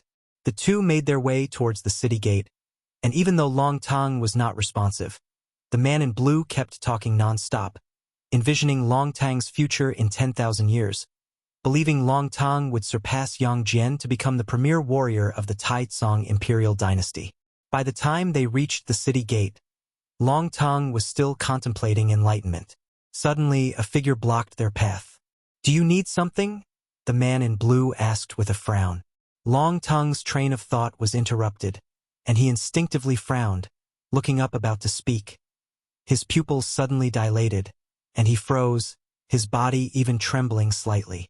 "If you find any errors, ads pop up, ads redirect, broken links, non-standard content, etc., please let us know. Report so we can fix it as soon as possible." Chapter 588. The support of Dao Court. Long Tang looked at Gu and before him, feeling a sense of unreality. He still remembered the day when the ancestor had raised his hand to suppress the heaven-supporting ancestor on the heaven-repairing platform, an image that was vivid in his mind to this day. Even though he had seen many strong figures with great powers, he could never forget the ancestor. Moreover, the Dharma aspect summoned by Long Qing that day made him feel a strong resemblance to the ancestor. Even though his father hadn't said much, he had always harbored such a guess in his heart. Guan looked at the excited Long Tang and smiled as he asked, "Not in a hurry to go back? Shall we find a place to sit?" Once Long Tang left the city, he would quickly be surrounded by troubles. Long Tang hurriedly responded, "No, no rush at all." He was at a loss, not knowing how to face the ancestor. The man in the blue robe was surprised. It was the first time he had seen Long Tang lose his composure like this, and he dared not underestimate Guan, simply bowing silently. Then, the three of them walked toward Dao City.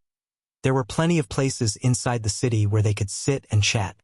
Eventually, they found an inn, and the three sat down by a window on the 4th floor. After Long Tang ordered some wine and dishes, he looked expectantly toward Guan. The ancestor had appeared at the Dao court.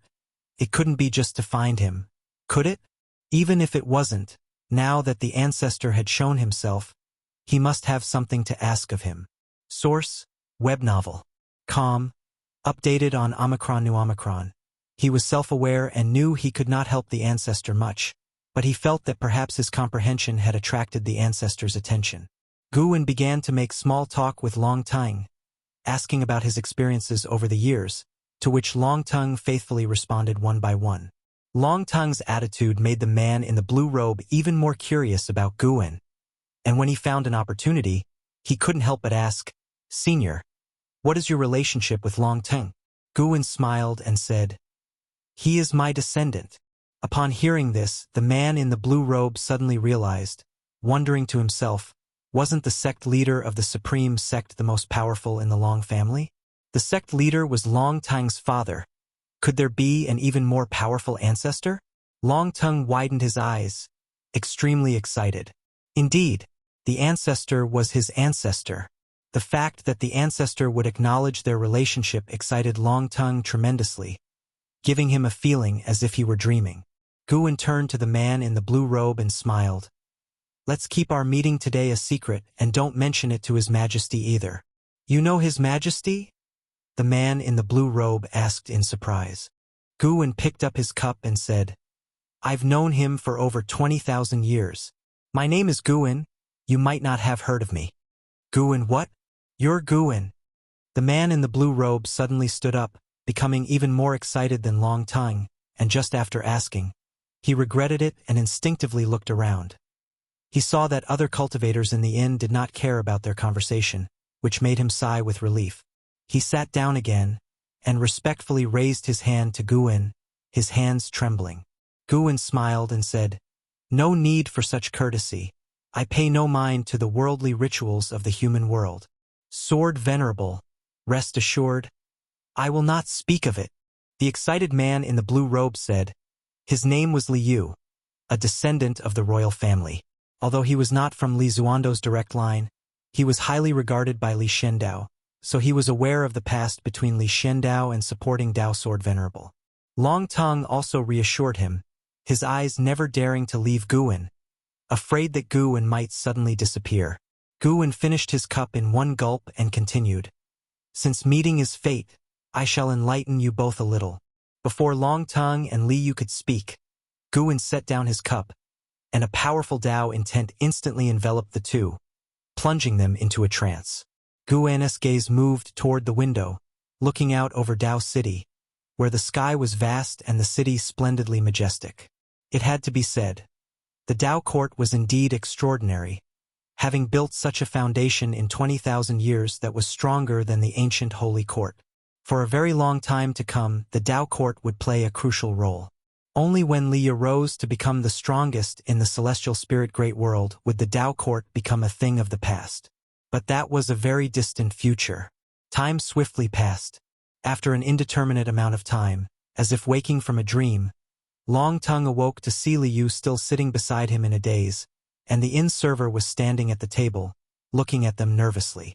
Coming back to his senses, Long Tongue hurriedly said, "We're fine, you can go down." The innkeeper, although dubious, hurriedly caught the bag of spirit stones that Long Tongue tossed out and bowed as he took his leave. Long Tongue looked out the window, his divine sense probing but unable to find Guan. However, a segment of inherited memory popped into his mind. CTH novel Fire. Net website on Google to access chapters of novels early and in the highest quality. Celestial Dragon Reincarnation Dharma Aspect. Long Tongue's eyes flickered with excitement, filled with gratitude towards Guan.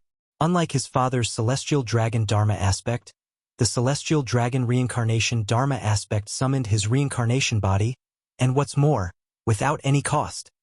This gave him a clear direction for his future cultivation, the path of reincarnation, to wage wars across hundreds, thousands of lifetimes, and to condense the strongest Dharma aspect.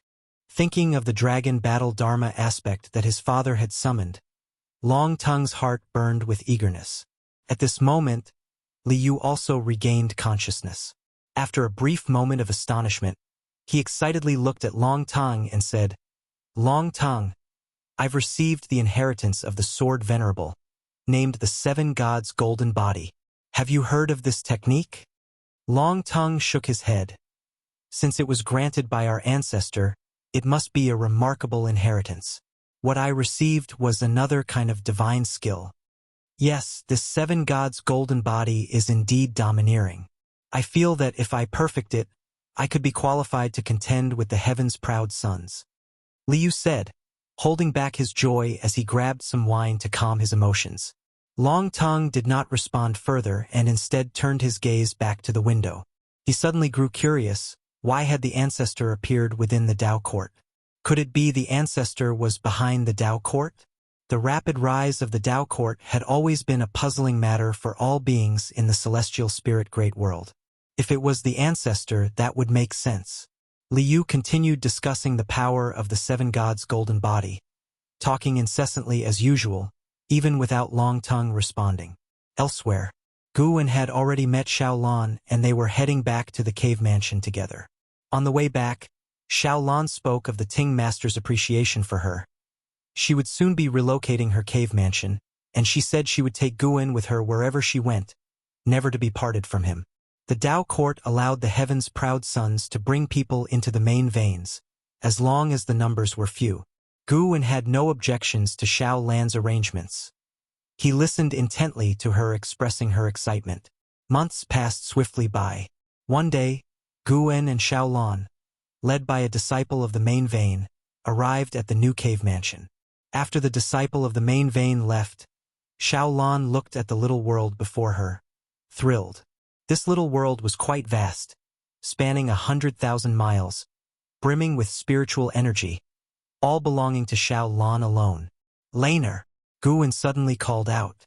After hearing him, Xiaolan turned around reflexively, only for a sword to fly towards her, which she caught instinctively. She looked down and realized it was the white spirit sword that Guan always carried with him. "This sword is a congratulatory gift from me, congratulating you on becoming a true disciple of the Tao court," Guan said with a smile, looking at Xiaolan. Xiaolan, holding the white spirit sword joyfully, curiously asked, "I've always wanted to ask you, what is the origin of the Cyan Hong sword and white spirit sword, and why do you always carry them?" Guan replied, "These two swords were given to me by the most important person in my life. She has passed away, and my giving them to you now signifies that you are the most important person to me at present." Upon hearing this, Xiaolan felt as sweet as honey in her heart, and she immediately rushed towards Guan, embracing him. Guan shook his head helplessly. How could this girl be more clingy than in her previous life? Always wanting to hug him, touch him. "This sword contains extraordinary power. Don't tell anyone about it?" Guan said softly, caressing Xiaolan's head. The white spirit sword was no longer ordinary. Guan had infused a newly forged Dao treasure into it, merging the two. The white spirit sword was now a Dao treasure, containing power enough to overturn the 9 heavens of the immortal Dao. The true meaning of the great Dao within it could aid Xiaolan in her cultivation. Nestled in Guan's arms, Xiaolan nodded. She never doubted Guan, burying her face in his chest. She felt truly blessed. Her immortal path was smooth, and the person she loved most was always by her side. She resolved to cultivate diligently, to protect everything she had. "All right, let's start managing this little world," Guan said, patting Xiaolan's back lightly with a laugh. Reluctant to let go, Xiaolan released her grip on him and took Guan's hand, walking forward as she shared her ideas about how she wanted this little world to look. If you find any errors, ads pop up, ads redirect, broken links, non-standard content, etc., please let us know, report so we can fix it as soon as possible.